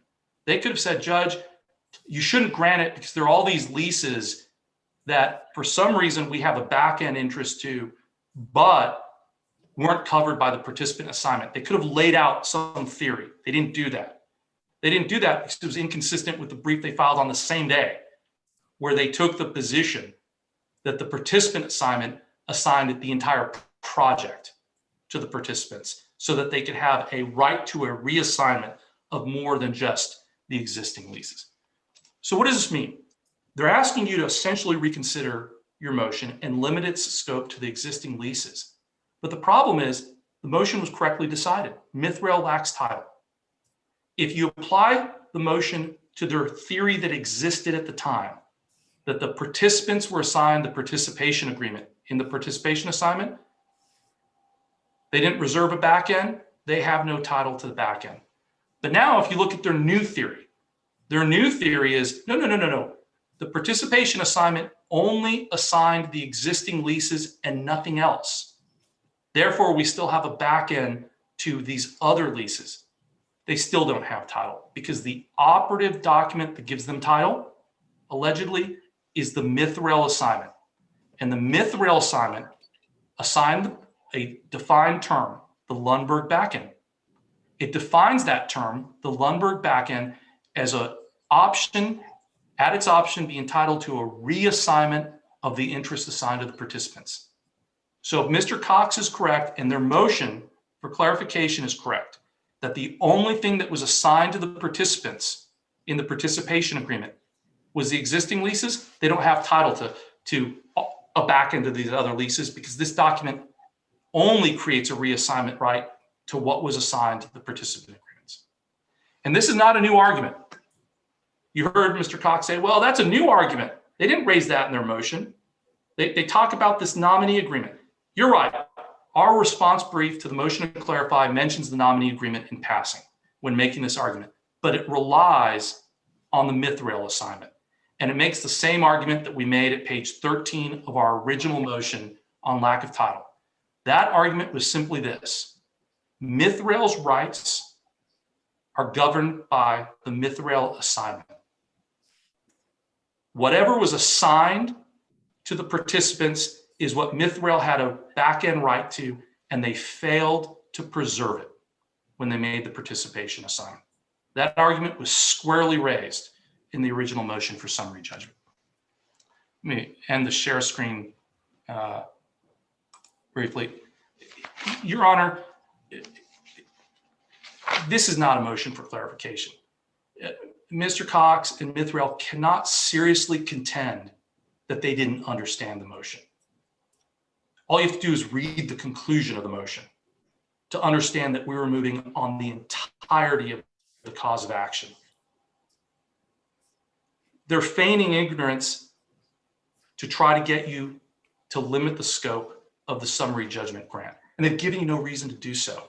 They could have made any argument that they wanted in their response to the summary judgment. If they had a theory where Mithrail had a back end that was not extinguished by the participation assignment, they could have made that argument in their motion for summary judgment response, and they didn't. And they didn't for strategic reasons, because they understand, and they understood very, very well, that the Mithrail assignment is a reassignment right, a reassignment of what is assigned to the participants.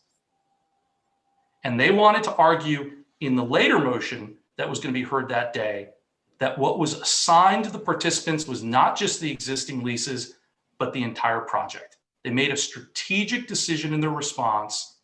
They didn't raise any arguments. They still haven't raised an argument. You have not heard in their opening brief or their reply brief or from Mr. Cox a theory by which Mithrail has a back-end interest to something that was not assigned to the participants and that was therefore not extinguished when the participation assignment failed to reserve a back-end. They don't have an argument. They want to live to fight another day and come up with that argument. It's too late. You granted judgment based on the theory that existed at the time, and it's too late for them to change their theory. So we believe the motion should be denied. Anything else from the defense? Mr. Cox? No, Your Honor. No, Your Honor. Nothing for the InterVest defendants. We rest with Mr. Olive's arguments. All right, Mr. Cox? Yes, Your Honor. So let me work a little bit in reverse as to what's fresh. Mr. Olive says that we still haven't made that argument as to why we would be right. Well, of course we haven't, because it wasn't in the original motion. And this is a motion to clarify, not a motion for reconsideration. If we wanted to argue, if they wanted to argue the merits, it could have been brought in the first motion. We are not required. As I said, we could have made any argument we want. Texas law does not require you to make any argument other than in response to what's presented. That's from McConnell, 858 Southwest 2nd, 337 at 342. It's a 1993 case from the Texas Supreme Court. So now I go back to the beginning. It is tiring and gets old very quickly to be told what plaintiff's strategic choices are, or what plaintiff's strategic decisions are, or what plaintiffs do or don't understand.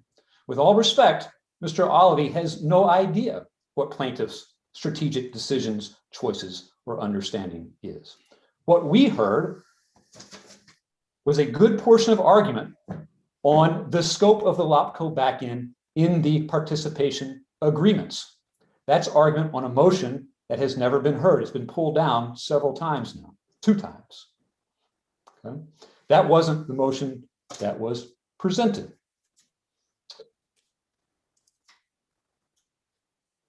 The response boils down to a general theory that if they're general in some places, then the court should overlook the specific reference to the existing leases in a whole bunch of others. And I don't think that passes muster, either as a legal or as a common sense notion.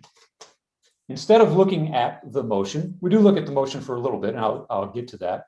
But instead of looking at the motion, we mostly look at other materials. The scope motion, a footnote from a supplemental brief on Cosgrove versus Cave. Those are not the motion. Other briefs do not define the scope of this motion.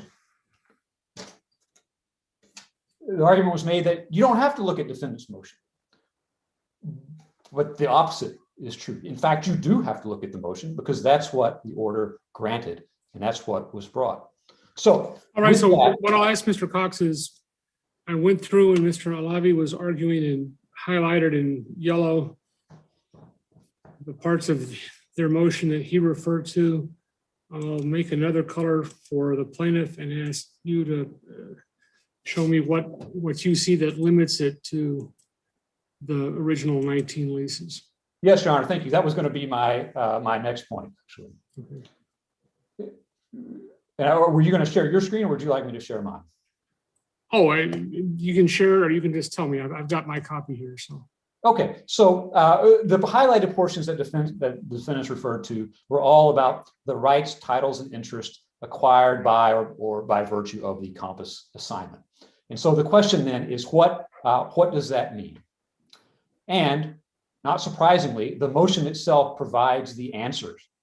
Here we are on page 11 of the motion. I'm going to start right here where the cursor is. The rights, titles, and interests that LOPCO received under and by virtue of the Compass assignment included all the rights, titles, and interests in the existing leases, except for pre-Compass burdens, not at issue, and the overriding royalty interest and back end that Compass expressly reserved in that assignment. So by definition, Magnolia defendants have defined rights, titles, and interests to mean all rights, titles, and interests in existing leases. That's what it is. It's in the existing leases, nothing else. So every other place where Magnolia highlighted this rights, titles, and interest language, that's what they're talking about. It's those interests that were attached to the existing leases, not the future interests. So, I hope that answered your question, but it is at least my response is why that RTI language, rights, titles, and interests, doesn't expand, or at least in the motion, doesn't expand and include everything that is being argued that they think it does. The motion itself limited it to the existing leases.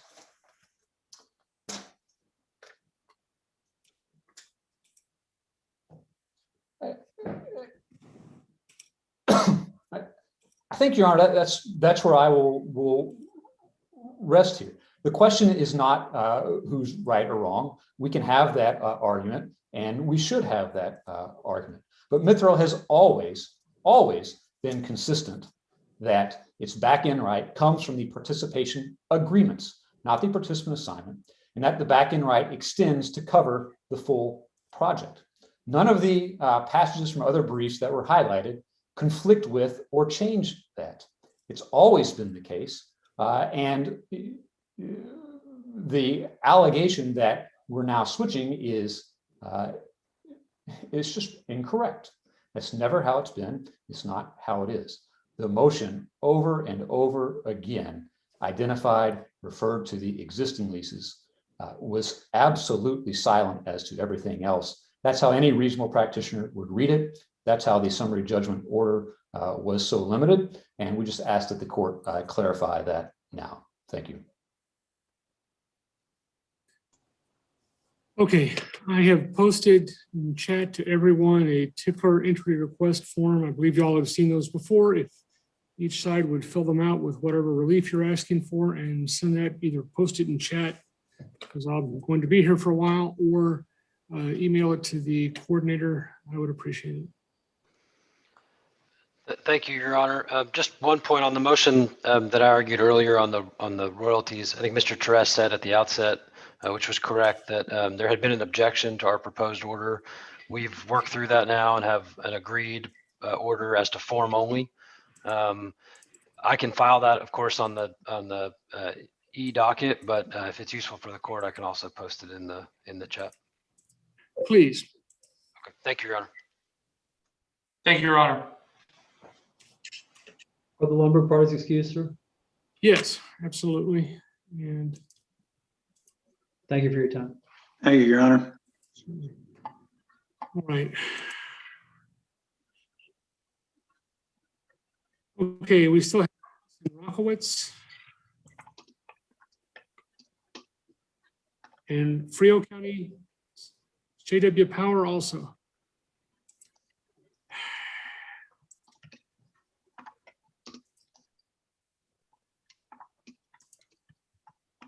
All right, do we have an announcement?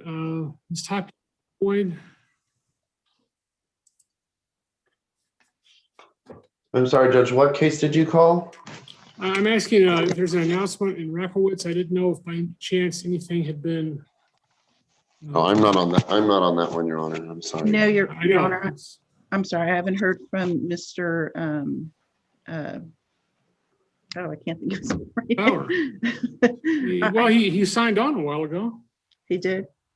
Yeah, Boyd Bauer. Has to unmute. Well, it's I see him.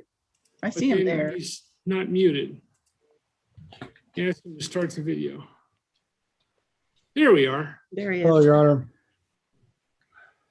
All right. I'm just asking for announcements. Yes, Your Honor. On the Rakowitz matter, this is set for temporary orders, and my clients are here with me. I think this would take 5 minutes or less. Okay. All right. And we'll do that first. State of Moss. Yes, Your Honor. Yes, Your Honor. You're ready. And on the Frio County case, my Frio docket just crashed. Ready, Your Honor. We're ready as well, Your Honor. Okay, and you're still at 2 hours? That's good. We may be able to cut that down a little bit, but yeah. Okay. So, Mr. Bauer, go ahead.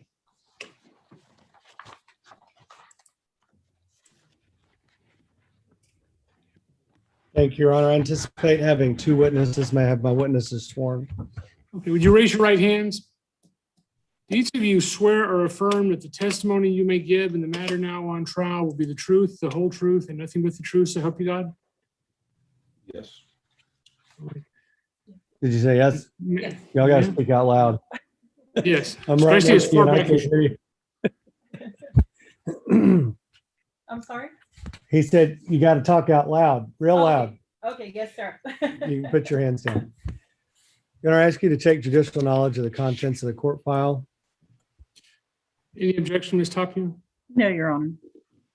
And Your Without Honor, objection. specifically, oh, I'm sorry, go ahead. Without objection, I'll take judicial notice of the contents of the court's file.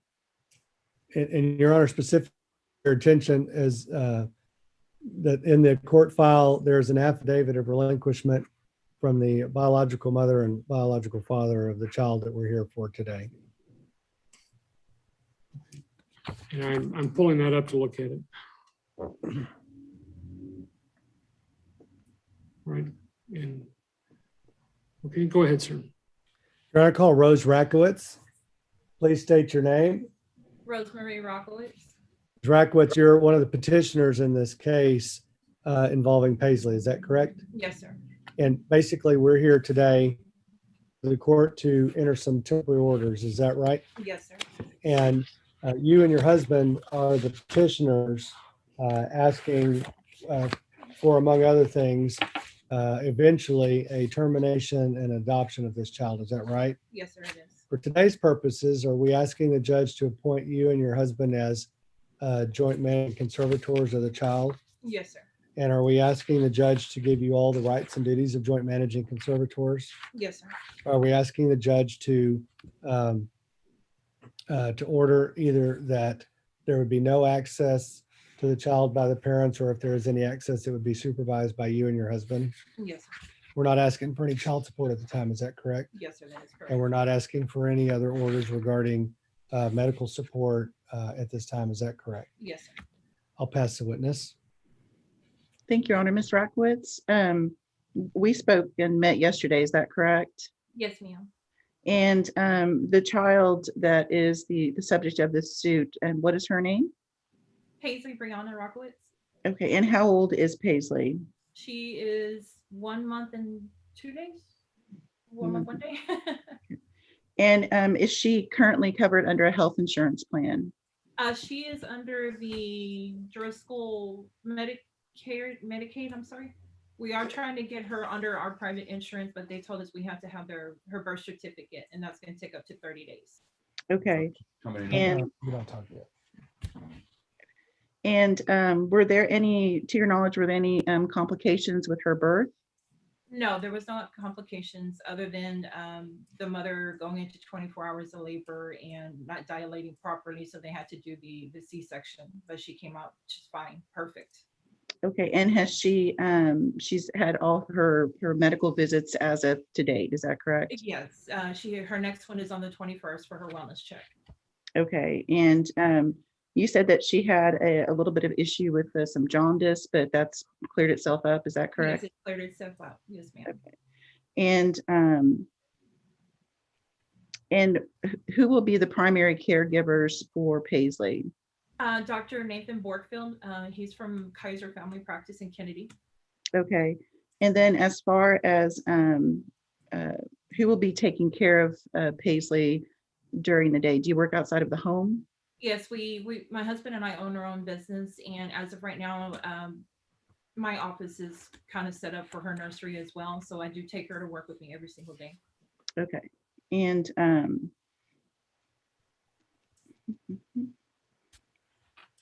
I have no further questions. I'll pass the witness. Just one other question. Ms. Rockowitz, the thing asking the judge to order today in these temporary orders, do you believe that the things you're asking for are in Paisley's best interest? Yes, sir. Okay. No further questions of this witness, Your Honor. All right. Ms. Tapia, anything? No, I have nothing further, Your Honor. Okay, your next witness? Call Peter Rakowitz. Please state your name. Peter Al. Mr. Rakowitz, you're the other petitioner in this case, is that correct? Yes, sir. You were present while your wife testified, is that right? Yes. The things that she's asking for, you also are asking for, is that correct? Yes, sir. And do you also believe that the things you're asking for are in the best interest of this child? Yes, sir. Pass the witness. Mr. Rakowitz, you basically heard all the questions that I asked your wife, correct? Yes, ma'am. And are you in agreement with everything that she testified to? Yes, ma'am. Okay. I have nothing further, Your Honor. Okay. Anything else from the plaintiff? No, Your Honor, rest. All right, Ms. Tapia? Your Honor, I believe that it's in the best interest for the Rakowitz to be appointed as temporary joint managing conservators of the child, Paisley Rakowitz, at this time. Right, I'll find I have jurisdiction to hear this matter, and I'll find that granting the proposed temporary orders would be in the best interest of the child. Let me ask, do you have those drafted out? Your Honor, I do, and we e-filed an order. Unfortunately, I did not send it to Ms. Tapia for her review and approval, and so I think that I probably need to send that order to her before you sign what we e-filed. Fine, and also I'm having some computer issues right now, so if you could post that, you want to just send that to her in chat and post a copy to me also, or she could post it back if she signs off on it. Right now in the hearing on the chat. Yes, sir. If you have it in a PDF, on a phone or a computer. Or if you wanted, you could just email it to me if that's easier, and then I can post it in chat. I can sign it and then post it in chat. I think he's frozen up. I'm not I sure. think so. Yes. Can you hear me, Your Honor? Yes. I don't have that document on my laptop, but I can get it. Okay. All right. Just get it to me. You can also e-file it and or to the coordinator's office. Okay. All right. And with that, you are excused.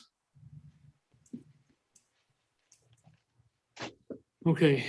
And recalling the state of Elizabeth Moss. Is it, Your Honor? Your Honor, we're back, and I believe the technical issues with my client, she's been able to log into her iPhone. And Kathleen, if you could unmute, let's see if we can hear you loud and clear. Hello? Yes. All right. Would you We raise can your hear right you, hand, okay. please? Do you solemnly swear or affirm the testimony you may give in the matter now on trial will be the truth, the whole truth, and nothing but the truth, so help you God? Yes, sir. All right. Go ahead, sir. Your Honor, again, Joe Jackson here on behalf of Ms. Moss is the independent executor for the estate of Elizabeth Moss. I believe where we left off earlier is we gone through, I guess, the 5 points in John Moss's complaint to the supplemental inventory. And he raises 5 points, and under Estates Code 309.103, the obligation is to file a written complaint setting forth the alleged erroneous or unjust items, and then the personal representative appears and can show cause why they should not be corrected. Items 1 and 2 have to do with the valuation of real property. We've already gotten into evidence, executors exhibits 1 and 2, which are 2 professional appraisals of that property. And we intend to stand by those appraisals. And kind of a quick recap of what I said earlier, typically someone objects if the valuation we had used is we just took something from the appraisal district or something informal.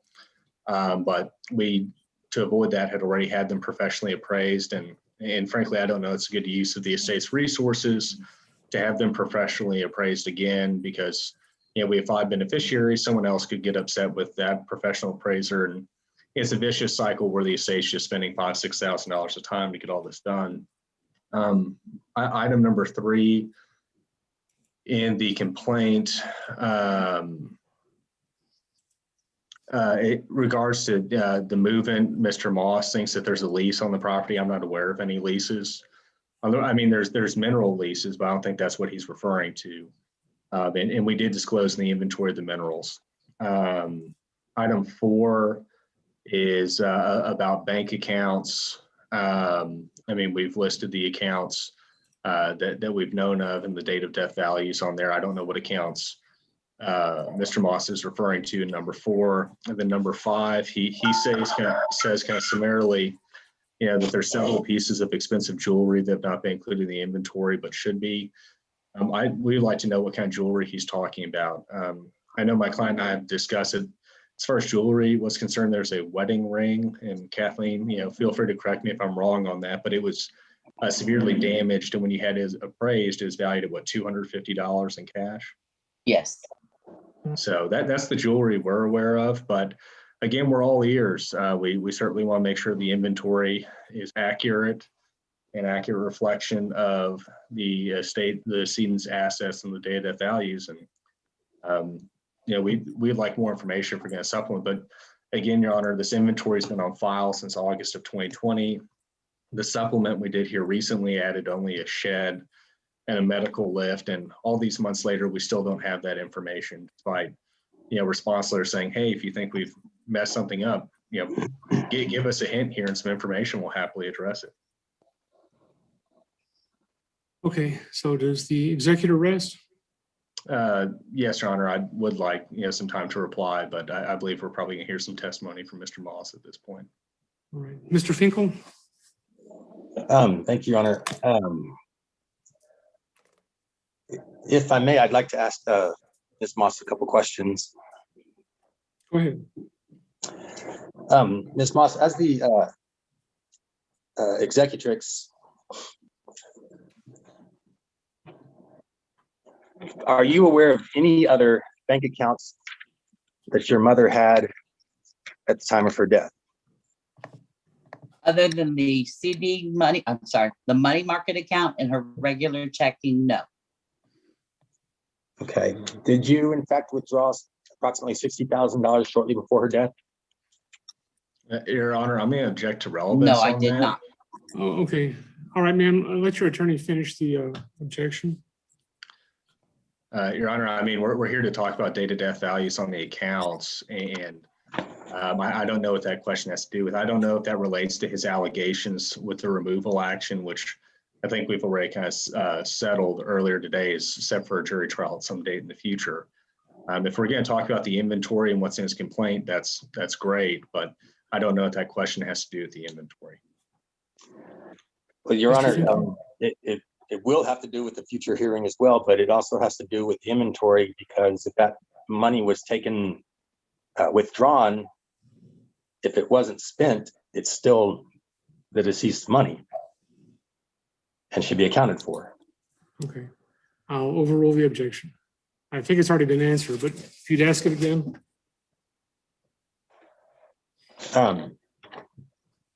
My question was, did you in fact withdraw approximately $60,000 shortly before your mother's death? No. And have you been collecting royalty checks from the oil companies? Yes, we have, in the estate of Elizabeth Moss. Okay. And do you know what, is that in one of the accounts that you have listed on the inventory? No, because it is now an estate account, which was not created until I was appointed the executrix. Was that account not her account before you changed it to an estate account? No. So it's a brand new account that wasn't anybody else's account before. That's what you're saying. And Okay. it was after her death. Okay, and what money goes in that account? The only money that goes into the account would be the mineral rights money.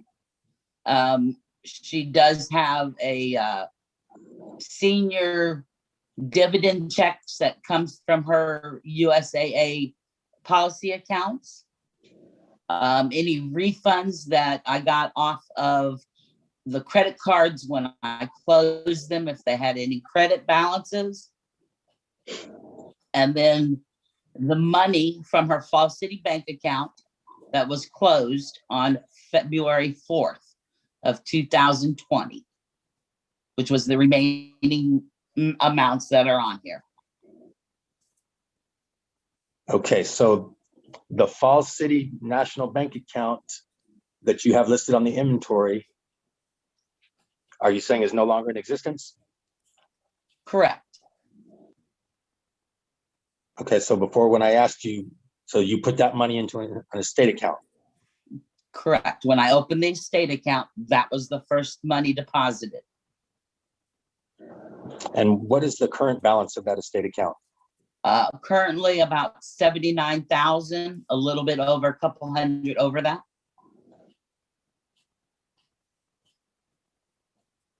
Okay. And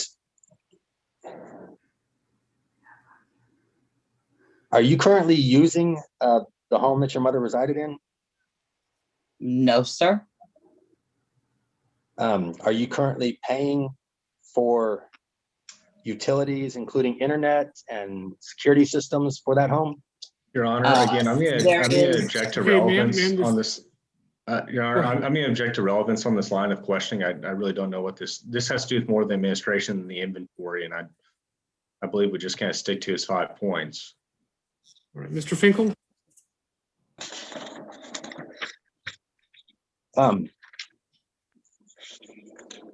I'll withdraw that question.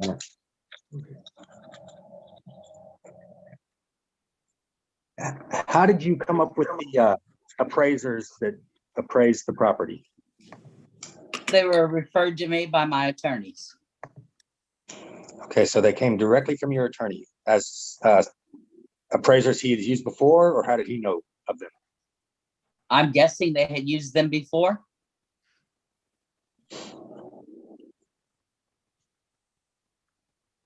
And were you present at all with the appraiser on the property as they were doing their appraisals? Yes, I was. All right.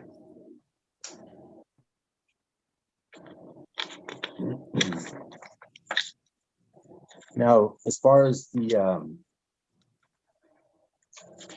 jewelry is concerned, you're saying that all your mother had was one wedding ring. When she, yes, that's all I know of value. Most of her jewelry that we went through was costume jewelry. She did not have, I did not see any substantial amounts. Most of it was silver jewelry that was bought by most of her kids to her. Most rings cost maybe $25, which are all still there. Okay, so then those things need to be added, correct, to the inventory? They are under the household furnishings. Well, jewelry is not. Jewelry is Even not the wedding ring is listed under that. Your Honor, The personal I'll add. property. Okay, let me, ma'am, when one of the attorneys interrupts, I need to ask you to let them interrupt. Mr. You had an objection? Your Honor, I was just going to comment. It's under Schedule F. It's a catch-all category for personal property and household furnishings valued at $1,500. All right, go ahead, Mr. Finkel. Okay, so when the will, if the will refers to specific items of jewelry and has specific bequests of those pieces of jewelry, how are we to know whether those pieces of jewelry are actually in the estate or not?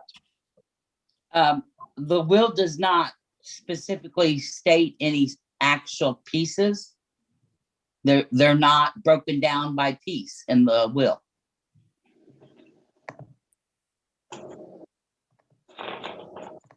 Okay.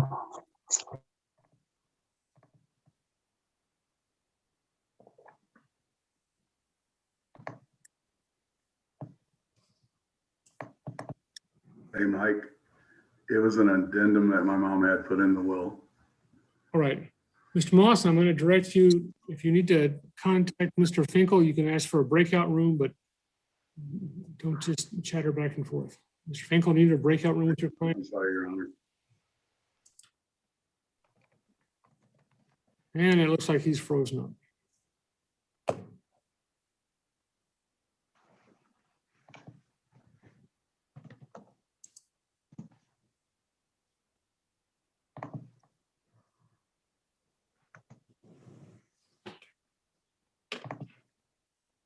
All right, let's give him a moment to check back in.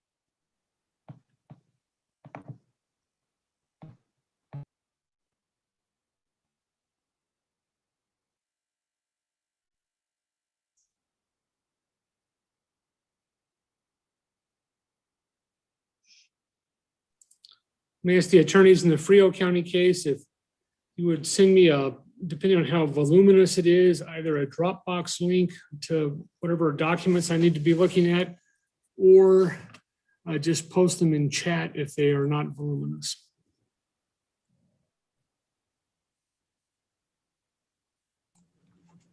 Judge, I was kicked out of the Zoom meeting earlier. Can you tell me what happened on the Lundberg case so I can update the docket? They agreed to settle it with pistols. No. Settle it with what? Pistols. No, I took it under advisement. They're supposed to post in chat or send to you particular forms. I want to check till you froze, at least on our end, when you said what the attorneys in the Frio case should be doing. Okay, if you would, whatever I need to look at, Mr. Finkel to come back in. Well, here he comes. If you would either post a Dropbox link, if it's very voluminous materials, if it's not, if you would just post it in chat, I'd appreciate it. Thank you. And I believe, Mr. Jackson, you were making an objection. I'm not certain. Your Honor, I guess I had kind of made a comment just to speed things along. There's a question about the jewelry, and the jewelry in the estate had been listed under Schedule F of the inventory as part of the kind of global category of personal property and household furnishings. None of it has had really a significant enough value to justify doing an itemized list of every piece of personal property. And it's typical in my practice to just have a catch-all category unless you're dealing with truly significant, pieces of art or jewelry that's worth itemizing. Go ahead, Mr. Finkel. I apologize, Judge. I guess I lost my internet service, but I think that was me that got lost. Yes, go ahead. I believe that's all the questions I have for Ms. Moss for right now. Okay, your next witness. Oh, no, I'm sorry. Mr. Jackson, did you have any questions? No, Your Honor. And I'll call John Moss. Okay, go ahead. I'll call John Moss. I'm not sure if he was sworn in. He was. Okay. Mr. Moss, would you state your name for the record? John C. Moss Jr. All right. And how are you related to the decedent? I'm sorry? How are you related to the decedent? That was my mother. All right. And you you believe that the values listed on the inventory are either erroneous or inaccurate. Is that true? Yes. And why do you think that? The value of the property, my real estate agent, when I sold my 5.5 acres, which I got $20,000 an acre for, which is part of that property, she gave me a price for the value of the property that's there, which is the farm. And she said $5,000 to $8,000. And are you aware of other properties that have sold in that area? Yeah, there's a few, and they're getting right around $5,000 to $6,000 an acre. With regard to the house itself, what is the condition of the house at the time of your mother's death compared to when the appraisal was done? I added some stuff to it when I was living there, as I was arrested for trespassing. I'm not sure. I know that there's a couple of the same type of properties that sold for $139,000 in the area. And we're referring specifically to the 705 Rachel in Falls City? Yes, yes. Okay. And so is your mother's property in a state of disrepair, or? No, not at all. No, it's livable. Okay, but as far as the value as it compares to other values of other properties nearby? You know, I would say at least 139,000 like the other one sold. And it was probably, you know, about a year and a half ago that it sold. All right.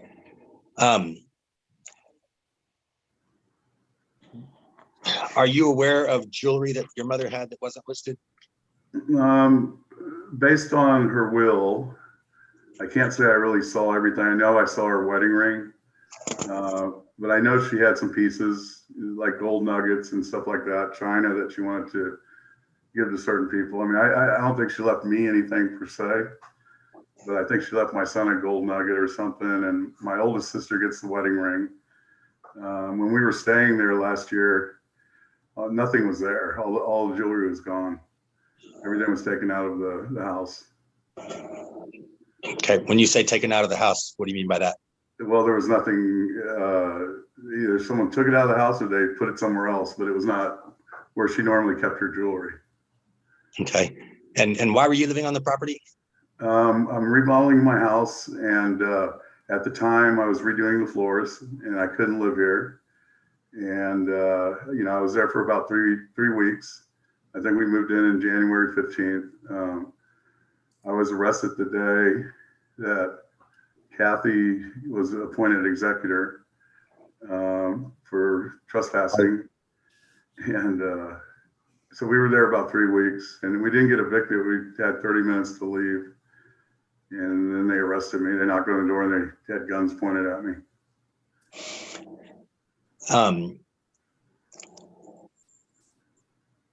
Have you been able to get back on the property at all? No, I'm not allowed to go there. They locked me out of the farm. I can't go there. There is cattle on the property that my oldest sister is leasing. That's how I know there's a lease. There is a lease. The cattle is there. Do you know how much they took it off over the last week? You know, I go down to look every once in a while, but I'm not allowed to go on the property. Do you know any of the terms of the cattle lease or the grazing lease? I know my mom had it set up to where she was getting so much an acre from my sister. And I think they did some swapping out, but you know, there was a $17 an acre or $20 an acre lease.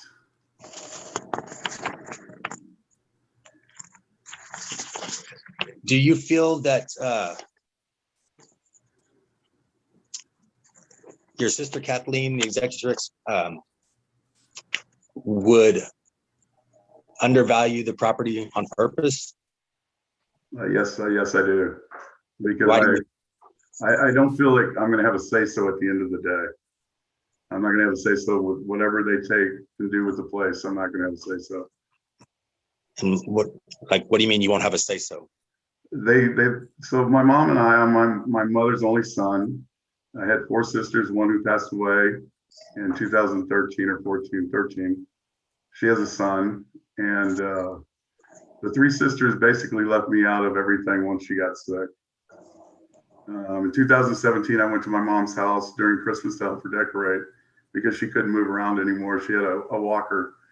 So I told her I'd go down there and help, and she kind of explained a couple of things to me, what was going on. I mean, I was always executor of the will until 2014, apparently, when it was changed. You know, the reason why I'm asking about the other accounts is because there's a lot of money that's just missing.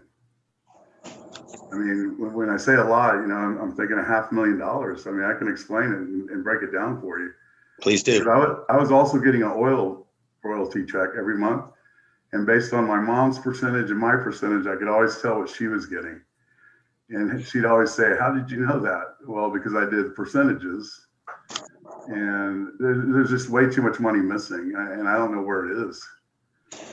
And I have a feeling it was in CDs that I don't know about. Well, you heard your sister's testimony with regards to like a USAA policy account and some other account that she mentioned. Would those possibly be the CDs that she's referring to? They could be. Okay, and those weren't included on the inventory, were they? I never saw anything.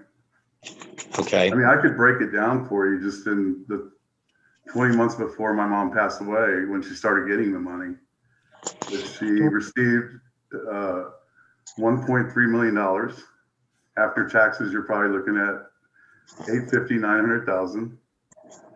You know, if my mom didn't spend more than $2,000 or $3,000 a month, which let's say 5,000, she gave me, which I didn't even want it. I gave it to my sons.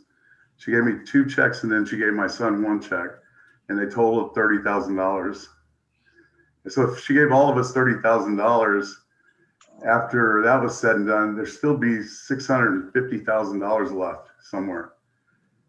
And what I don't understand is when she came up to Stone Oak Hospital in October of 2018, she was worried about her checkbook. She kept saying they're going to take her money from her. And on top of it, she said, I had $214,000 in the accounts now. She told me that straight out.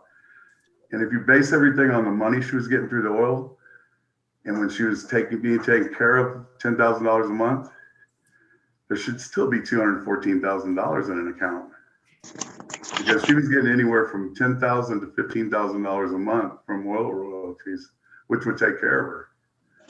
So unaccountable, since she told me that, there's still $214,000 that is missing.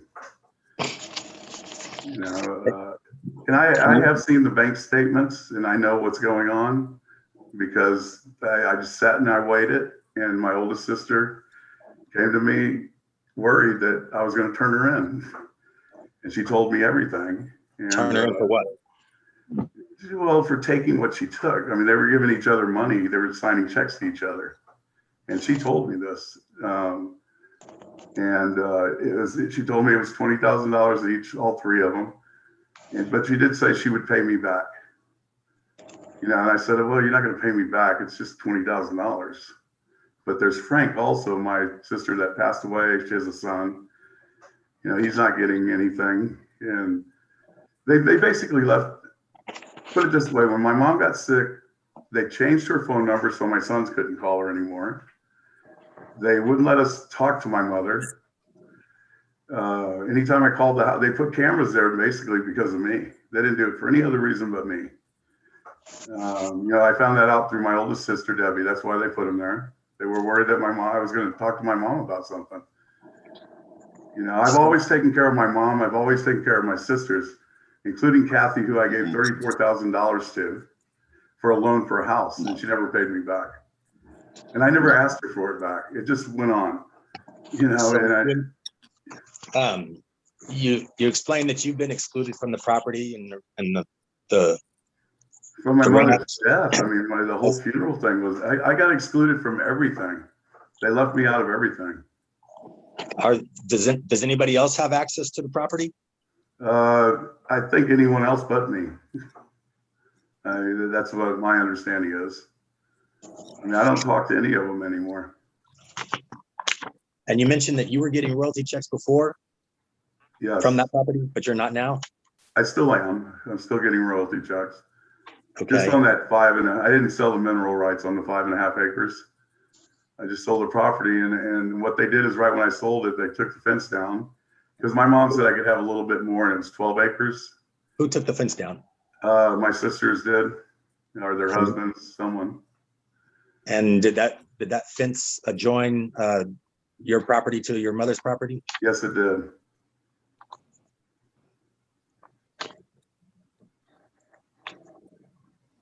Is there anything else that you need to make the court aware of why you think this inventory is wrong? I just, I don't think my younger sister knows what's going on, because $79,000, there should be $120,000 in the account. I've been talking to the oil companies. They were shocked that she yelled at them to get the money. And then she had her attorney write a letter to them, so they finally gave it over. You know, usually they just transfer it over to the heirs instead of putting it into an account. That's what they're used to doing. And I have a feeling that she's been spending money on anything she wants from day one for the last 4 years. You know, my mom was frugal. She didn't spend a lot of money. She's like me. I didn't spend a whole lot of money. I don't like to spend money. Are you aware of any debts that the estate would still have? I do not think there are any. I called a bunch of the credit cards and they said they're all paid for.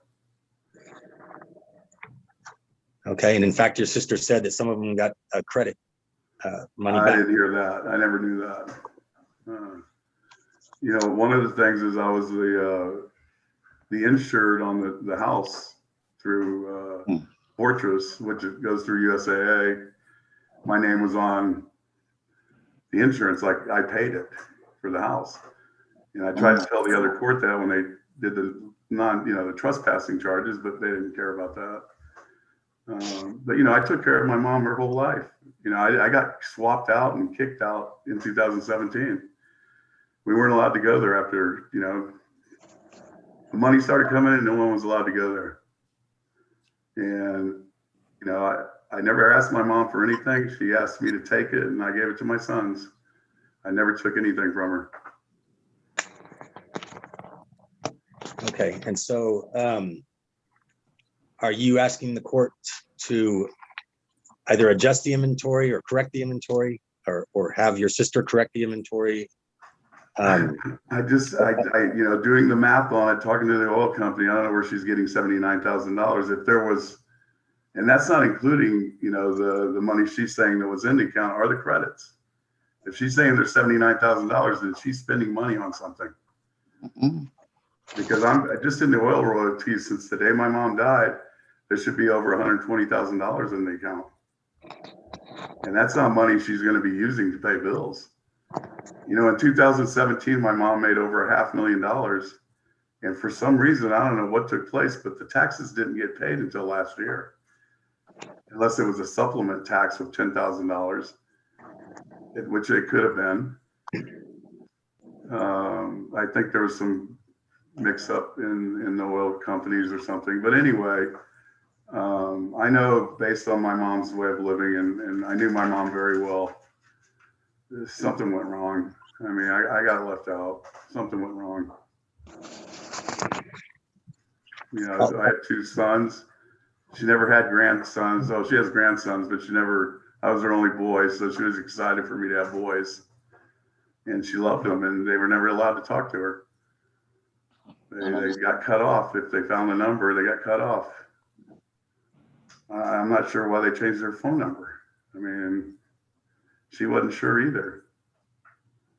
And the last time I saw her, I looked in the house and she was laying over on her bed. She was always worried about her teeth, and I saw her teeth, and I left. And she died.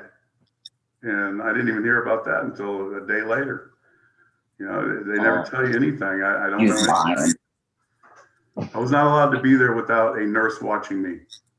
And the nurses had to call one of my sisters for me to get in the house. And I just don't think it was fair. So do you feel like she's somehow trying to cheat you out of your inheritance? Yes, I do. All right. And so are you asking the court to alternatively appoint a neutral appraiser? I'm going to go ahead and object right now. I mean, I've been trying to let Mr. Moss tell his story about this, but I don't know if this is going in the direction again to the removal action, which has been set for a jury trial. I mean, I don't know what direction this is going in, but it doesn't seem in any way relevant to the complaint about 5 items on the inventory. Mr. Finkel? I was just asking about him asking the court to appoint an appraiser because of the, I guess, bias and unfair treatment towards him in assessing those values.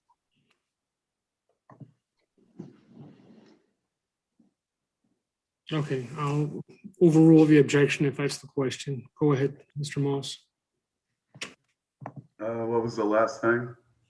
I was asking if alternatively, if you know, it's not that I want a new appraisal. It's not that I want to cause any trouble. It's just that I know that I'm not going to be part of anything. They're going to do what they want with the property, and they're going to do it however they want. Just like with their money, they did whatever they wanted with it. You know, I do know that the $120,000 that should be in the account, there's 50,000 of it or 40,000 of it missing, which it makes sense because I did the math on that too. And she was spending between $5,000 and $9,000 of my mother just on credit cards every month for the last 2.5 years. Okay, and you believe the value of the property should be at least 5,000 an acre, 5 to 8,000? Yeah, I mean, you talk to anyone around there, they'll pay that. And I could sell it tomorrow for that. And the 705 Rachel house, you think should be around 130,000? At least $120,000, $130,000. The property alone is hard to find. Just the way Fall City is growing, people want to live there now. All right. Is there anything else you want to ask of the court or think the court needs to know? I guess they've been holding off because of the transfer of royalties. They can't sell anything, but there's a car there. There's a van, handicap van sitting there. That's probably $40,000 or $50,000 worth of cars that are just sitting there and no one's taking care of them. They're devaluing themselves sitting there. Why can't they sell them? All right. Now, are those other cars, the cars listed in the inventory are Chevrolet CZL and a Ford TRA? Yes, I think so.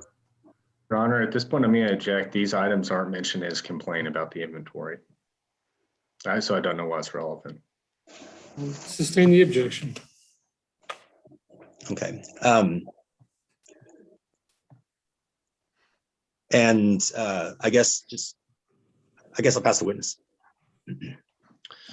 Mr. Moss, did I hear you correctly when you said that you actually don't want another appraisal of either? It's not necessarily that. I want to have my opinion about what happens to everything. So, I don't need someone telling me that they sold a house for $20,000 and they're going to give me $5,000 to walk away. well, we're here today because you've challenged the values in the inventory.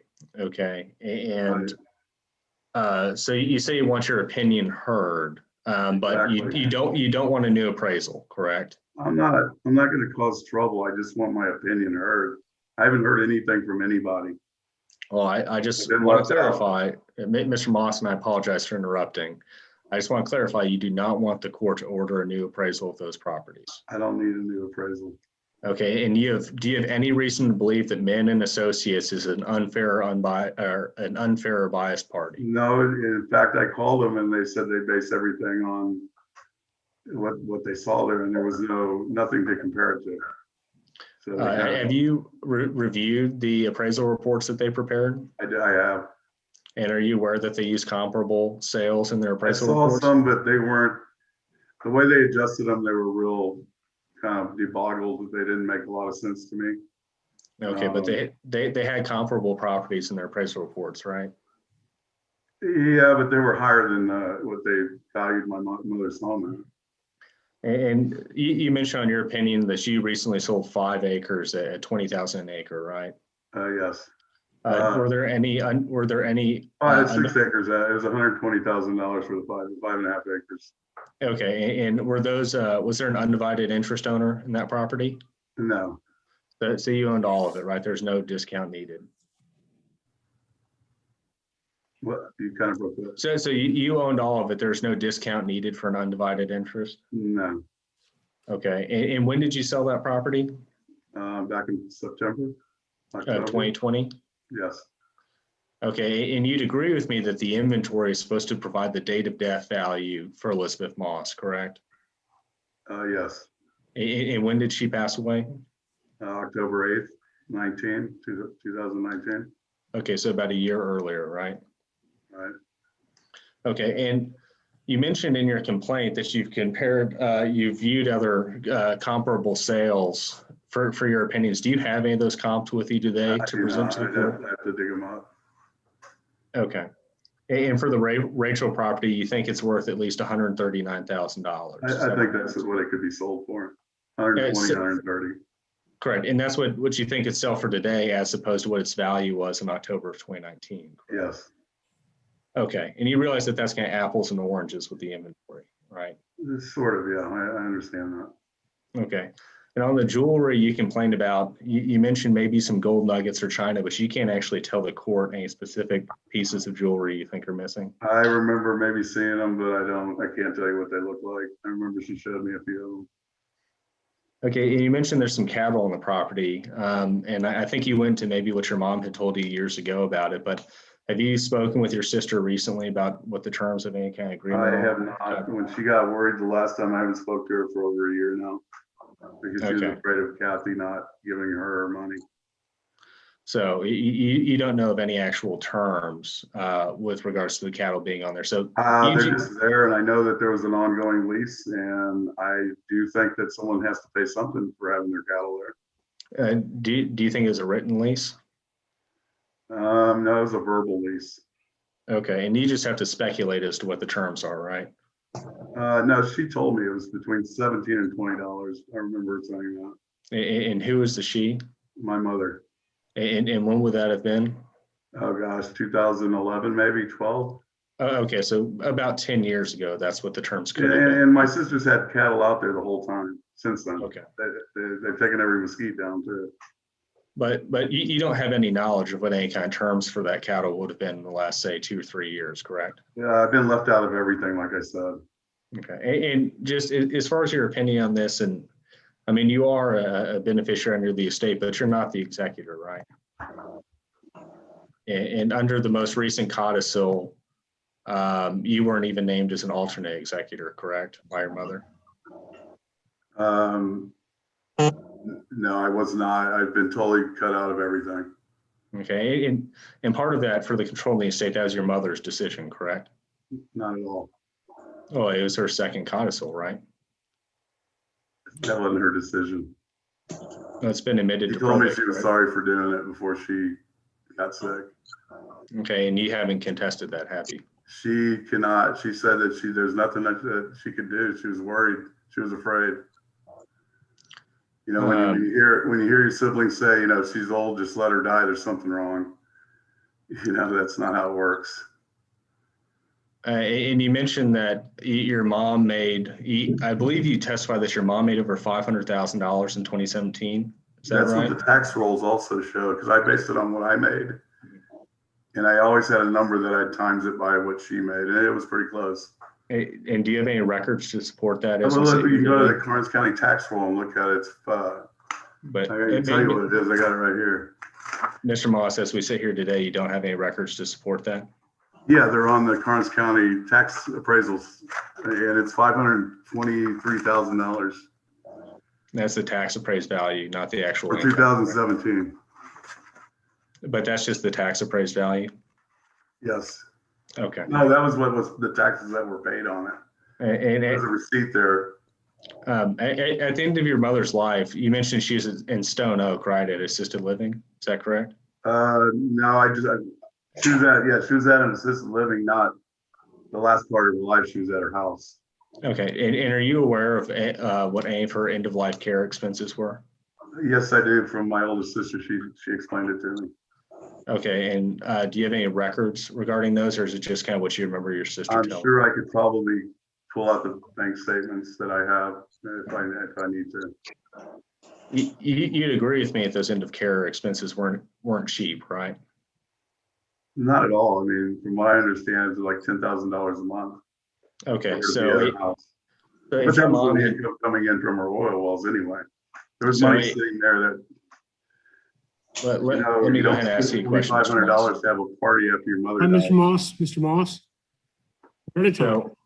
I'm sorry. So, Mr. Moss, if you had believed that your mother had some $200,000 here a few years ago, but she had monthly expenses of about $10,000 a month and healthcare expenses, you'd agree with me that a lot of that money would have been spent down for her care, correct? Yeah, some of it, yeah. I mean, $10,000 a month, right? Yes, that's what her care was. Okay, and so I'm just going back through your complaint that you filed. Points 1 and 2 had to be with real property, and you've already testified that you don't want a new appraisal, but you can't have your opinions on things, but don't have comps, correct? Yeah, as long as I get my opinions on it. I do have, you know, you're going backwards. I don't understand what you're doing, but And then on point You want to do an three, appraisal, I'll do an appraisal. If that's what you want to do. If you don't want my opinion heard. well, and you have no reason to believe that Min and Associates wouldn't do a fair appraisal, correct? I am not sure who they are, but if they're worthy of it, I'm sure they are. Okay, Your Honor, I'm just going back through the points in his complaint. And I think at this point with this testimony, I'll pass the witness. Mr. Finkel? I just want to clarify some things. Mr. Moss, I know you don't want to cause trouble and you want this to go through as quickly and smoothly as possible. But you understand that, your opinion is your opinion, and an appraiser would be a neutral, if it was appointed by the court, would be a neutral, unbiased appraiser professional that would determine the value. Seeing as how the appraiser that was used was picked by the attorney for the executrix. Do you recall that conversation that we've had? Yes, I do. Yes, I do. Yeah, and if no one wants to hear my opinions, I want to get an appraisal. Okay, I just wanted to clarify that that's what he's asking you, because as an alternative, that's what if they're not willing to correct or change the inventory on their own, that alternatively we're asking the court to appoint a separate appraiser that's unbiased, and so that way nobody can say that anybody's playing favorites. I agree. I agree. If the court will appoint someone, then I guess that's the best probably alternative to what's going on. All right, that's all I have, Your Honor. Mr. Jackson? Other than, I guess, just kind of argument, I have no more questions for Mr. Moss. If I can respond to Mr. Finkel's arguments briefly, I think the testimony the court's heard. Actually, I have some questions for Mr. Moss. Go ahead, Your Honor, sorry. All right, Mr. Moss, what royalty were you receiving? What fractional number were you receiving? It was .0. Hold on. Oh, okay. Yeah, hold on, sir. Sorry. That you shared with your mother. Okay, by that I mean I'm only interested in tracts that you and your mother both had royalty interest in. So what fraction are you receiving? Okay, so I had the 5.6 acres with the royalties in my name and in my wife's name. Okay, she had the other part, which is the farm, which is, I think, 80 something acres, 86 acres, 87 acres. And I do have a percentage that I used to go by because she's the one that told me about it. Mine was let me interrupt you. Okay, I thought the farm was 160 something acres. The what? Yeah. No, yeah, but it's divided between her and my aunt. My aunt has the other part of it. You're talking about net royalty acres. Yeah, so 180 something acres. It was my aunt and my mother's. They were sisters. Okay. And was this the same? Were they pooled into the same well or part of the same unit? Yeah, we all had the same well that we were pooled on. Okay. So you were receiving income on 5.6 acres, and whatever the percentage is, your mother was receiving income on 80 acres. Is that correct? Right. It was a number of 12, I think I used. I'd always times it by 12. I might have a little bit more than 5.6. I think it's 5.7 or just. So what is your testimony about what your royalty income was in the 2017, 18, 19? It's based on what she received. No, sir. I just want to know what yours was. What mine was? Yes. I'd have to go to my books and look it up. I don't have it right in front of me. I can tell you a percentage, which is, and give you the numbers. Okay, here, I got the numbers right here. Here, you ready? So in Well, this is like since my mom died. So October No, no, so I'm 2019. not interested in any number of royalties since your mother passed away. This is only for the inventory and appraisal on the date of death. Oh, okay.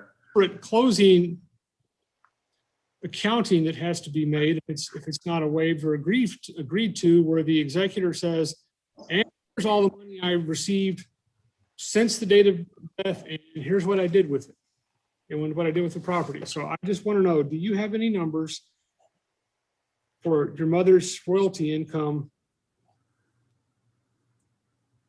I do from the oil company. It's in a separate notebook. It's everything that the oil company told me that they gave out. And you said that you look at your bank statements. Do you have bank statements from your mother's bank account? Yes, I do. They were emailed to me by my mother, my oldest sister.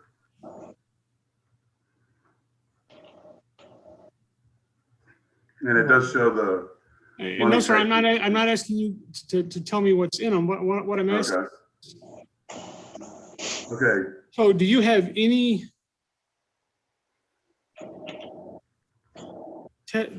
testimony about a particular withdrawal or series of withdrawals from your mother's accounts? Yes. And what is that? It was weeks before my mother passed away. My three sisters each took out $20,000 from her account. Okay, how many weeks? You know, it could have been up to, I know the last one was done about 2 weeks before she died, and then maybe a month before that. But they gave each other 4 separate checks, you know, and they totaled $20,000 per sister. Any other questions for this witness? No, Your Honor. Mr. Moss, and you again have no records that you can actually share with the court to substantiate what you're saying right now, correct? I do have records. I'd have to dig them out, though. I mean, I don't want to. If that's what it takes, we're going to have to. It's the bank statements. The bank statements show everything. But you don't have them right now, and you're not presenting them to the court right now. If you guys would wait, I'll get them if I need to. Okay, so any other questions for this witness? No, Your Honor, if I may, just briefly, because again, there have been a number of testimony and accusations leveled against my client and his sisters. I would ask to briefly question my client just in a limited scope of rebuttal to some of the statements that Mr. Moss made. Go ahead. Very briefly. Ms. Moss, if I can ask you a few questions. Oh, I believe you're muted still. All right. Hi. So just briefly, there's been a number of accusations leveled by your brother.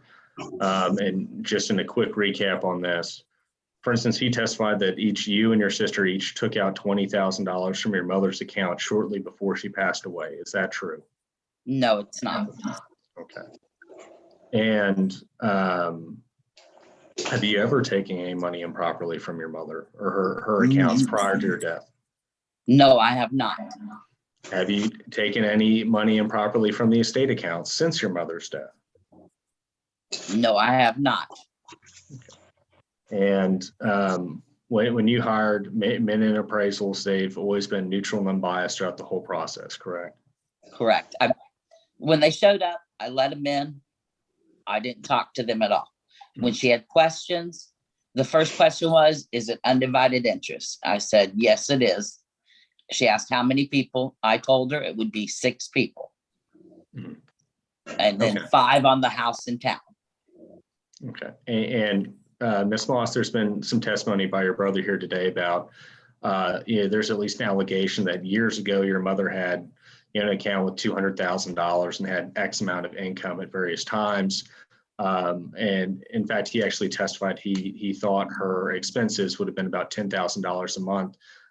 What do you think her monthly cost of living expenses were towards the end of her life? Well, we had from September 8th, 2018 till October 8th, 2019, we had 24/7 nurses that roughly between a 4-month period, we spent $82,000 on, and then we hired them on ourselves and paid each one of them anywhere between $14 to $17 an hour. I have done all the tax forms and everything, and wrote all those off as expenses, but they were all paid cash. We bought multiple medical equipment for her. Anytime Stone Oak or somebody else said she needs this, we went out and we bought it for her. And that would include that chairlift that we added to the supplemental inventory? Correct. And then there's, the diapers she went through, the bed pads, all of that. New clothes for her, because at the end we had to cut everything. There were times where she was always frozen or overheating. So the clothes changed all the time. Most of it went to her foods, trying to figure out what she could get down and stuff. So we had to change her whole diet. We were also putting food bills for her caregivers as well. Some were working 24-hour shifts. We did purchase a $30,000 van out of all that money. The vehicles are being run whenever I go down. Nothing is going to waste. I go down, my last time it goes down that I went down was about 3 months ago, was the last time I mowed the grass. I go down every 2 weeks. I come in during the morning, we mow the grass, we spend the night, and then we leave. The electricity's kept on, all of that. And Ms. Moss, at the end of the day, I think there's a misunderstanding here with your brother and thinking that, at one point before mom got sick and passed away, he thought she had X amount of assets. But if I'm understanding you correctly, it's that a number of those assets were spent down on her medical care, correct? Yes, and the only accounts that either any of us 3 girls knew about was her money market account and her Falls City regular banking account. That was it. She never mentioned any CDs. The only time I heard about stocks was actually from John, when he texted all 3 of us girls that she had given him money to buy stock. Okay, and but I don't have any record of. Okay, and just one last question, Ms. Moss, that the only accounts that you're aware of at Falls City, okay, and the values listed on there in the inventory, those are the accurate date of death values that you had for the Falls City accounts, correct? All right, correct. Thank you. I passed the witness and are just trying to keep it a limited scope rebuttal. Mr. Finkel? Thank you, Your Honor. What did you mention earlier, Ms. Moss, about USAA policy account? Yes, there is a survivor benefits account. She gets a dividend twice a year if USAA has made a profit. And then she still does, which I need to amend the asset sheet, because she still does have a survivor's account that's worth about anywhere from $4,800 to about $5,000 right now, that will be payable to us after July 14th. And I'm sorry to interrupt. Go ahead, Mike. Right. Did I understand you correctly to say that there are other vehicles besides the ones listed in the inventory? No, there are only 2 vehicles: the transit van, which is the medical vehicle, and then her older, Chevy Cruze. Okay. Those are the only 2 vehicles she has. And you were talking about the care that you provided for her in her last days.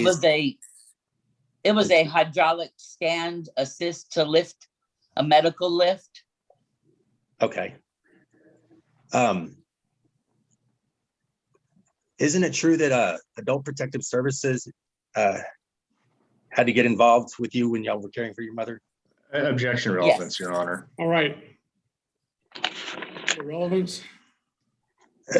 Just to the veracity of her treatment of the estate itself, which the care that she gave for her mother would go to the kind of care that she's giving to the estate and the I'll inventory. sustain the objection. That's all the questions I have here. And I don't know if it matters. I'm just wondering, out of curiosity, what is this account at USAA? That's a survivor's account, but it's not payable until July 14th of this year? Correct. That will be when her final vehicle policy ends. Since she is deceased, they will no longer extend it. I've extended it to the point, and they informed me on my last dividend check. That Oh, we okay, got man, her- that's fine. You've answered my question, because I thought you meant like a payable on death account, and I was wondering why that hadn't been paid out already, because that's not part of your estate. Yeah, no, those have all been paid already, those insurances. Okay, all right, Mr. Jackson, and then Mr. Finkel again, I guess. Your Honor, in conclusion, actually, in talking to my client, I actually think the USA Survivor account does need to be added to a supplemental inventory, and that's erroneously omitted on there. As far as that survivor account, the most recent supplement included the shed and the hydraulic medical lift. It intended to include the USA account as well, because I received records for that. And actually taking a look at it again this morning, it looks like those USA accounts were left off. So that is going to be added to a supplemental inventory that will be submitted to the court. Now I ask that after that supplemental inventory is submitted with the USA account, that it is approved. But as far as the 5 points raised in the complaint filed by Mr. Moss this morning, again, there's no testimony or any reason to believe that Menon Associates was an unfair third-party appraisal of this property. Of course, I recommended them to my client. I've used them on prior estates. But that's every estate, as the attorney tends to recommend an appraiser unless a client has a strong opinion on who they want to use. But my client is relying on a third-party professional appraiser to value those properties, the two pieces of real property. And then with regards to the lease, again, we've had no reason to think that there is actually a legitimate lease to add to that. Mr. Moss is only going off speculation. Again, he testified about maybe lease terms that existed close to 10 years ago, but that not be reflected at the date of the decedent's death. Jewelry, he couldn't identify any specific pieces they thought were missing. Of course, we have the argument about the accounts, but then again, I believe we kind of went through that the accounts are what they are for the date of death. And overall, Your Honor, we ask that the movements complaint be denied to supplement the inventory on the 5 points listed in the complaint filed this morning, and that the estate does not need to incur the cost of yet another professional appraiser of the real property. Mr. Finkel? Thank you, Your Honor. Your Honor, I think just for the sake of, as Mr. Jackson pointed out, to avoid having each beneficiary come forward and complain about an appraisal, that by having a neutral appraisal done by somebody appointed by the court would avoid having the beneficiaries complain about who's doing the appraisal, and because there would be no appearance of bias and no argument as far as favoritism or bias. If the court were to appoint independent appraiser that could appraise the property, they could also check with the banks to see if there were any other accounts and look into those issues as well. They could interview family members and beneficiaries to see if they know about any jewelry that might have been available or present at the time of her death. And I think for the size of this estate, out of an abundance of caution, it would be beneficial to the estate and in the estate's best interest to have that neutral appraiser appointed by the court. And it would only delay anything by approximately 21 days, as that's when the statute says it has to be filed. And so we'd ask that the court do that. Your Honor, I would respond. Some of the relief he's asking for exceeds the scope of what's permitted by the Estates Code. Of course, this is an independent administration designed to minimize court interference in the administration of the estate. What he's asking for someone to go digging through bank records sounds more akin to a temporary administrator pending contest or something like that, which of course is inappropriate here. We have an independent administrator executor already appointed. Now, with regard to a real property appraisal, which would be covered by section 309.103, again, we posit that Mann and Associates was already neutral. They have submitted no evidence to discredit Mann and Associates as an appropriate third party, other than they just don't like the fact that my client hired Mann and Associates. They have no attack on Mann itself. And as a practical matter, also, another real estate appraiser is going to cost a couple $1,000s to do this. And with the current real estate market, I have my doubts that even with a court order today, that they'd be able to have an appraisal done within 21 days of this. In fact, when I've been trying to get appraisals for 706 returns in other states, we're looking at weeks, I'd say 4 to 6 weeks on average to try and get an appraisal done. It's difficult to get people out in a hurry right now. And it's not cheap either.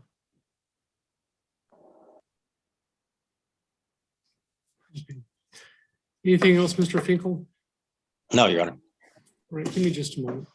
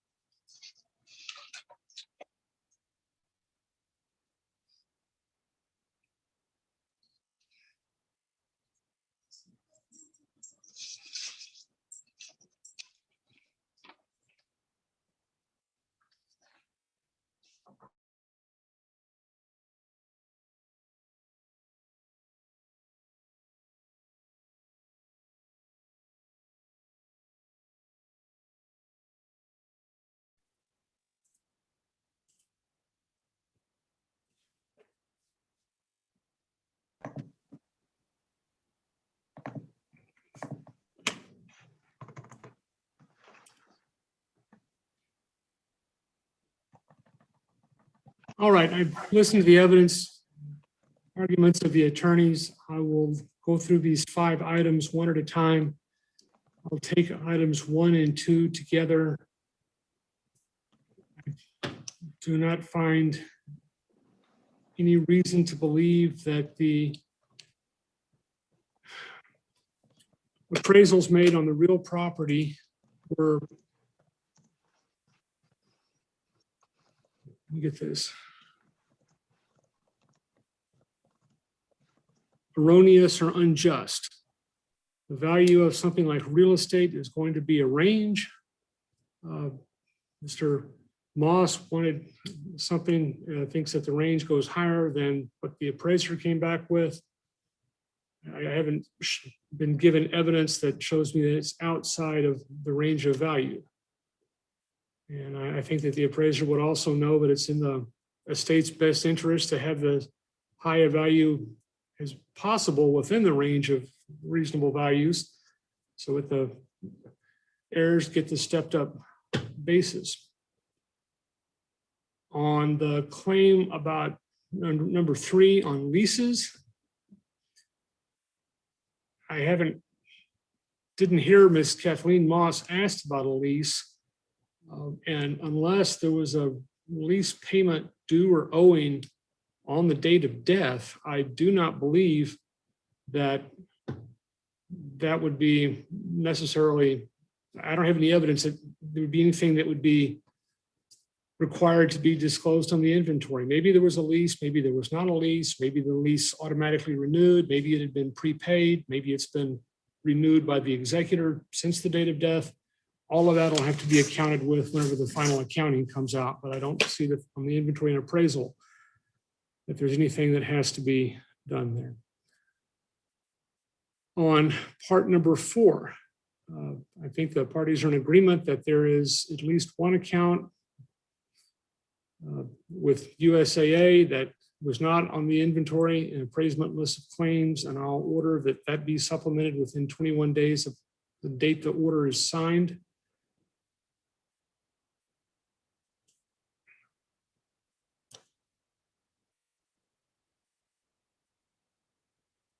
On the second part of number 4, I have to find that Mr. Moss believes that there was money that was taken improperly. Ms. Kathleen Moss denies that. What is being asked, I mean, what the estate's code allows me to order is that Ms. Moss order her to file a supplemental inventory that tells about all the claims that, if Mr. Moss is correct, that Kathleen Moss just came in here and committed aggravated perjury by denying that they exist. I think that would be a futility. I don't know what the remedy would be, but I don't have any evidence before me other than Mr. Moss's suspicion that there was money paid out improperly. So I will not order any other relief under the. Your Honor. Okay, Mr. Moss, if you need. Yeah, I sent you the back. Okay.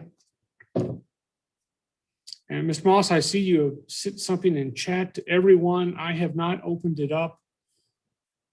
Bank statements are hearsay and your attorney has rested.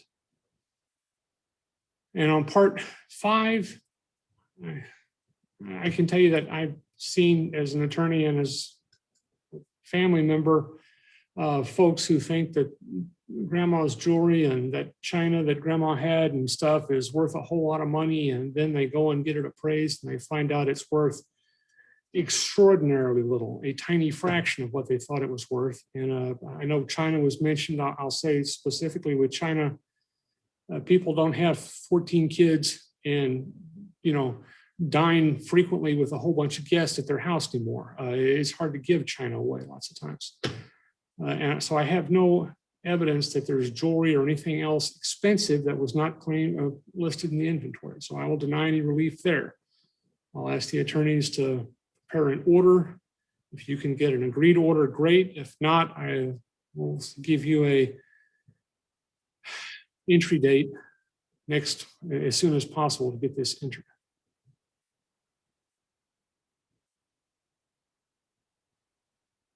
And Your Honor, just to clarify, the order is essentially denying the relief sought on items 1, 2, 3, and 5, except for on number 4 with the account, which we agreed to. We need to supplement with the USA account. Frankly, I think your order is within 21 days. We'll do it much sooner.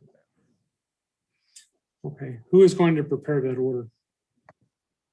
I'll work with Mr. Finkel on it. Okay. All right.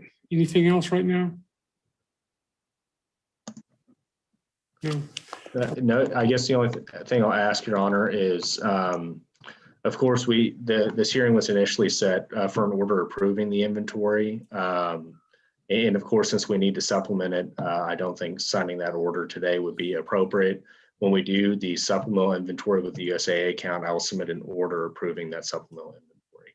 And I don't know if we'll need a subsequent hearing on that, or if we can just go on our way at that point.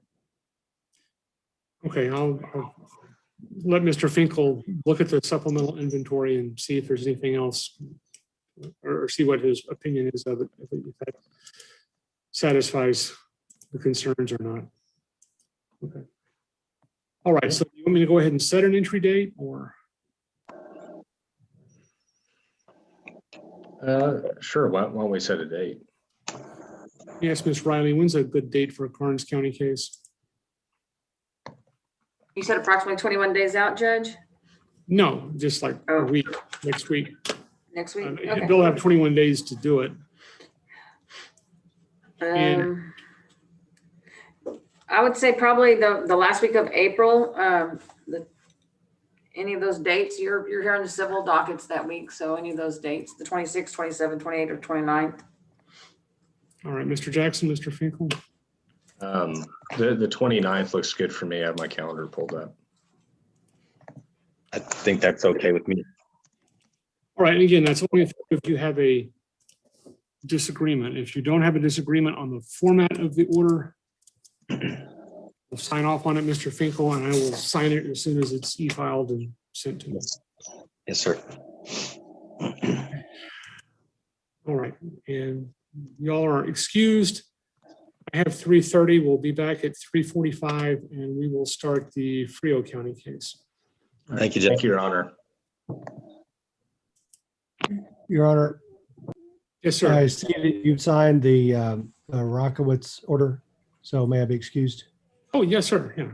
Okay, thank you. Ms. Tapia. I didn't realize y'all were still here, in fact. I just wanted to circle back just to make sure, and I've received a signed copy, so I think we're Yes, good. I posted that to the clerk, and I was going to ask if I didn't know if they had downloaded it, but apparently they did. They sent it out. Okay. Excellent. Thank you. Have a good day.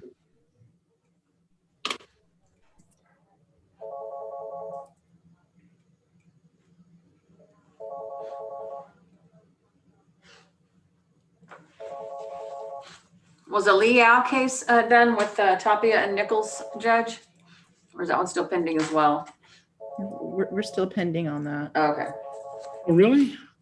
Yes.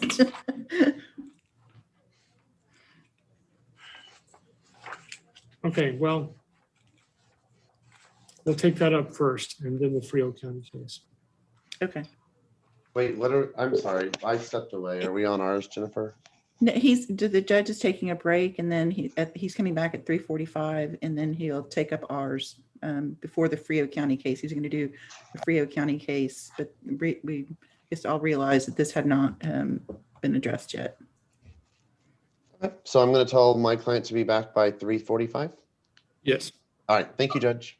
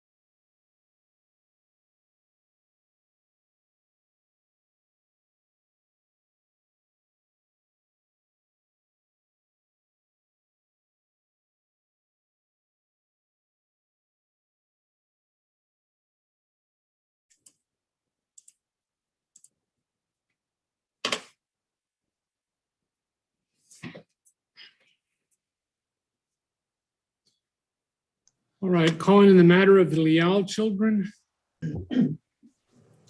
Just present, Your Honor. For the, I don't know what we are, we're the petition, counter petitioner and respondent in this one. Sorry. Okay, and what do we have to hear today? Your Honor, this is our request for basically additional temporary orders and in the, again, for the court to confer with the children. And I believe Mr. Nichols at this point, he and his client are on board with the court conferring with the children. And basically we just wanted to move forward with that. Yeah, Your Honor, you heard this, I believe, back in September. Yes. We have since filed a counter petition to modify. Let me grab that file. Hold on. All right, I'm sorry. All right. Where is Casey? I don't even see her. It's where it says iPhone. Casey, say hi for me so we can hear you. Hi, I'm here. Okay, great. Oh, there you are. And this person's name is? That is Casey Leal Wolf. She's my client, the mother.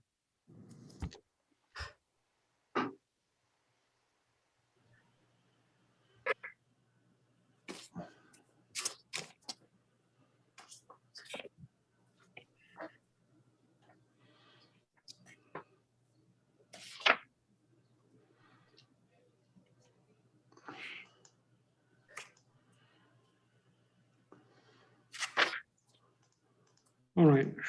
So let me read the current pleadings.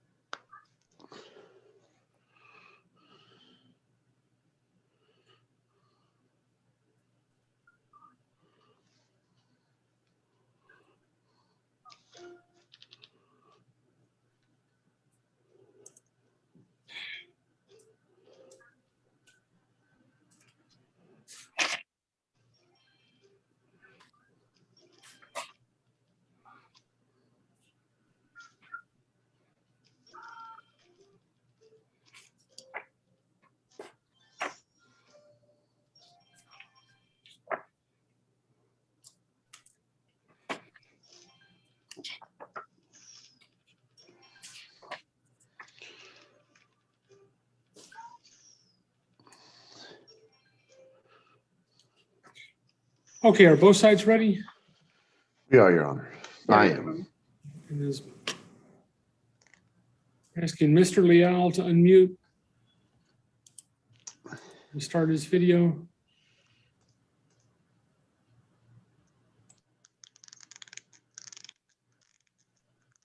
Well, did he drop off? No, he's here, Your Honor. He's probably, no, we're telling him to, he's in my office. We're telling him to start his video feed. We've all been a little overwhelmed with talk of the back end profits of oil royalty leases. But I can't hear them. And have the, like that. all right, Mr. Leal, if you'd start your video and then restart your audio.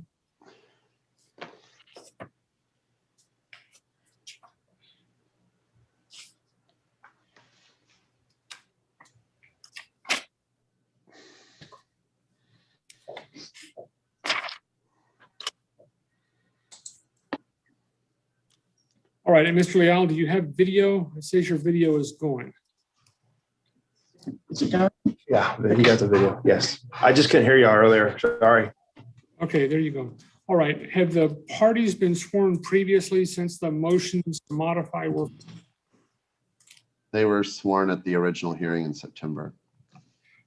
Okay, all right. Who gets to go first? It's Ms. Tapia, it's your motion to.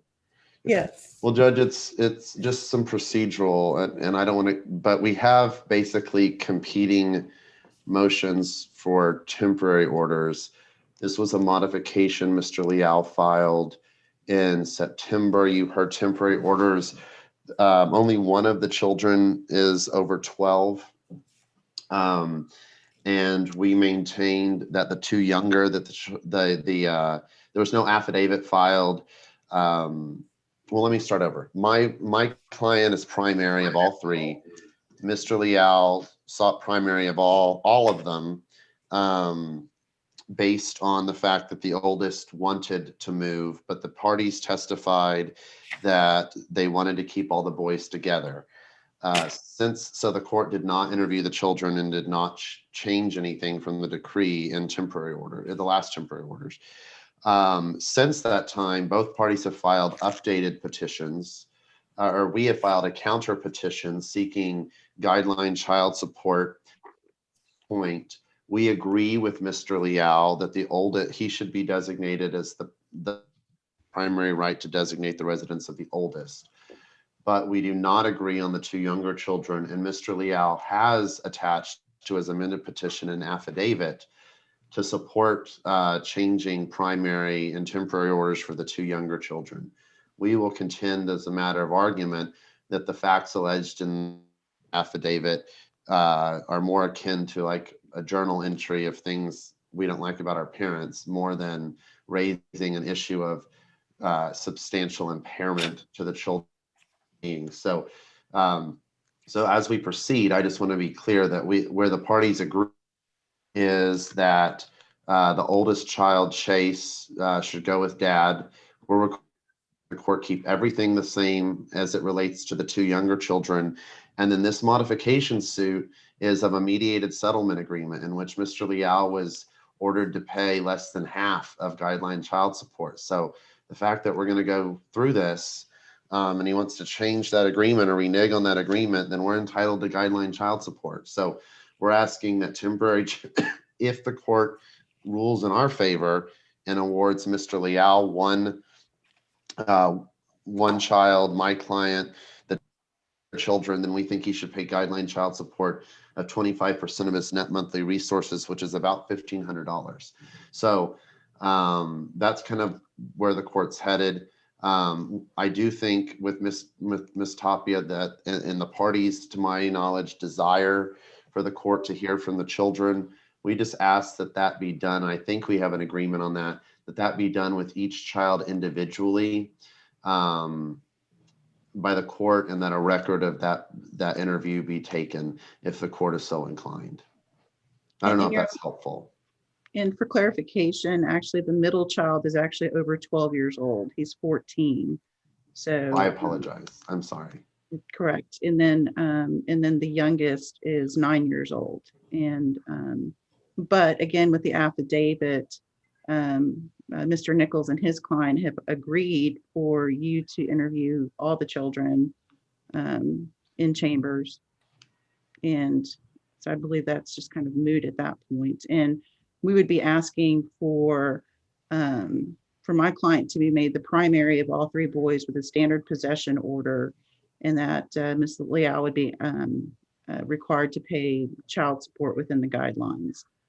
Or in the alternative, if the court decides to keep the other two, the Trent and Engage with mom, then since they do, and keep the current possession order, which is a 50-50 possession order, we would ask that neither party is ordered to pay child support.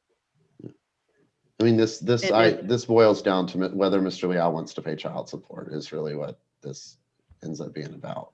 No, I would disagree with that assessment of what's going on. And in the alternative, if the court does order child support, we would request an offset for Chase, the oldest, since he would be with my client. All right.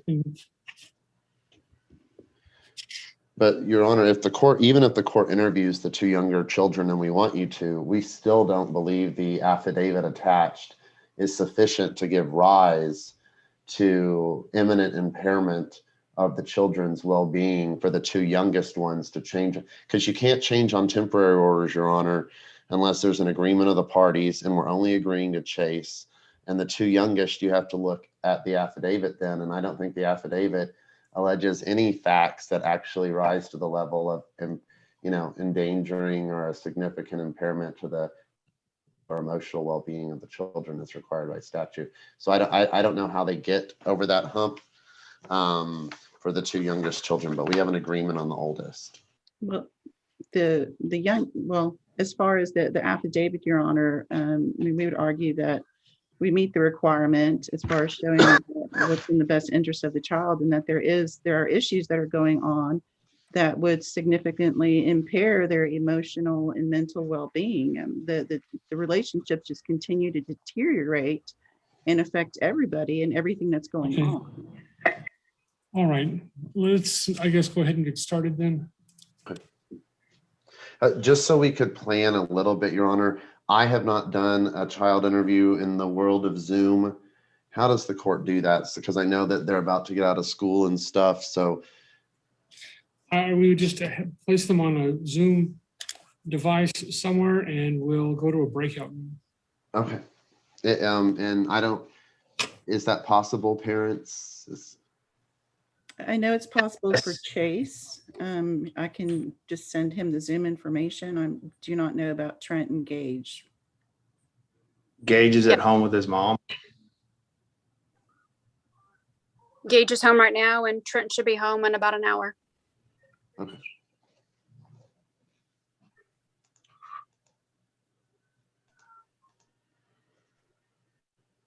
All right, so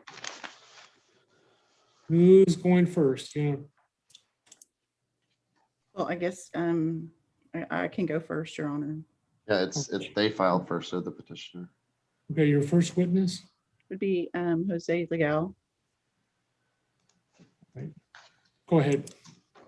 Were they sworn in? I'm sorry, I missed that, Your Honor. They were sworn last time, I think. Okay, that's fine. Mr. Leal, would you please state your name for the record? Joe Leal, Jr. Okay, and we're here with regard to your three sons, Chase, Trent, and Gage Leal. Is that correct? Yes, ma'am. And you're asking the court to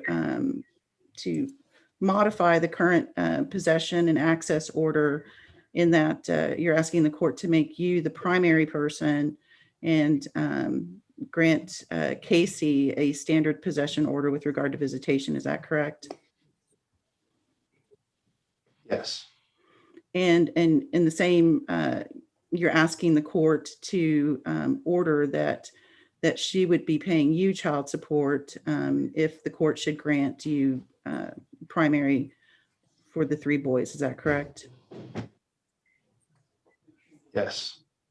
And since we were here the last time, in your opinion, has the relationship between the boys and their mother, has that deteriorated further? Yes. And what has gone on specifically first with regard to Chase? What have you seen happen with regard to Chase? He had an issue in school where he was able to go to school half a day the last part of his junior year. He tried to get with her because I told him he needed to get with her to sign that. I didn't have, according to her, authority to do that. She never would answer him, sign the paper, give him permission. So right before it, the actual deadline, I went ahead and did it, said we'd figure it out. And once he did that, and then she found out, she tried to change the schedule. That caused a lot of conflict between him and her, as they have a hard time communicating. So she tried to change the schedule despite, not even communicating with him or trying to reason with him. But that caused a lot of conflict. So the end result was that I let Chase stay with me, and he drive my truck to school so that he could stay on the same class. In that, I did talk to the counselor to find out, is there any other classes that he can take? Because right now he takes dual credits. And as of now, even with going half a day, he's scheduled to graduate in December of next year. So there's really no other classes that he could take other than like ag or art, which he said just exposes him more. And if he took the other class that he was supposed to take next year, it could hurt his grades because he needs to spread those harder classes out. So he was just trying to stay on track. And I did talk to his counselor to verify that. And so that caused a lot of conflict. Okay. And then hold on a second. What would have been his choices if he wasn't allowed to leave at noon when his classes are done? I'm sorry, if he wasn't allowed to leave at noon, he would just have to stay in school. And I think since she called the school, they were just going to let him stay at the front office because there wasn't really another class they could put him in, so he could take the bus to her house. Okay. And then when he approached her asking her to change the schedule, do you know what the result was? We were at a football game, and I know they're arguing about it, but I gave him distance because we're not able to really communicate. So I was letting him talk to her, but he came back to me upset that she wouldn't give him an answer. She just said she'd have to think about it and get back to him on it. Mm-hmm. And this was beginning football season this year that he was trying to get that approved, get that signed from her. Okay. And then what happened after the schedule was switched? Once it was switched, I let him when he was with me, I just let him take my truck to school and then bring it back. Mm-hmm. So he didn't have to take the bus. They argued. And then at one point, something happened with her vehicle. I was never able to talk to her because she wouldn't answer the phone or talk to me directly. It's just too much to text. But she blamed him for something that happened to her vehicle. And I don't know the truth. When I talked to him, he said he didn't do it, but she blamed him for her vehicle. And I have no way of knowing whether he did or didn't. So with all that, that going on, that negativity, and then Chase and Trenton Gage hearing that, I just told him it was fine to stay with me. And she had told me to come get him, which I asked to go get, if I could go get him at 5 or 6 in the afternoon. I'm sorry. She never responded. I'm going to object around 10. Mr. Leal. Yeah. I'm going to object just to relevance. We all agree on the oldest child that he needs to go stay at dad's. So Right, Ms. Tuckey? Well, Your Honor, this is happening in front of all the other children, so it affects everybody, and it's relevant because that's the whole basis of this, is that the relationships are deteriorating and they're not getting any better, and it continues to cause conflict, and they're all being exposed. So it is relevant as to what's happening with the whole dynamics between the kids. I will overrule the objection. It is affecting Trenton Gage. Okay, so go ahead after the allegation of Chase putting something in the gas tank. So when he came back with me that following Monday, I just let him stay with me.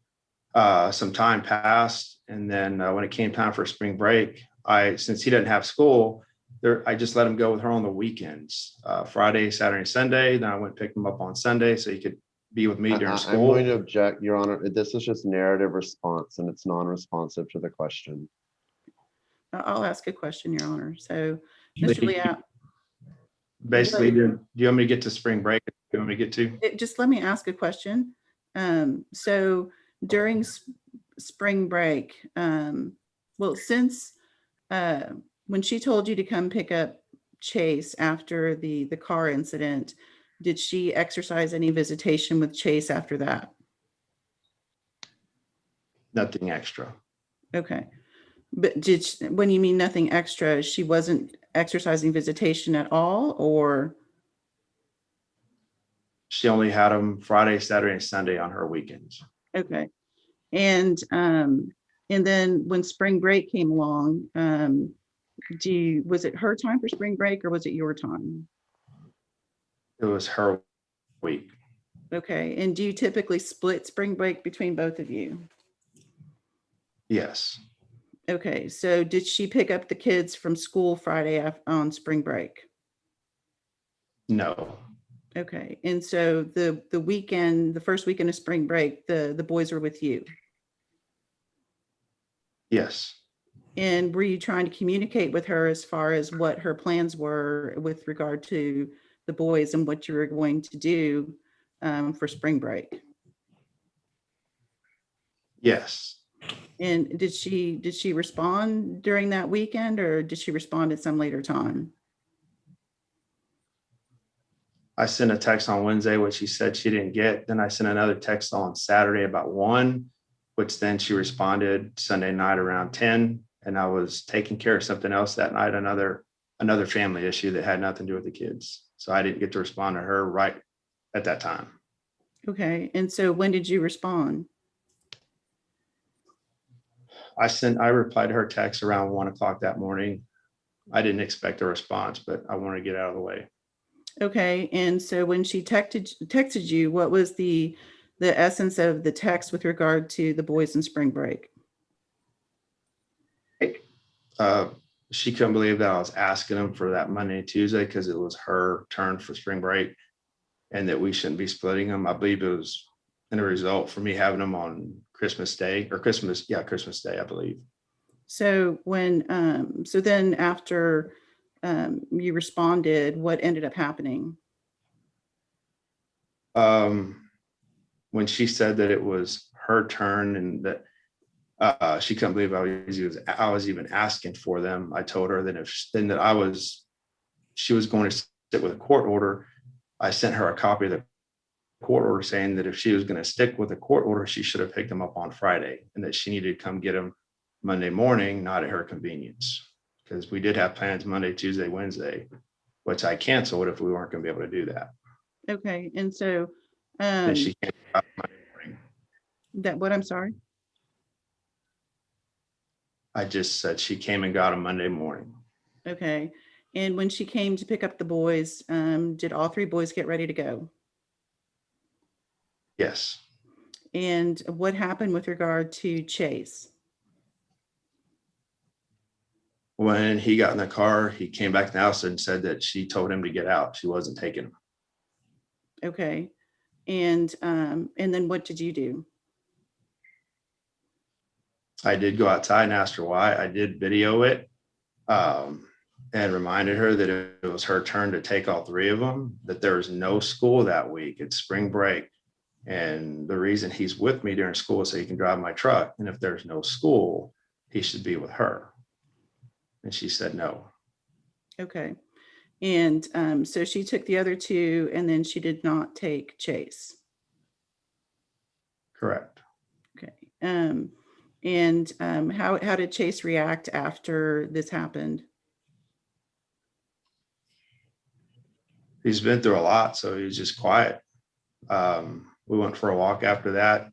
He didn't say much and I couldn't force nothing out of him, but I tried to just explain some things to him that these are hard times and try not to put him in the middle, but he really didn't say a whole lot. Okay. And then during spring break, did Casey still have to work during spring break? I never asked her, but I found out that Gage was home by himself, so that he was home by himself because she had to work. And where was Trent? Trent was able to go to a friend's house. So Trent spent the rest of spring break at a friend's house? As far as I know, he spent Monday and Tuesday, I believe. And I think he got home on Wednesday, and then Gage was by himself Monday and Tuesday. Okay, Or and possibly Tuesday. I'm sorry? I know Gage was by himself 2 days is what he told me. Okay. Well, I'm going to And- object because that's hearsay. Okay, I'll sustain the objection. So as far, at some point, did you learn that that Gage was by himself during the first 2 days of spring break? I'm sorry, can you repeat the question? I didn't hear the first part. At some point, did you learn that Gage had spent Monday and Tuesday by himself at home for spring break? Yes, on that day. We usually talk every day, and he had told me he was by himself. And so where is Casey's house located?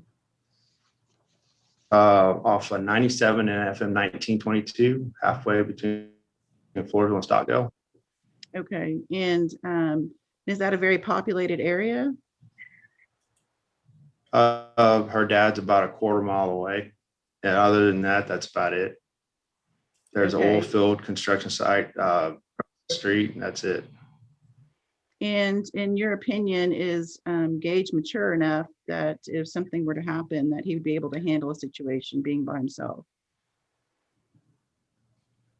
No, not in that area, not at his age, and not for that long. Okay.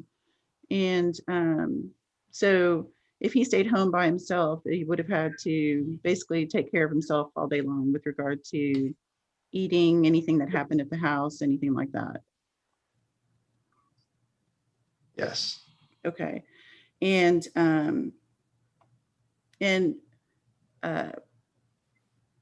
has Chase been back to Casey's house since, well, when he goes for visitation? When was the last time he went? He went for Easter. She picked him up Friday. Okay. And was there an incident that happened over Easter weekend that you're aware of? Yes. And That I'm aware of, yes. okay. Did Chase end up spending the whole weekend with Casey? No. Did Chase end up calling friends at some point to come pick him up?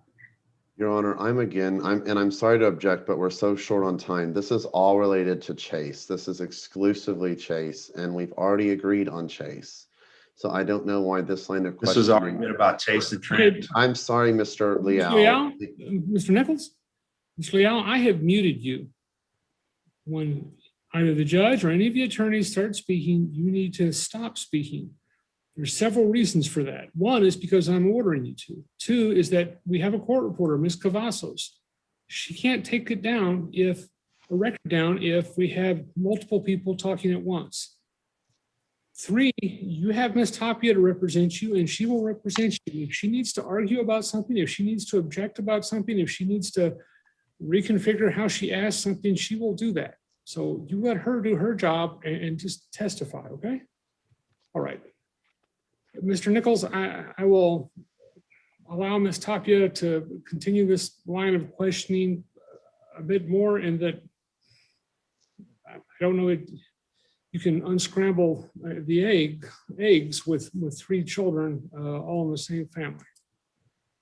So, all right, please unmute your phone, Mr. Liao. Go ahead, Ms. Tapia. Thank you, Your Honor. So, Mr. Liao, to your knowledge, has Casey basically moved all of Chase's stuff out of her house? Yes. And to your knowledge, did she give that room to Trent? She gave it to Gage. Gage, okay. And so when Chase went to visit for Easter weekend, he did not have a room to go to. Is that correct? I'm going to object, Your Honor. Again, this is not stuff he No. has any personal Okay. knowledge of. Mr. Leal? Your Honor, I think there's a delay in his feed possibly. Okay, and that could be, all right. 'Cause So it- I'm going to object. All of this stuff is stuff that the kids allegedly told him. He has no personal knowledge, and I assume that she can ask Miss Leal. The best evidence rule is not Mr. Leal testifying about what someone told him was the case. Ms. Tapia? And Your Honor, it's not going to, for the purpose of, the truth of the matter asserted or anything like that. It's just basically going to show, it's not for the truth of saying, for the purpose of saying, there's no furniture in the room. That's not what the issue is here. The issue is to show as far as what's going on and how it's affecting all the children involved and what they're being exposed to. So it's relevant in the fact that if you're getting rid of one kid's furniture and moving things around, the message that that's sending to the other children and to the child that is going to the home to go visit for the weekend. So I believe it's relevant, and it would be a present sense impression with regard to my client and what he learned, and what. I'll overrule the objection. Go ahead, ma'am. So to your understanding, was all of Chase's furniture and everything moved out of the house? Yes. Okay, and then was it your understanding with regard to what happened that weekend that there was an altercation between Chase and Trent? All right, and Ms. Tapia, I understand you get some stuff out, but I'll ask on the rest of this, if you'll just put that to Ms. Leal when she's testifying. Sure, okay. And so, with regard to extracurricular activities that the boys are engaged in, during the marriage, was Miss Leal supportive of the boys participating in extracurricular activities? Yes.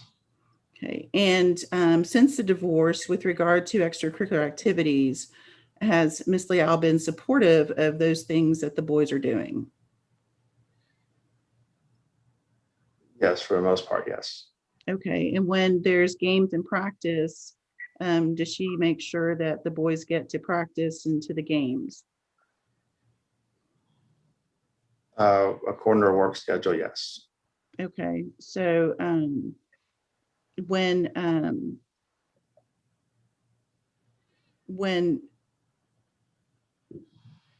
the boys have football practice, varsity football practice, is that morning practices or their morning and afternoon practices? So none of the boys have played varsity football, but Chase is the one that played baseball. She had trouble there.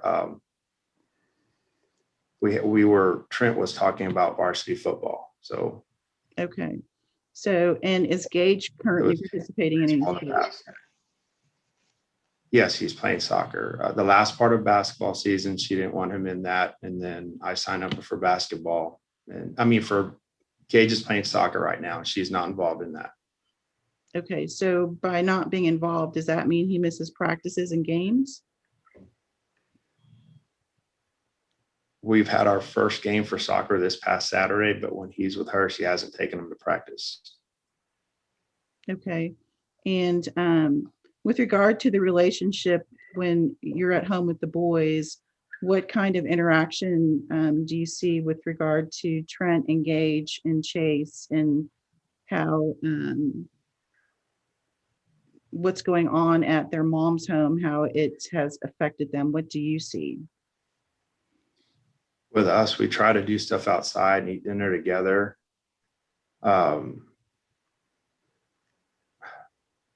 Trent, I have a hard time getting him off Xbox. He wants to play Xbox all the time. So I try and balance that. Gates tries to be more dominant, since it seems, to my opinion, from what I see, that when he gets an argument with with Trent at home, Trent's a lot bigger, so he dominates. He doesn't have a chance to win any arguments, and there's nobody else there to settle it. So he tries to do that at my house, and I have to try to get him back on track. Okay, and are you currently coaching soccer for Gage? Yes, ma'am. Okay, so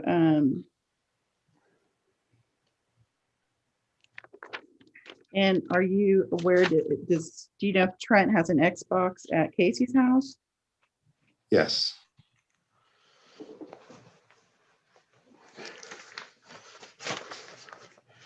And then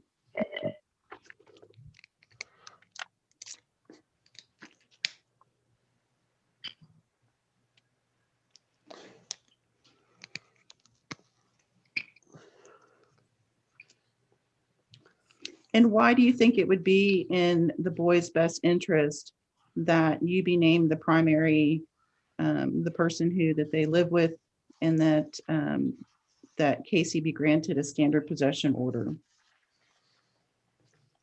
I work from home, so I'm there for them more consistently. We have dinner together. I'm more involved in their needs for school and at home. When they have arguments at home, which it happens at my house too, I'm there to settle it. It doesn't something that happened between them. I get involved and settle the argument. If they need something from school, either me or my parents, but most of the time I'm at home since I work from there, I'm able to meet those needs. Like the week before last, when Trent was with her, he had needed pants. Something I'm going to happened his pants at object, Your school, so he Honor. called That's me. Mr. Lee. Okay. All right. Go Going to ahead. object, Your Honor. This is a narrative response, and he's testifying. Sustained. So, Mr. Leal, just if you could just state why do you think it's in the boy's best interest that you be the primary conservator, that they live with you? I'm more involved with them, and I can better meet their needs. Okay. And with regard to implementing a standard possession order, why would you think that would be in the boy's best interest? Because of the conflict that I see it to be happening at her house between the two, or mainly three. Okay.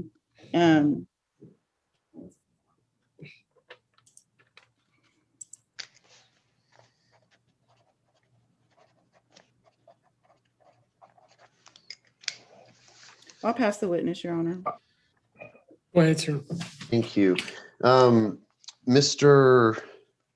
Leal, is it true that you, in your discovery responses, you provided information that suggests your net monthly resources are $5,976 a month? Is that about right? I believe that's about right. Okay. Whatever I gave to her, I gave her copies of stuff. Okay. It seems to me, Mr. Leal, that you just make decisions, and if Miss Leal doesn't agree with you, you just do whatever you think is right. Is that a fair assessment? No, sir. I mean, you understand Miss Leal believes that Chase hasn't earned a car. Is that your understanding?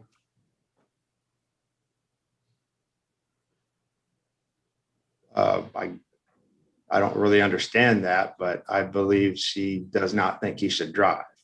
And you believe that your son is not only should drive, but that he's entitled to a vehicle.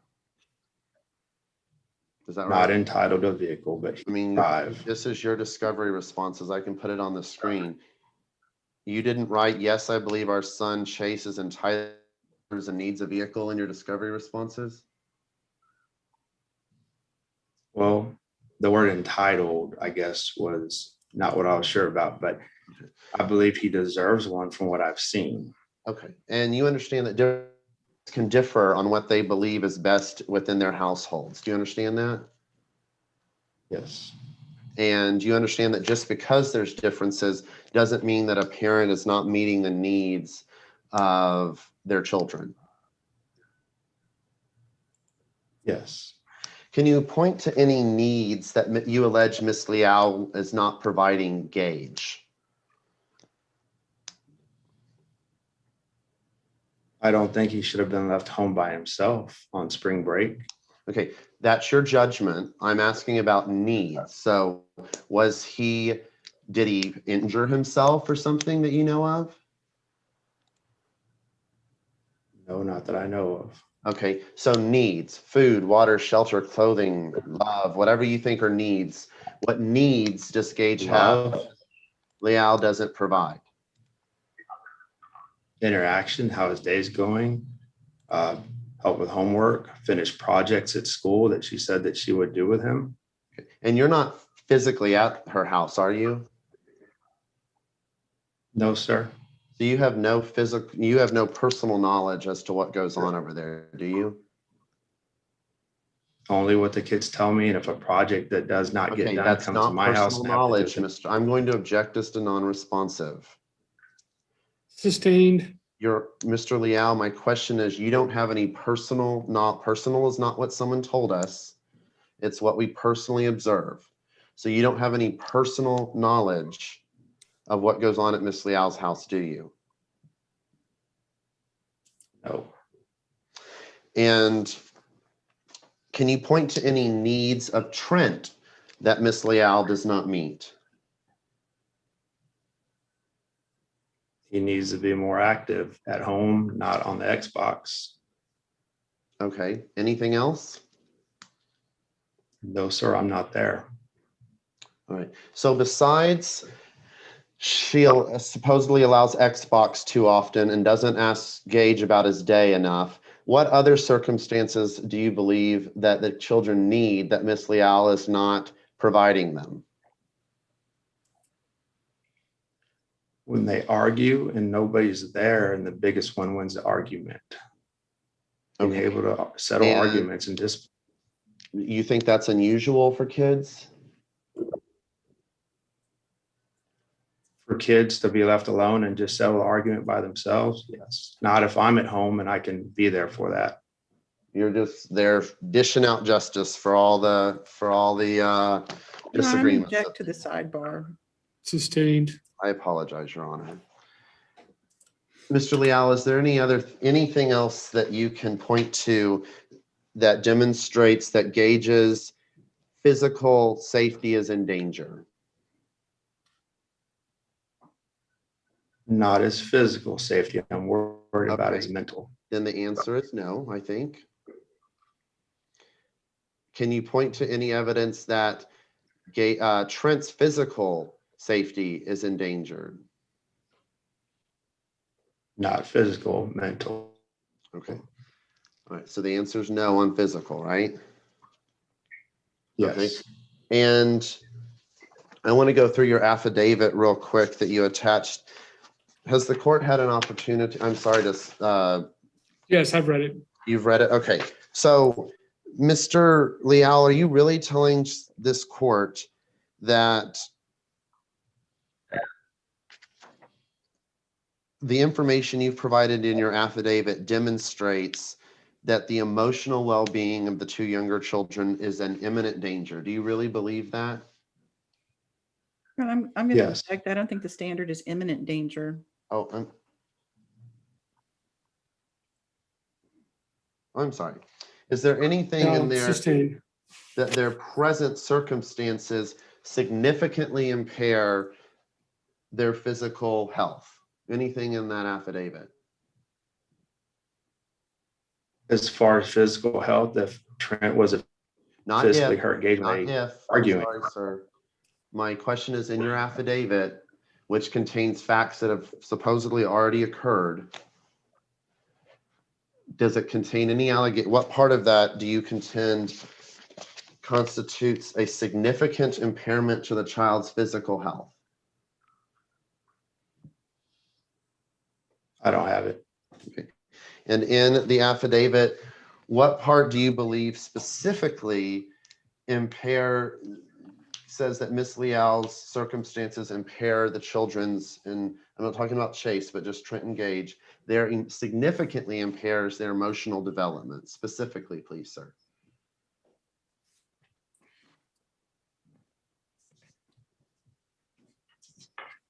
I'm looking at it right now.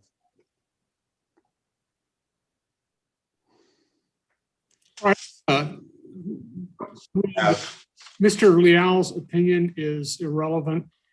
I have to make a determination.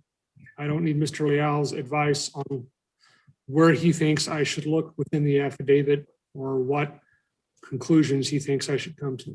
I understand. Mr. Leal, one of the things that we, by the way, you're working from home. You haven't always worked from home, have you? No, sir. And in fact, once this pandemic is over, are you going to continue to work from home? I believe I'll be working from home indefinitely from what they've told me. Okay. And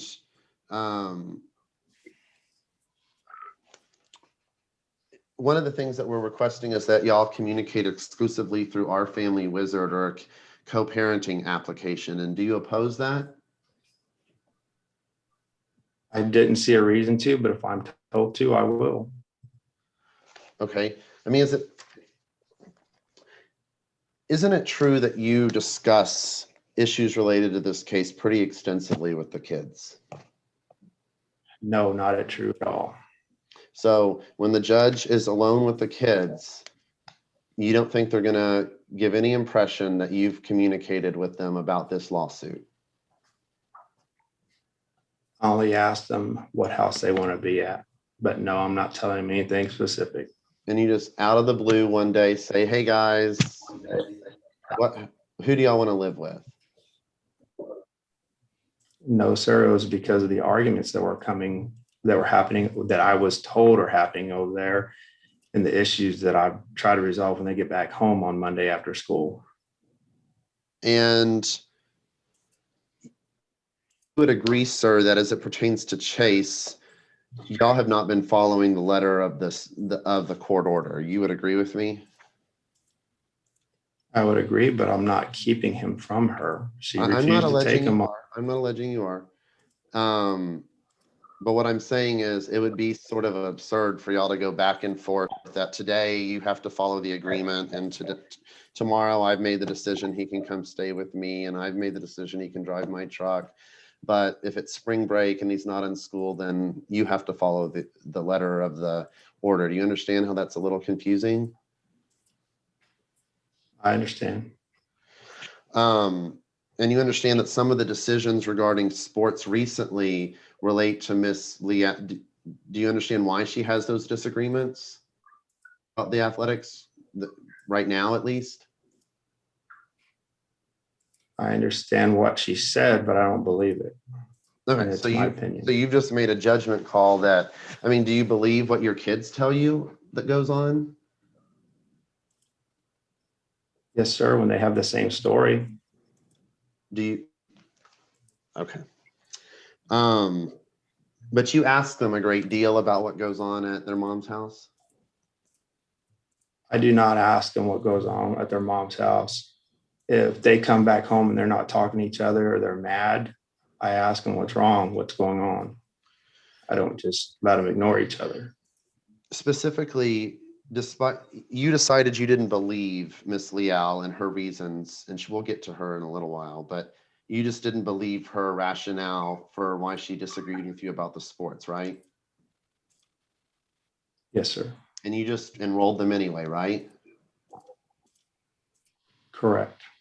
And then you want the court to punish my client by taking her kids away because you just didn't believe her rationale and enrolled them anyway.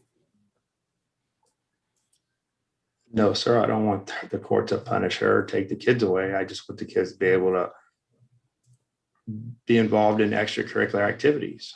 I know, but and I'm trying to give the court a sense of your co-parenting abilities. When there's a disagreement, Mr. Leal, you go and just do what you want, right?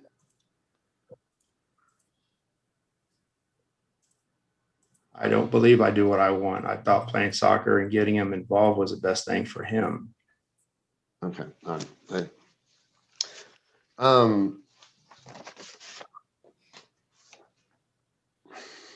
I'll pass the witness at this time, Your Honor. All right. Let me ask the attorneys from the Frio County case. are you wanting to keep hanging on? Do you want to try and fit this in on Friday? Do you want to try and talk to Miss Riley in a breakout room about, I have no idea what my schedule looks like the rest of the week. Your Honor, I think from our side, and in the interest of your time and your staff's time, I'm willing to reset this. Same with the defendants, Your Honor. I think it would take less total time before the court if it were all held at once. And I know the defendant would appreciate holding it all at once. At this point, we're going to be quite late into the evening. Now, I've been scrambling around here trying to cover my evening appointments and have been successful. So if Your Honor prefers to in the evening, we can. All right.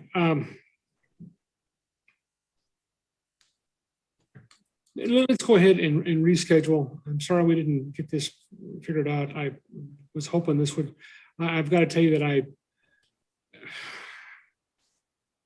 Ms. Tapia, didn't you have a similar contested family law case just the last 6 weeks or so? With different parties. Yes, different parties. Okay, I thought just when you announced, I thought that this was just Mr. Nichols wanting a rehash of something that happened a few weeks ago, and no offense to you, sir, but that was just the impression I got in my mind. I'm not at all saying that's what Ms. Tapia had said. And I thought, well, okay, unless there's been some great revelation since the last time we did this, it's not going to take real long, but there have been substantial changes. So I did not think it would take as long to get this taken care of. I thought I'd put down 30 minutes, and I thought that was at the outside. So I'm going to ask the attorneys on the Frio County case to confer if you can get something agreed to on a date and time with Ms. Riley, the coordinator's office. That's great. If I need to make a decision, let me know and I'll stop and do that. Are you going to send us to a breakout room, Your Honor? Yes, actually, I guess I am the host again since she got kicked off. So I will make her the host and ask her to make me the co-host, and then she's in charge of those. Thank you, Your Honor. Okay, all right. Go ahead, Ms. Tapia. Thank you, Your Honor. Just a couple of follow-up questions. Mr. Leal, you had stated, I believe Mr. Nichols asked you about your knowledge with regard to projects and things that weren't getting done. So have you had to complete projects that were supposed to be getting done at Casey's house that you had to do at your house? Yes. And how frequently does that occur? 2 off the top of my head, but 2 with Gage because he needed more help. So that's what I'm sorry.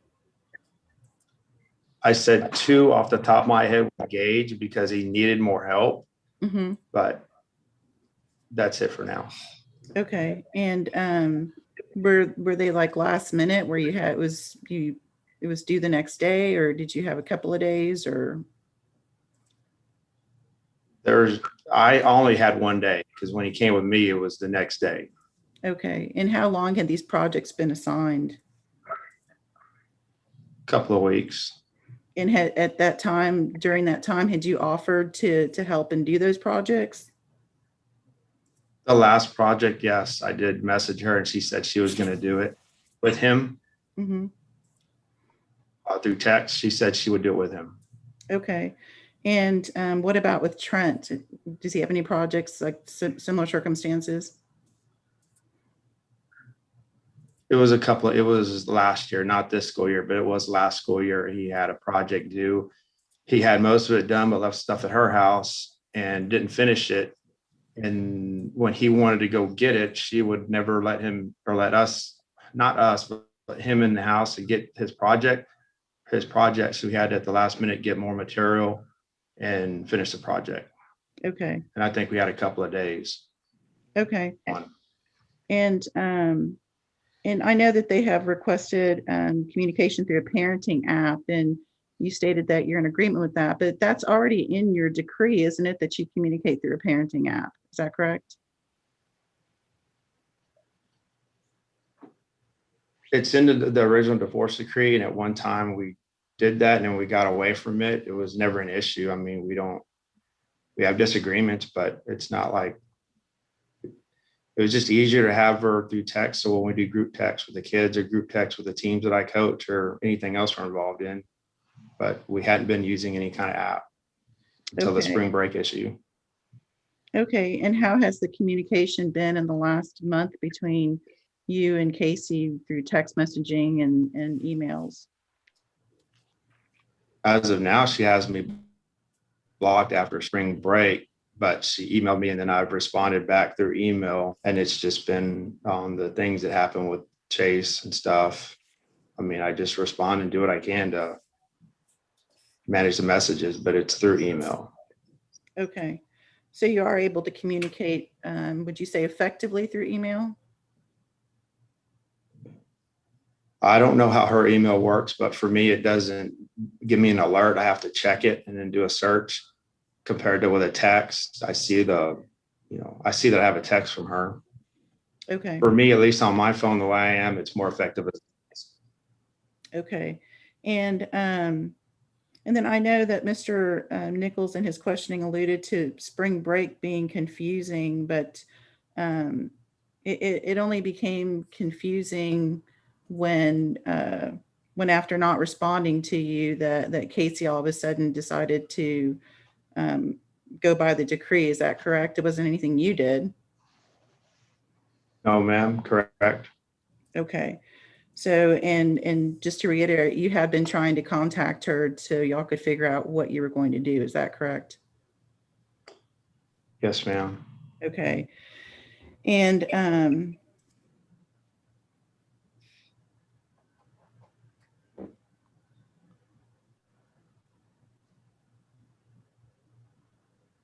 I'm sorry, I'm trying to figure out my note here, what I wrote.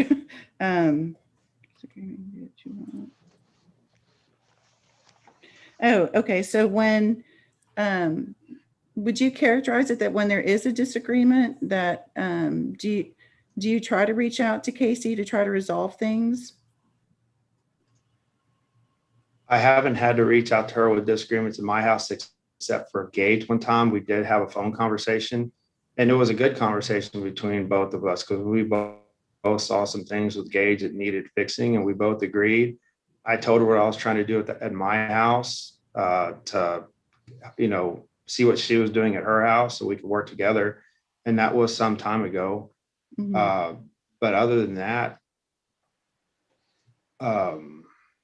it's like I said earlier, they come home and things from that house carry over to my house, understandably.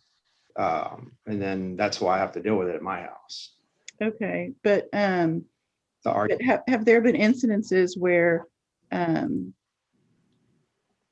believe it was with Trent and football that I'm going to object as to leading at that point. Sustained. So with regard to, if something has to be signed for school and has to be done by a certain time, do you have issues with regard to communicating with Casey about getting things done? Sometimes there was one where Trent wanted to play football. She didn't give me a decision or sign on it. She never said no, and I never really got a chance to talk to her. And I signed. I did sign the night before. And she did go to his games, which shows me that she was supportive of him playing football, but she never took him for the physical or signed the release form for him. I did. Okay. And I signed it the night before. Okay. And for practices, did you have to pick him up?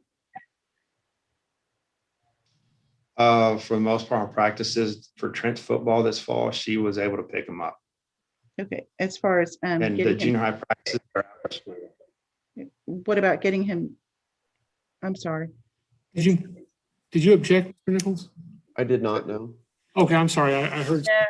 I'm sorry. I saw Ms. Cavasso shake her head, so I think there was a delay in the feed again. So I apologize. As far as getting Trent to practices, did he have morning practices? Not in junior high. He takes the bus to school in the morning and then practices after school. Okay. And he's picked up at 5. Okay. All right, then I will pass the witness, Your Honor. Very briefly, Ms. Liao, you filed this modification suit almost 1 year to the day after the the decree was signed, didn't you? I'm not aware of the dates to be specific. I believe it was sometime last summer. And in the decree, the parties agreed that you would pay substantially less than guideline child support. Do you understand that? With the 50-50, yes. So I'm sorry, maybe you broke up. You understand that you agreed to pay substantially less than guideline child support? Yes. Okay. And you would agree that your current child support obligation does not comport with the guidelines currently. Would you agree with that? Yes. Right. Pass the witness. And just to clarify again, that child support agreement with what you're paying was because it was a 50-50. Now, I'm going to object, Your Honor. There's no why, because, or the negotiations and settlement. He was there at the settlement agreement, Your Honor. He knows. I'll sustain the objection. I agree. You can't go back behind the settlement. And I have a question for Mr. Leal. If you're finished, Ms. Tapia. Yes, Your Honor. All right. What team do you coach in soccer, sir?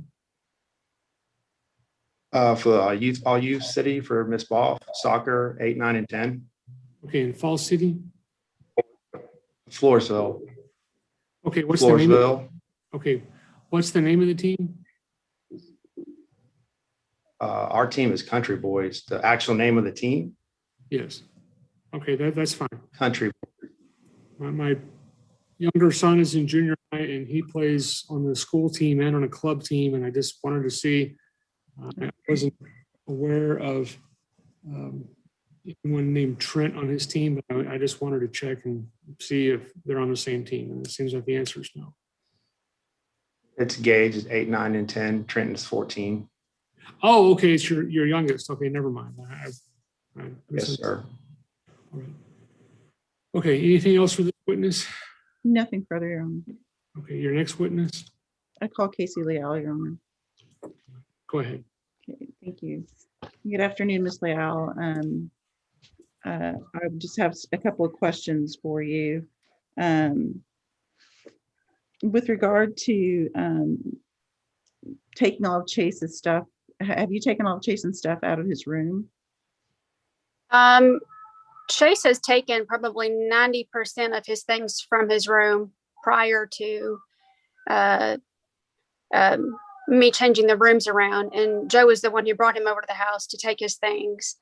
So when you say take his things, do you mean his clothes? Yeah, probably the majority of his clothes, his belongings, all that was left there was the furniture. And when I read the rooms, I just set the rooms up the same way his father has at his house. Okay, so you didn't tell the boys that Chase isn't coming back and that you were getting rid of his furniture? That the boys were coming back? That Chase was not coming back and that you were getting rid of his furniture? No, I did not say that. Okay, do you still have Chase's furniture? The dresser, he was only using like 2 drawers out of 6, so I didn't feel the need for him to have such a big dresser. Who? Chase. So you got rid of Chase's dresser? And I got a smaller one for him, yes. Okay, but did Chase take that dresser or did you get rid of it? No, I got rid of it. Okay, and you kept the bed? I bought him a brand new futon in the room. It was more fit for the bedroom. You bought who a new futon? Chase. Because he had a full-size bed that wasn't going to fit in the room with the setup that I have in there. So Chase has a futon that used to be his room now? No, like I said, I put him in with Trent because they're more closer in age. Like I said, with the same setup he has at his father's house. Okay, so you moved him out of his room, got him a futon to put in Trent's room, and you gave Chase's room to Gage. So you had no plans on Chase spending any significant amounts of visitation with you. Is that correct? Well, currently the way the schedule his dad has set up for him would be the weekends, and he's with his dad during the week. It doesn't mean that he can't stay for a lengthier time. He has. Okay. It's a large room. Okay.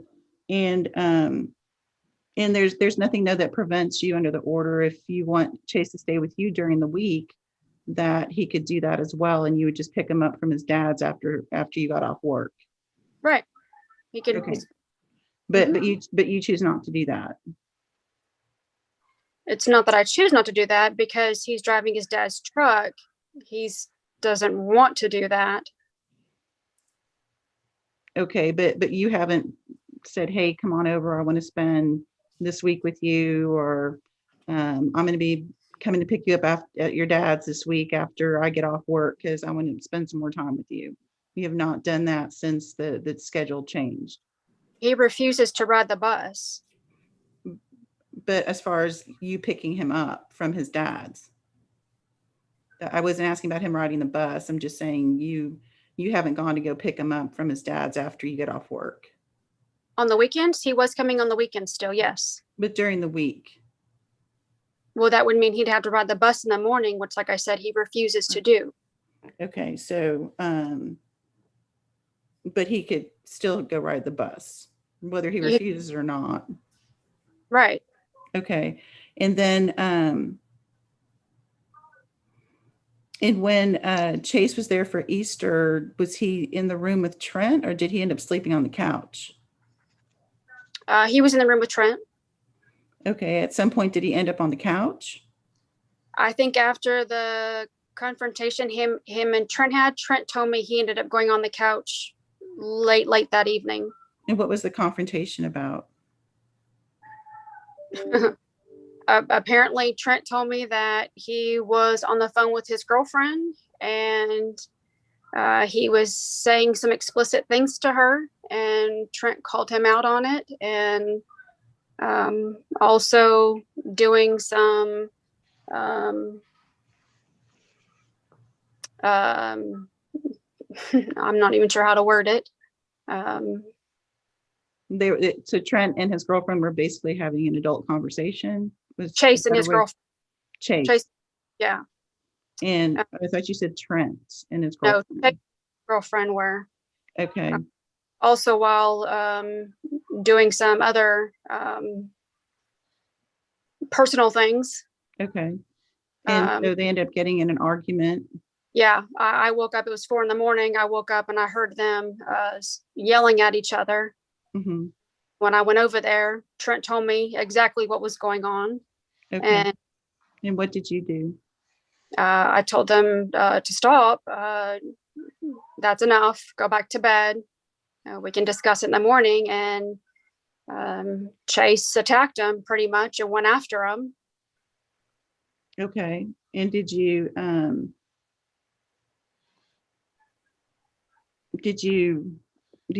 diffuse the situation? As much as I could. They're both bigger than I am. I'm not going to get in the middle of that. Okay. And did you laugh at what was going on? I did not laugh, no. So if Chase in an interview with the judge tells the judge that you were laughing at what was going on, that would be untrue. It would be untrue, yes. Okay. And how did you resolve the situation? I told them both to stop. That's enough. Just go back to bed as much as I could. They were both. Trent actually was the calm one. Chase was upset because of what he was saying. Okay. This is also a situation that I brought to Joe's attention multiple times, probably in the past year and a half. And Joe's response to me was, well, objection, hearsay, Your Honor. Overruled. Go ahead, you can answer. I brought it to his attention of what's been going on, and he basically told me, well, it doesn't happen at my house. Okay. And then with regard to during spring break, when you left Gage there by himself for the 2 days, how did that work out? I'm going to object. That's not an evidence. I'll just rephrase the question. Were you working during spring break? Yeah, I'm not a teacher. I don't get spring break off. I did have to work. Okay, so was Gage by himself Monday and Tuesday? It wasn't Monday and Tuesday. I believe it was Wednesday and possibly Thursday, and it wasn't 2 full days. Okay. What do you mean by it wasn't 2 full days? Wednesday, I believe he may have been home for maybe 4 hours at the most, and part of the day on Thursday. What's part of the day? I left for work late, maybe 9 in the morning, and I think I got home around 2 or 3. And what's your normal work schedule? I work Monday through Thursday on most weeks, and I work 7 to 3 or 3:30.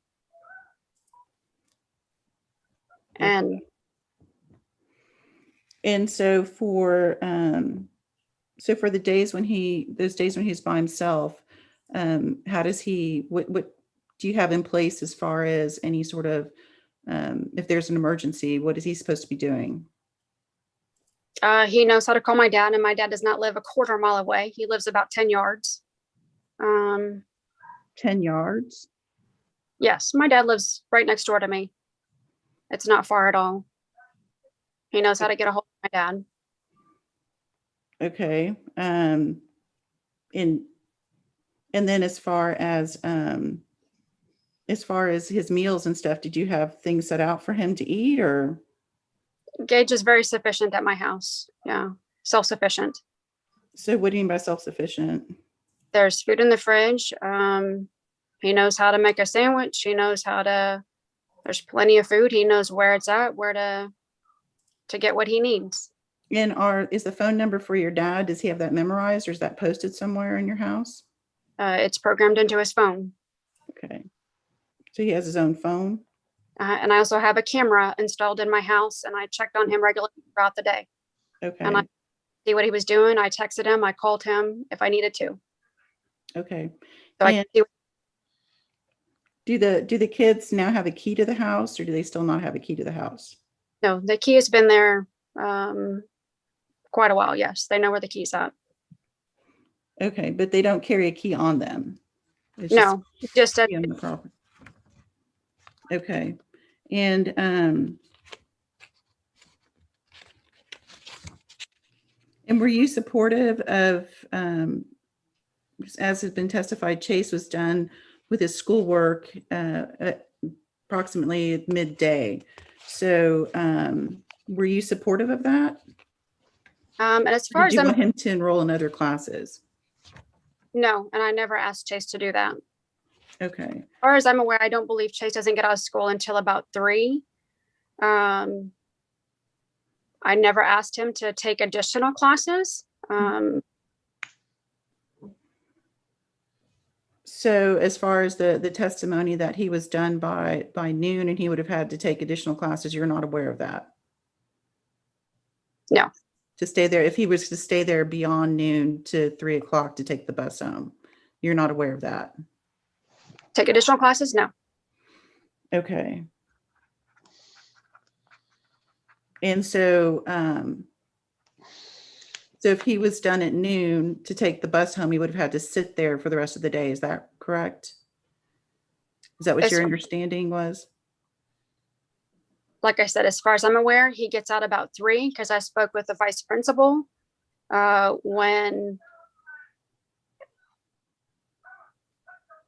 because I have a text from Joe who says that he told the counselor that he would work things out to get him home, which he failed to do after the decision was made without my knowledge or consent. And then he told me, well, then it's up to you to work it out on your weeks. So when I spoke with the vice principal to make arrangements, I was told we could have him sit in the office for about an hour to ride the bus home, which he's been doing for the last 2 years. So, but then again, okay, so maybe my question is a little confusing. If all his classes were done, if he was done by noon, to keep him there at school, he would have had to take additional classes. Is that correct? So again, I'm not aware that he's actually done by noon. So you don't know what your son's school schedule is right now? When I've looked at it, yeah, he's done at 3, not noon. Okay, so so what classes does he have in the afternoon? I can't say for sure what his class is, but he has 4 periods. So he ends at like 3, not noon. Okay, so do you know what he's taking this semester? Off the top of my head, no. With 3 kids, I can't say specifically what his classes are. And do you know who his teachers are? No.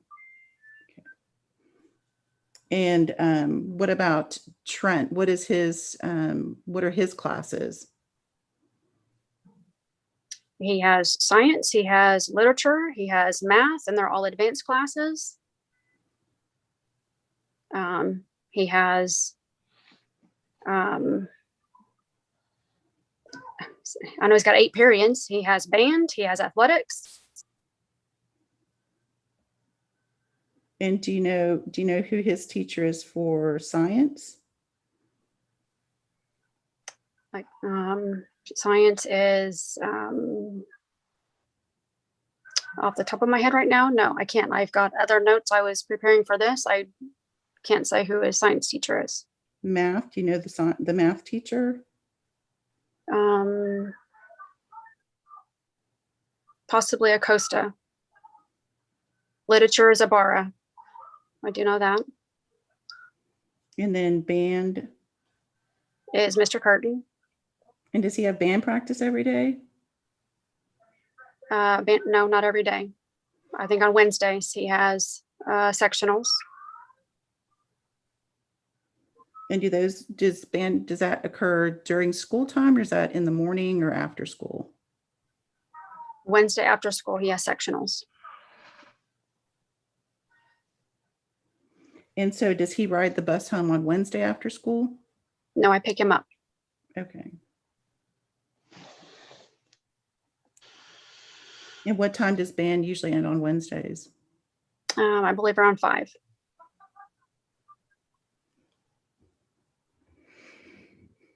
And then what about Gage? What grade is he in? 4th grade. And does he have just one homeroom teacher, or do they switch around with different teachers? No, no switching. His homeroom teacher is Miss Nelson. Okay.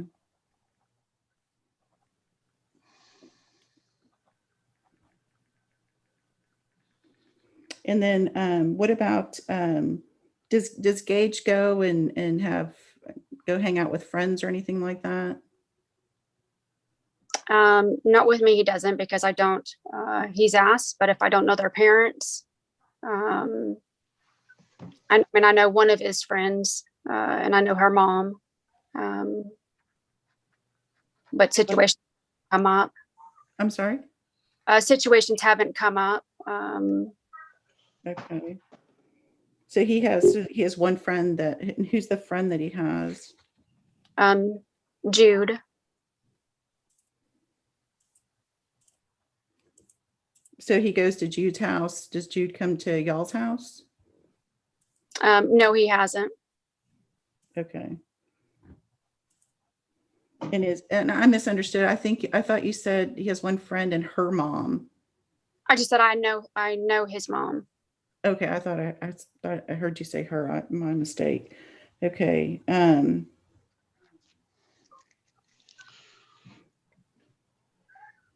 And then have there been occasions where any of the boys have had games on the weekends and you've decided not to take them to the games? Yes. And what usually is going on that they're not attending the games?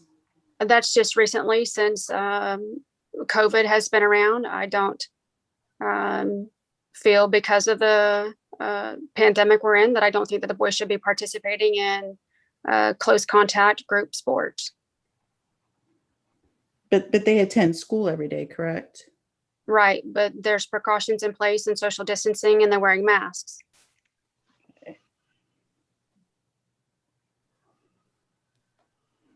And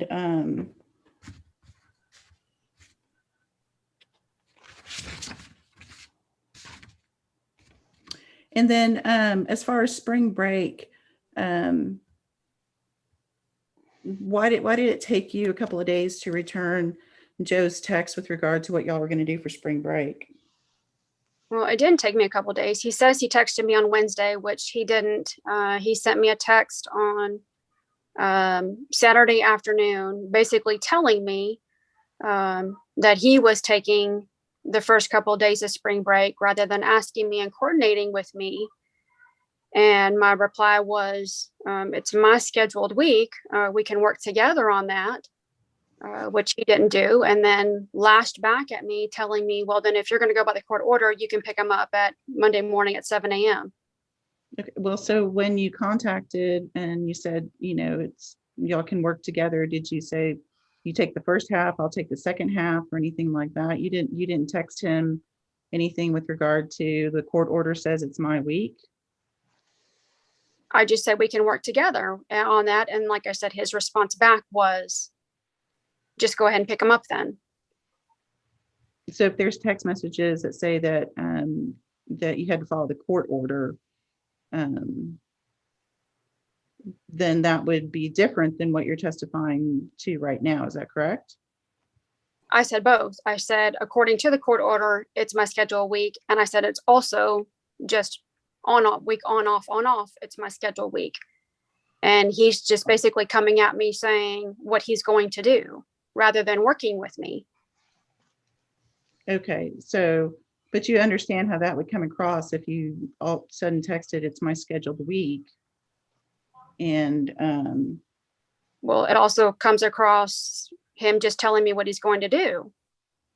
but okay, so if it's your scheduled week, then you're wanting to exercise your week then, is that correct? Well, I'm just putting it out to him saying that if you want to work together, we can, but don't just tell me what you're going to do when it's my scheduled week.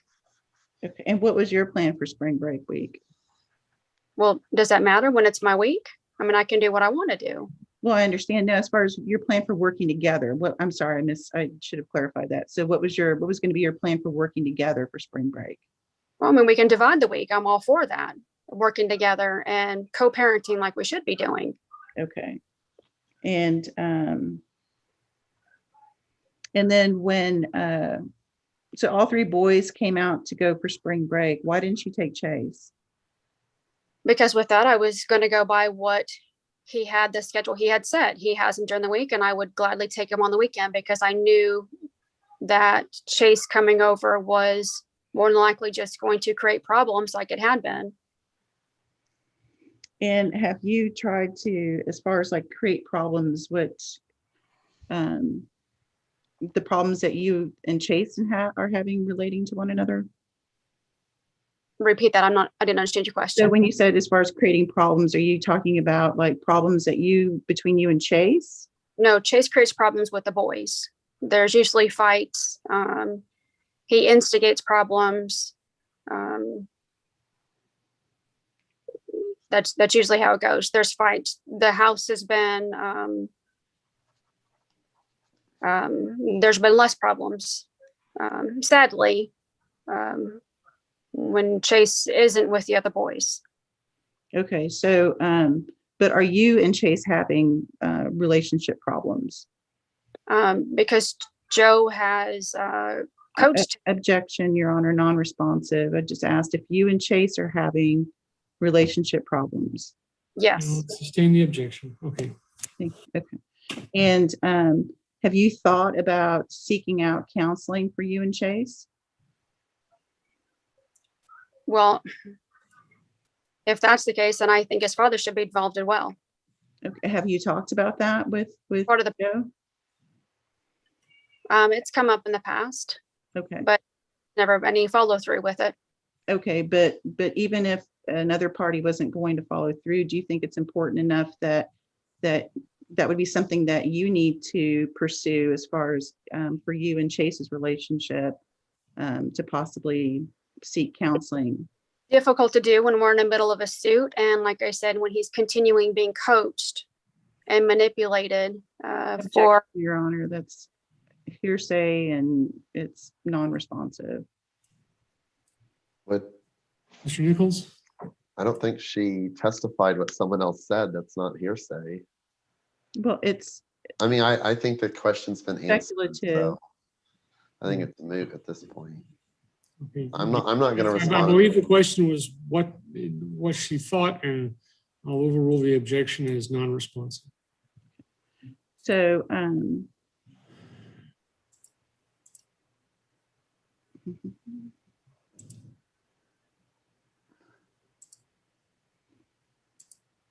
I'll pass the witness, Your Honor. I'm going to be very brief. Casey, is it fair to say that you consider yourself a pretty traditional, even strict parent? I can be, yes. And do you believe that, well, I want you to tell the judge kind of some of the specifically, what are we dealing with Chase? Is he acting physical? Is he physically refusing to do stuff? Is he, give the judge a sense of what's going on. Yes, I've caught Chase lying. He tells me he's going to be one place if he goes out with his friends, and it turns out he's not there. He blocks me on his phone, where I can't see where he's going to be. He has attempted to steal one of my vehicles to go to school. I've caught him drinking. I can't trust him. Yes, he has gotten physical with the other boys. In the past, he's attempted to get physical with me. He has taken my things. There's at times I have been fearful of him. In fact, you called me from your bedroom once. Yes. Chase trying to get in. Objection, Your Honor. He's testifying. No, is it? I'll rephrase. Okay. In fact, Miss Leal, did you call me one time, sort of panicked because Yeah. you were? Go ahead. Regarding this schedule change at school, when you say Chase refuses to take the bus, Ms. Tapia kind of indicated, well, if he can refuse or he doesn't, if you say he takes the bus, he'll take the bus. Does he physically refuse? I mean, is there a way to make him do it? No. And when he's with his dad lets him drive. And Yeah. so you end up having to be the bad guy by instituting consequences. Is that right? Yes. Look, you and I don't have to agree on the rationale regarding team sports. We might not agree, but you believe that you're making the best decision for the kids while they're in your care. Is that right? Yes. Are you trying to deprive them of any opportunity to participate in extracurricular activities?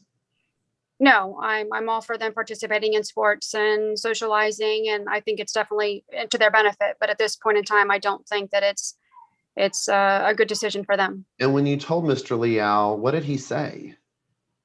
I mean, he continues to. Your Honor, hearsay. He's here.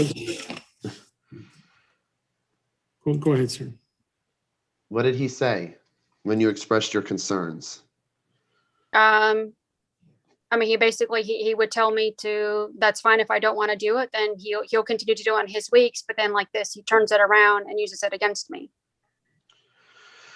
And in fact, he just not only testified he didn't believe you, he became the coach. Yes, yes. You mentioned that Mr. Leal doesn't really co-parent. Is that accurate? Yes. And I think you used the words dictate, right? Oh, yes. And give the court a sense of what that is when you mean about the topics he dictates, the areas of the kids' lives. That's many of them. I'm not part of the decision making when it comes to the kids. Just like with Chase's school schedule, I wasn't a part of that. It was made without my knowledge or consent. And then it's around where then I'm expected to provide a vehicle. And when I don't, then there becomes behavioral issues when Chase is with me. It creates problems. I want to go over the requested relief. You are asking the court, you're agreeing that right now it's best for Chase to be with his dad, except at the times mutually agreeable to the parties. Is that right? Correct. And you're asking the court to keep the possession and access schedule for Trent and Gage to be the same. Is that right? Correct. And why do you believe that's in their best interest? Because I have no issues with Gage and Trent while they're here. We get along excellent. There's no issues with them. there is no fighting, there is no arguing. If Joe would stop interrogating them when they go back to their house and trying to get information from them, that's where problems are. She has no knowledge of that. That's Trent hearsay. Right, I'll overrule the objection. She's stating her opinion. You can cross-examine her if you wish. What do you think? Because we can't just leave Chase out of all of this. What do you think is going on with Chase? I think that since the divorce, and then since the suit has started, that the end goal and what the agenda is that Joe wants to get out of paying child support. So he is. What makes you believe that? Because Trent has told me that they hear. Your Honor, hearsay. Okay. So you can't tell me the content of why you believe it, but if it was, you can tell me because of something I witnessed at the grocery store, because of a conversation I had with someone. Can't tell me what that conversation was, but why do you believe that that is the purpose of this suit? Because Joe moved out of the school district, which then lifted my geographic restriction. He moved in with his girlfriend. Wait, let me get this straight. So if the children were to be, he doesn't live in Floresville ISD anymore? No, he doesn't. So if he was awarded primary today, they would have to change schools? They could, yes. Okay, but it's normally they go where they reside full time, right? Right. Mr. Leal's asking that you only have standard possession, not continue the 50-50. Do you understand that? Yes, I do. And so would it be your understanding that the majority of their time would be in a new school district and they would no longer be eligible in Floresville, at least maybe immediately, but at least next school year? Right. You're asking the court to order that y'all, or reorder that y'all communicate exclusively for Our Family Wizard. Why? Because he has sent me some lengthy, harassing and insulting text. Yeah, I'm going to argue, I'm going to order that. Oh, okay. I'm sorry. But if the parties aren't getting along perfectly, then that's why you do it, so that you don't have disputes about when texts were sent or what was said or what wasn't said. Okay. Then my last question, Miss Wolf, is there anything else that you want Judge Wilson to know about you or your kids or the case that you think is important when he's making a decision today?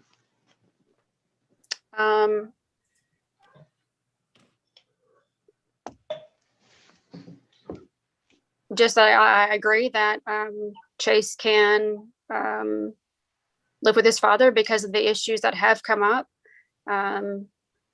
There are no arguing with Trent and Gage. We get along great. I think Trent would definitely testify to that. I think that some information would come up with Gage if he were to talk to him. That would shed some light on a lot of things. There is definitely some issues with decisions being made without my knowledge and consent that needs to be addressed. Okay. I'll pass witness. Thank you. Just a couple of follow-up questions, Your Honor.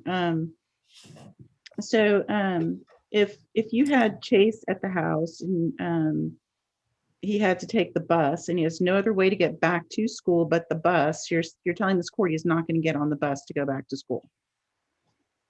He probably wouldn't know. He called his dad, which he's done many times. So, and if his dad refused to pick him up and said, hey, you need to get on the bus, he's still not going to get on the bus. He hasn't done that before. He picks him up. That hasn't been, because it hasn't been done before, doesn't mean that it couldn't be done in the future, correct? Well, that's correct. Yeah. Okay. If he. So, so as far as when you're talking about that Joe doesn't co-parent, wouldn't you agree that, I mean, you kind of take the easy way out too, instead of you take the path of least resistance? How so? By not enforcing things, by not co-parenting together to make sure that you're on the same page. Can you give an example? The bus. I think I'm gonna just say reverse here. The witness is questioning the attorney. It's fine. Okay. Okay, so, and when you were married, didn't Joe coach all the time? Occasionally he did, yes. So this isn't new that he's coached before. This isn't something that he's just all of a sudden doing. Joe's coached before when you were married and the boys were participating in all the different sports, correct? Correct. Okay, so,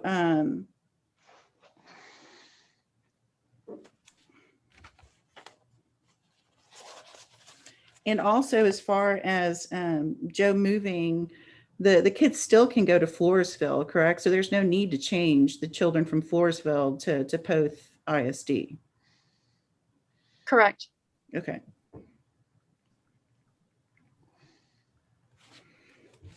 I have no further questions, Your Honor. I'll pass the witness. Nothing further, Your Honor. Okay. I just have to get ready for my 3 surprise witnesses, Judge, and then we'll zoom through those and be done by 8 or 9. Right, I'm looking at 156.006. I'm not going to meet in chambers with Chase because there's nothing for me to resolve on that issue. Gage is less than 12 years of age, and so I'm not going to meet with him. I think that at final hearing, the judge has the discretion, but I don't know if that's I don't see that that's the case on temporary orders. So Trent is the middle child. That's correct. Yes, sir. Okay. We meet with just Trent. Your Honor, if I could, for clarification, I believe that 156 allows that if the affidavit under B1, if the court finds that the affidavit are adequate to support, then you can actually talk to Gage.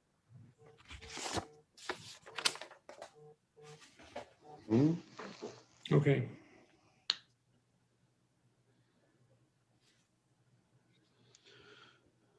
Yeah, I don't think that the affidavit is sufficient anyway, what it alleges, but I don't know that 156.006 relates to interview of the children, does it? Sure, it says a person who files a motion for temporary orders. So it just says basically under B1, and B1 includes that while a suit for modification is pending, and then it goes 1, 2, or 3. Oh, So I see. one is that basically if you're alleging that the present circumstance would, with regard to the physical health and emotional development, and then it says on B1 that if you're filing that, you have to execute an affidavit, and then if the court determines that the facts are adequate to support. Well, Right. That just means that we've set a time and place for the hearing. I see that. explicitly did that by having a hearing. I will explicitly find that the facts were sufficient as alleged in the affidavit. I still don't know that, don't think that authorizes me to meet with a child less than 12 years of age. So do you want me to meet with just Trent? I'm going to defer to my client, Miss Leal, if you could, or Miss Wolf, I'm sorry, if you could give the judge an answer on that.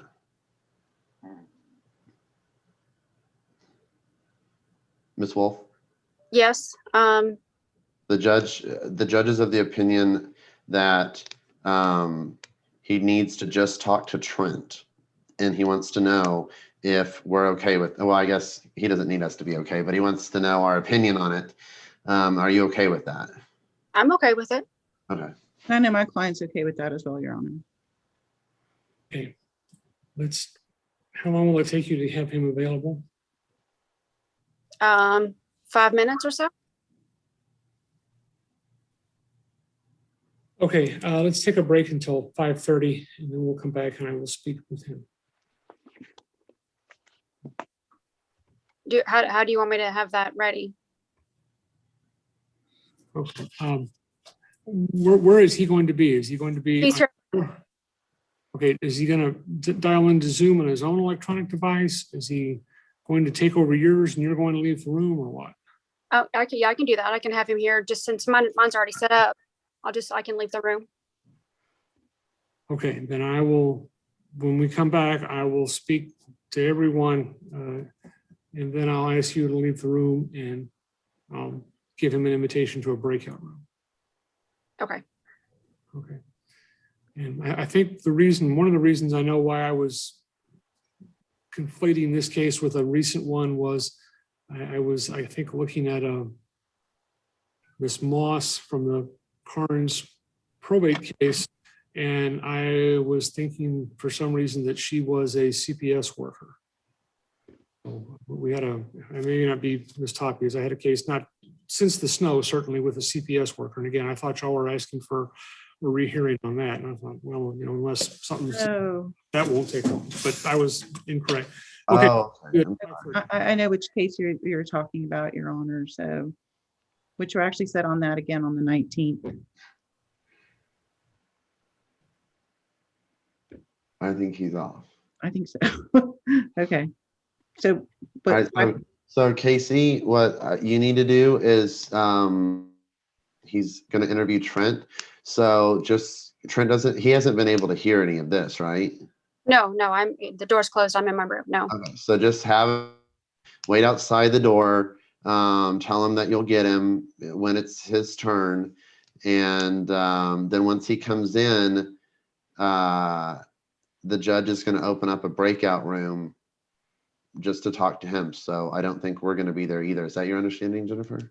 yes. And so if you just explain to him that it'll pop up on the screen and it'll say like breakout, like you're invited to breakout room number such and such, and he'll just need to click on that. So it's very simple.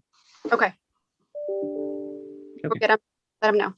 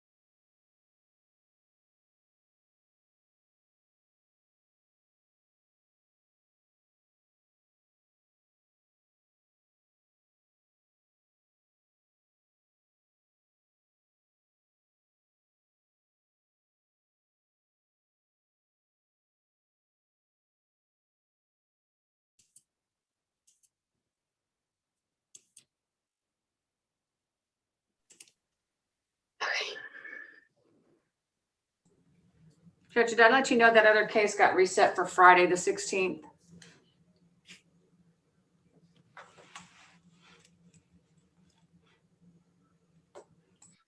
All right, Ms. Leal, if you let me know whenever He's right here. I got him. he is available. Yes. Do you want me to step out now? I'm sorry, I turned off the speakers. Oh. Should I step out now? No, is everyone ready to go? We're ready, Your Honor. I'm ready. All right, and let me ask Trent Leal, are you there? Okay, good afternoon. All right, I'm going to ask your mother to step out of the room, out of earshot in just a moment, and then I'm going to give you an invitation to what's called a breakout room. There should be something that pops up on your screen that gives you an opportunity to connect. All right, okay. Now you're on your way out. Yes. Assign you to room number 10 and ask you to click to join that, and then I will go there. All right. Oh, and Ms. Cavazos, let me.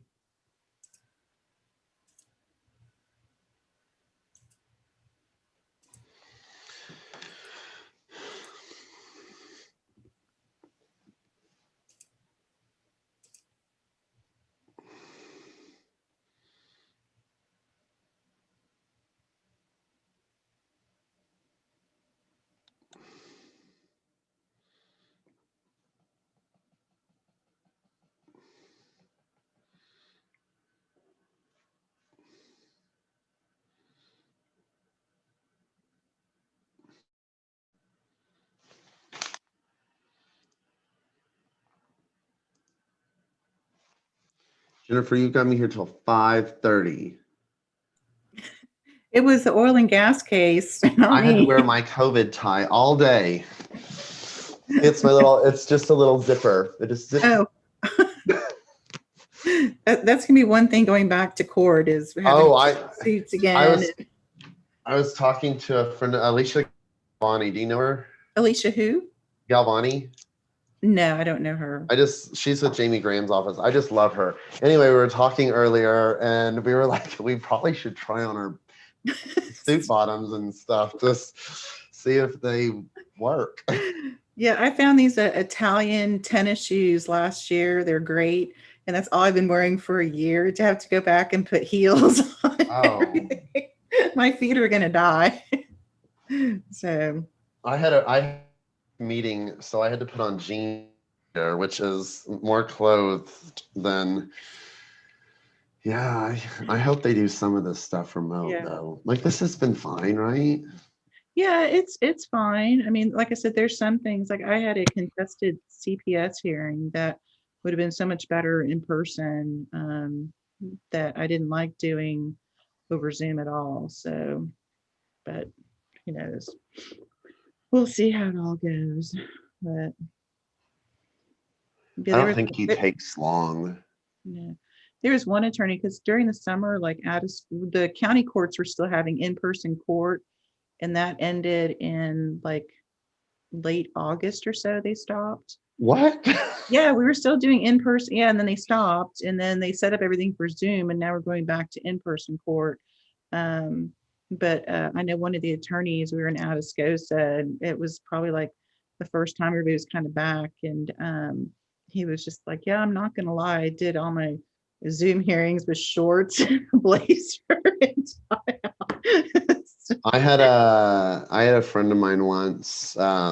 He was actually the judge I served under, and we became personal friends. But he was like at my house here in San Antonio, and like we were down at the pool, and he walked up and threw a robe on, and no shirt or anything, just threw a robe on, and did arraignments by video. Oh my gosh. Yeah, I've seen people eat their breakfast. This one lady was like in bed, and you saw her get up and go into the bathroom. I mean, I had a gal on the toilet. My client. Oh my God. Oh, Guadalupe County. oh my God. I That's was crazy. appalled. I would be too. I got after a client because they had a one of those wife beater t-shirts on. And I was just like, go put a shirt on. You don't show up in court like that.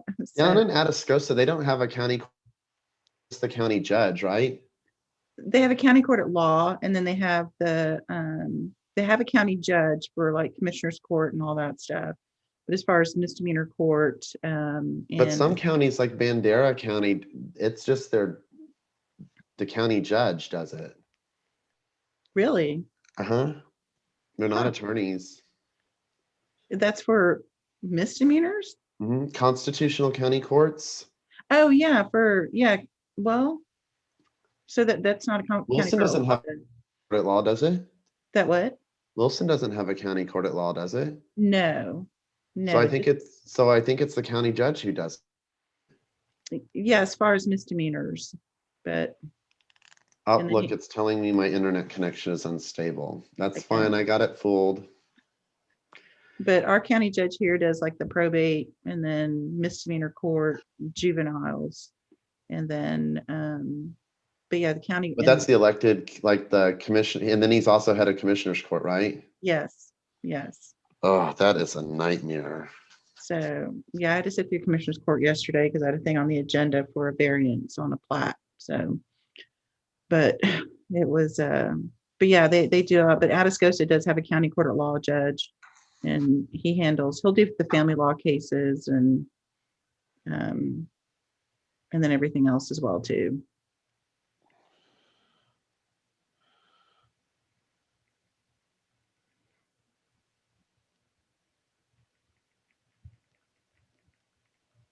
Well, I'll say this for Wilson, that guy works. I mean, he has sat on that bench all day and taken, a few minutes. I know. He works. Oh yes. Because I was expecting, oh gosh, we're gonna break at 12 and we're gonna have to come back at 1:30 and whatnot. And he went straight through. I was like, yes. That was awesome. No, yeah, he works very, very hard. So both the judges here do. So even Judge Ellison, he'll stay till whenever else. So, Not in Bear County. no. He's still in court too, actually. Judge Ellison is as well. Oh, really? Oh, is he Yes. really? They had a big criminal docket today. Oh, wow. Yeah, are they doing criminal in person yet? We're gonna start that next month. Bandera's starting next month too. I was like, oh man, I gotta drive out there for an arraignment. Do they have a public defender's office out there? No, it's a wheel. They just have a wheel. Oh, okay. Okay, we're back on the record. I had an opportunity to speak with Trent Liao. He's a very polite, intelligent young man. Both parents ought to be proud of him. And so is there anything else before argument? Nothing from us, John. All right, any argument? Just very briefly, is the court familiar with what the relief we're seeking? All right, Ms. Top, you get to go first, or? Oh, I'm sorry. That's okay. Yes, and basically we would be asking again, the relief that we're seeking in our pleadings, Your Honor, that for purposes of temporary orders, when we were here before, my client did not want to split up the kids. If that is to happen this time, he's fine with that, and he's requesting that he be made the conservator that has primary possession of the kids, and that Ms. Liao be granted a standard possession order. In the alternative, should the court not find for that,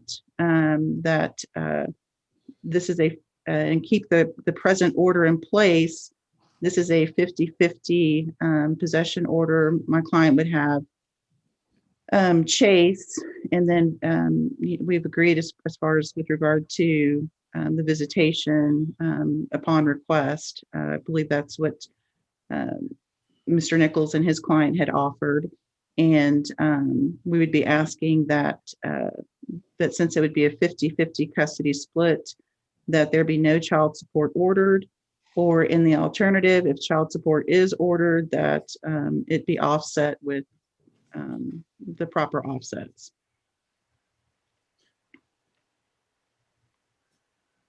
All right, Mr. Nichols? Thank you, Your Honor. I just don't think that Mr. Liao has met his burden to forcefully change the designation of primary.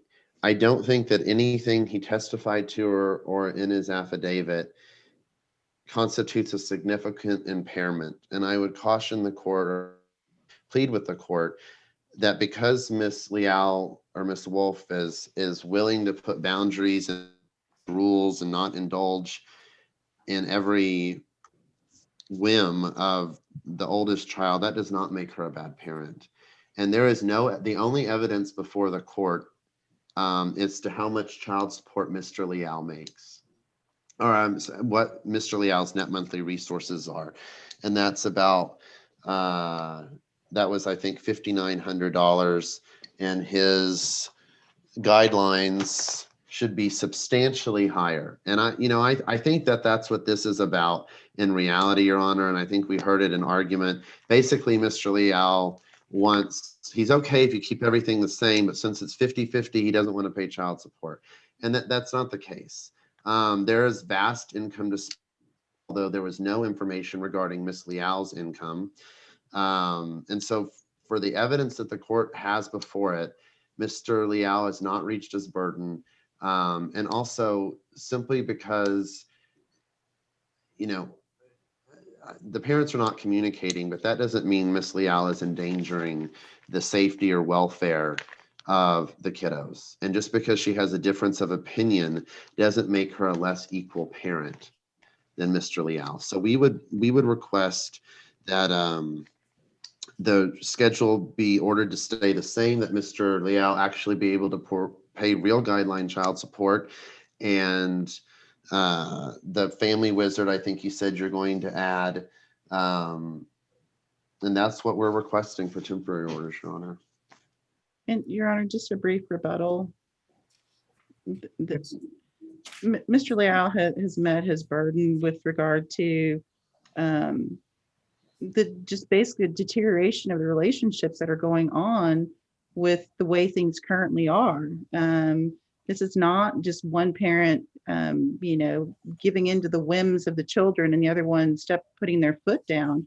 This is children are growing up, have different needs, different things going on in their lives, and you have Mr. Liao, who is doing the best he can to make sure that they're involved, that, you're 16, 17, that's the next step. You drive, you start driving, you want to drive, you're gaining your independence. There's nothing wrong with that. And there are boundaries in place. And Miss Wolf didn't even know all the teachers' names for all of her kids. There's something there. There's non-participation that's going on.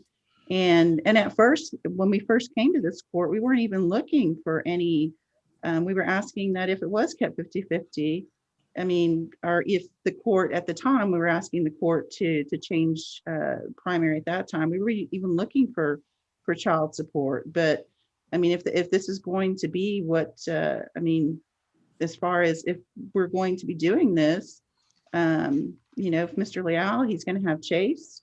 There's obviously expenses there with regard to car insurance, driving a car, other things, sports, things like that. He should be entitled to some offset.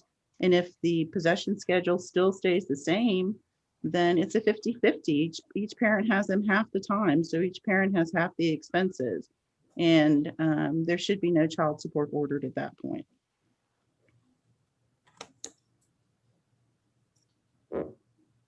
Okay.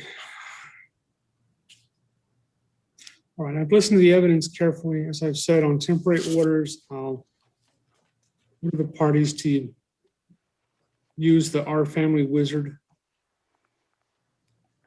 And Could it be app close? I believe that's free. Our app close, that's fine. It doesn't matter as long as it's one of the ones so that we don't have the he said, she said. Obviously, yes, there is a deterioration of the relationship. If I thought that I could fix that for all the parties by just saying that they need to spend more time, the children, with Mr. Leal, I would certainly be open to doing that. And that may be what happens at final orders, but for temporary orders, I'll find that I do not have statutory authorization to make a change in who designates or creating somebody to designate the residence of the two younger children. What I saw in the affidavit that I had some concerns about was the child Gage at his age being left alone. I still think that the camera makes a big difference. Life is strange. I disagree with Ms. Wolf, I guess it is, I should be saying, on the COVID. I think she's overprotective there. I think she's probably less protective than she should be on leaving a child that age alone, but I'm not going to find that it's so far outside of what regional parent can decide for their own children that it by any means endangers the emotional or physical well-being of the children, especially given that there's camera that can view it. I don't want to force the attorneys to play games, but I will agree with Mr. Nichols. I don't have any testimony as to what Ms. Wolf's income is, so I will order Mr. Leal to pay child support at 20% offset by the minimum wage. And just the presumption that Ms. Wolf is earning at least minimum wage. Now that's just temporary order, so I think that obviously, they can come back in if that is how it winds up being at final orders and ask to have it backdated, I think. But on temporary support, I'll order it that. Is that effective May 1st? Yes. And I also just say, yes, y'all need to work together. You've obviously done that some. You need to figure out a way to do it more. I will agree with Ms. Wolf that, well, you can't just dictate things, Mr. Leal. And I think there's been some of that going on. Now, I understand that there could be a monkey wrench thrown in plans, but that's why y'all need to be conferring in advance. And if not get into a snit and say, well, and then if you're going to claim it's your week, we're not going to even talk about it. You just going to pick the kids up at 7 o'clock in the morning. I don't think that was appropriate. I'm not saying it was evil by any means, but I think it was not in the best interest of the children. So I'm going to ask both of y'all to, whether it's, and hopefully going through something like app close. Let me ask Ms. Tapia. I've never logged on to anything like that. I think I set up on our family wizard account one time just to see what it looked like. Is that very similar or? It's similar. almost the same. It's just a little less. There's not an attorney interface, but honestly, Your Honor, attorneys don't like to go look at it either. It's more user friendly. And then as far as like when they do go to share stuff with us, it's just all right there. They just have to basically download it and forward it to us with regard to text messages and things like that. So. Okay, and it'll keep track of it, so they can still use text messaging then even with app close. It's just that it's through the app close. Correct. They send text through app close instead of over the phone, and it's all right there documented, and there's no screenshotting, and it's just all tracked with time, dates, everything like that. So, and then if the person's read it or has not read it, things like that. So. All right, so I guess the other thing I'll ask for both the parties is, when you're going to app close, to just try and step back a little bit and maybe it'll be a bit more formal if you're having to use app close. Maybe stop and think about how the other parent is going to take the message you're about to send them. And I'm not saying you shouldn't be forthwith about what your opinions are or what it is you want to do, but hopefully you can do that in a way that neither parent is getting the other parents back up. Your Honor, if it helps, just for your notes, because I'll prepare an order. I have calculated the monthly, and I want to make sure I'm doing the math right. The month, 20% of Mr. Leal's monthly resources is $1,195.80.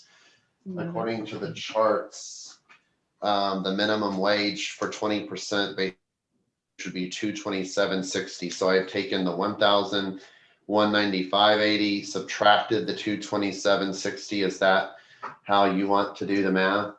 No, I've got, as far as adjusted net resources available, as far as I got 4788, and 20% of that is 957.69.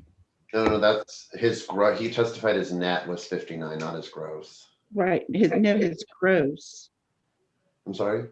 His gross was 5976, I thought. No. Because if you remember, we backed it out. 30% of his net monthly resources in his interrogatories, he said was 1793. So if you figure out what 1793 was, divide it by 30, that's 5976. That's his net, not his gross. Okay. I'm sorry, I thought he testified that was his gross. All right. Let's get an entry date. I'll let the attorneys, if we need to have a hearing on what he said, I'm not going to resolve that right now because I need to get home and see if they've jackhammered up my foundation with the water leak. Oh, no. Okay. All right. So do we want to go ahead and get an entry date, or do you think you're going to be able to work that out? I mean, we're going to have a hearing if she's going to say that was net or gross. I'm afraid. Yeah, and I'm not saying he can't come back and say that he misspoke. So, okay. I'll look at the pay records and stuff. We'll work it out. I mean, we can agree with the pay records they say, right, Jennifer? That what, I'm sorry? The pay records will speak for themselves. But I just want to make sure, Your Honor, we're calculating him at 20%, then her at 20% of minimum wage, and then offsetting it, and that's the number. Is that right? For temporary orders, yes. For temporary order. Okay, all right. I appreciate it then for the clarification. Okay. All right, then everyone is excused. Thank you. Thank you, Your Honor. Hopefully the. I'll see you tomorrow morning. The what? Who is that addressed to? You. I have another Wilson County case in the morning. Okay, all right. See you then. Okay, I haven't looked at my dockets for tomorrow and I haven't checked my email today, so I'll see you then. All right, bye-bye.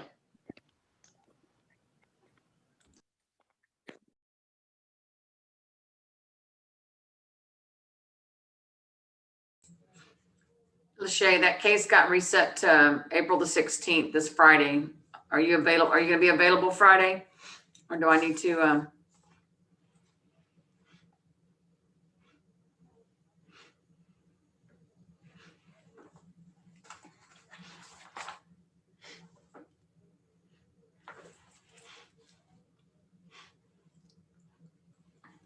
Okay. Yes, ma'am.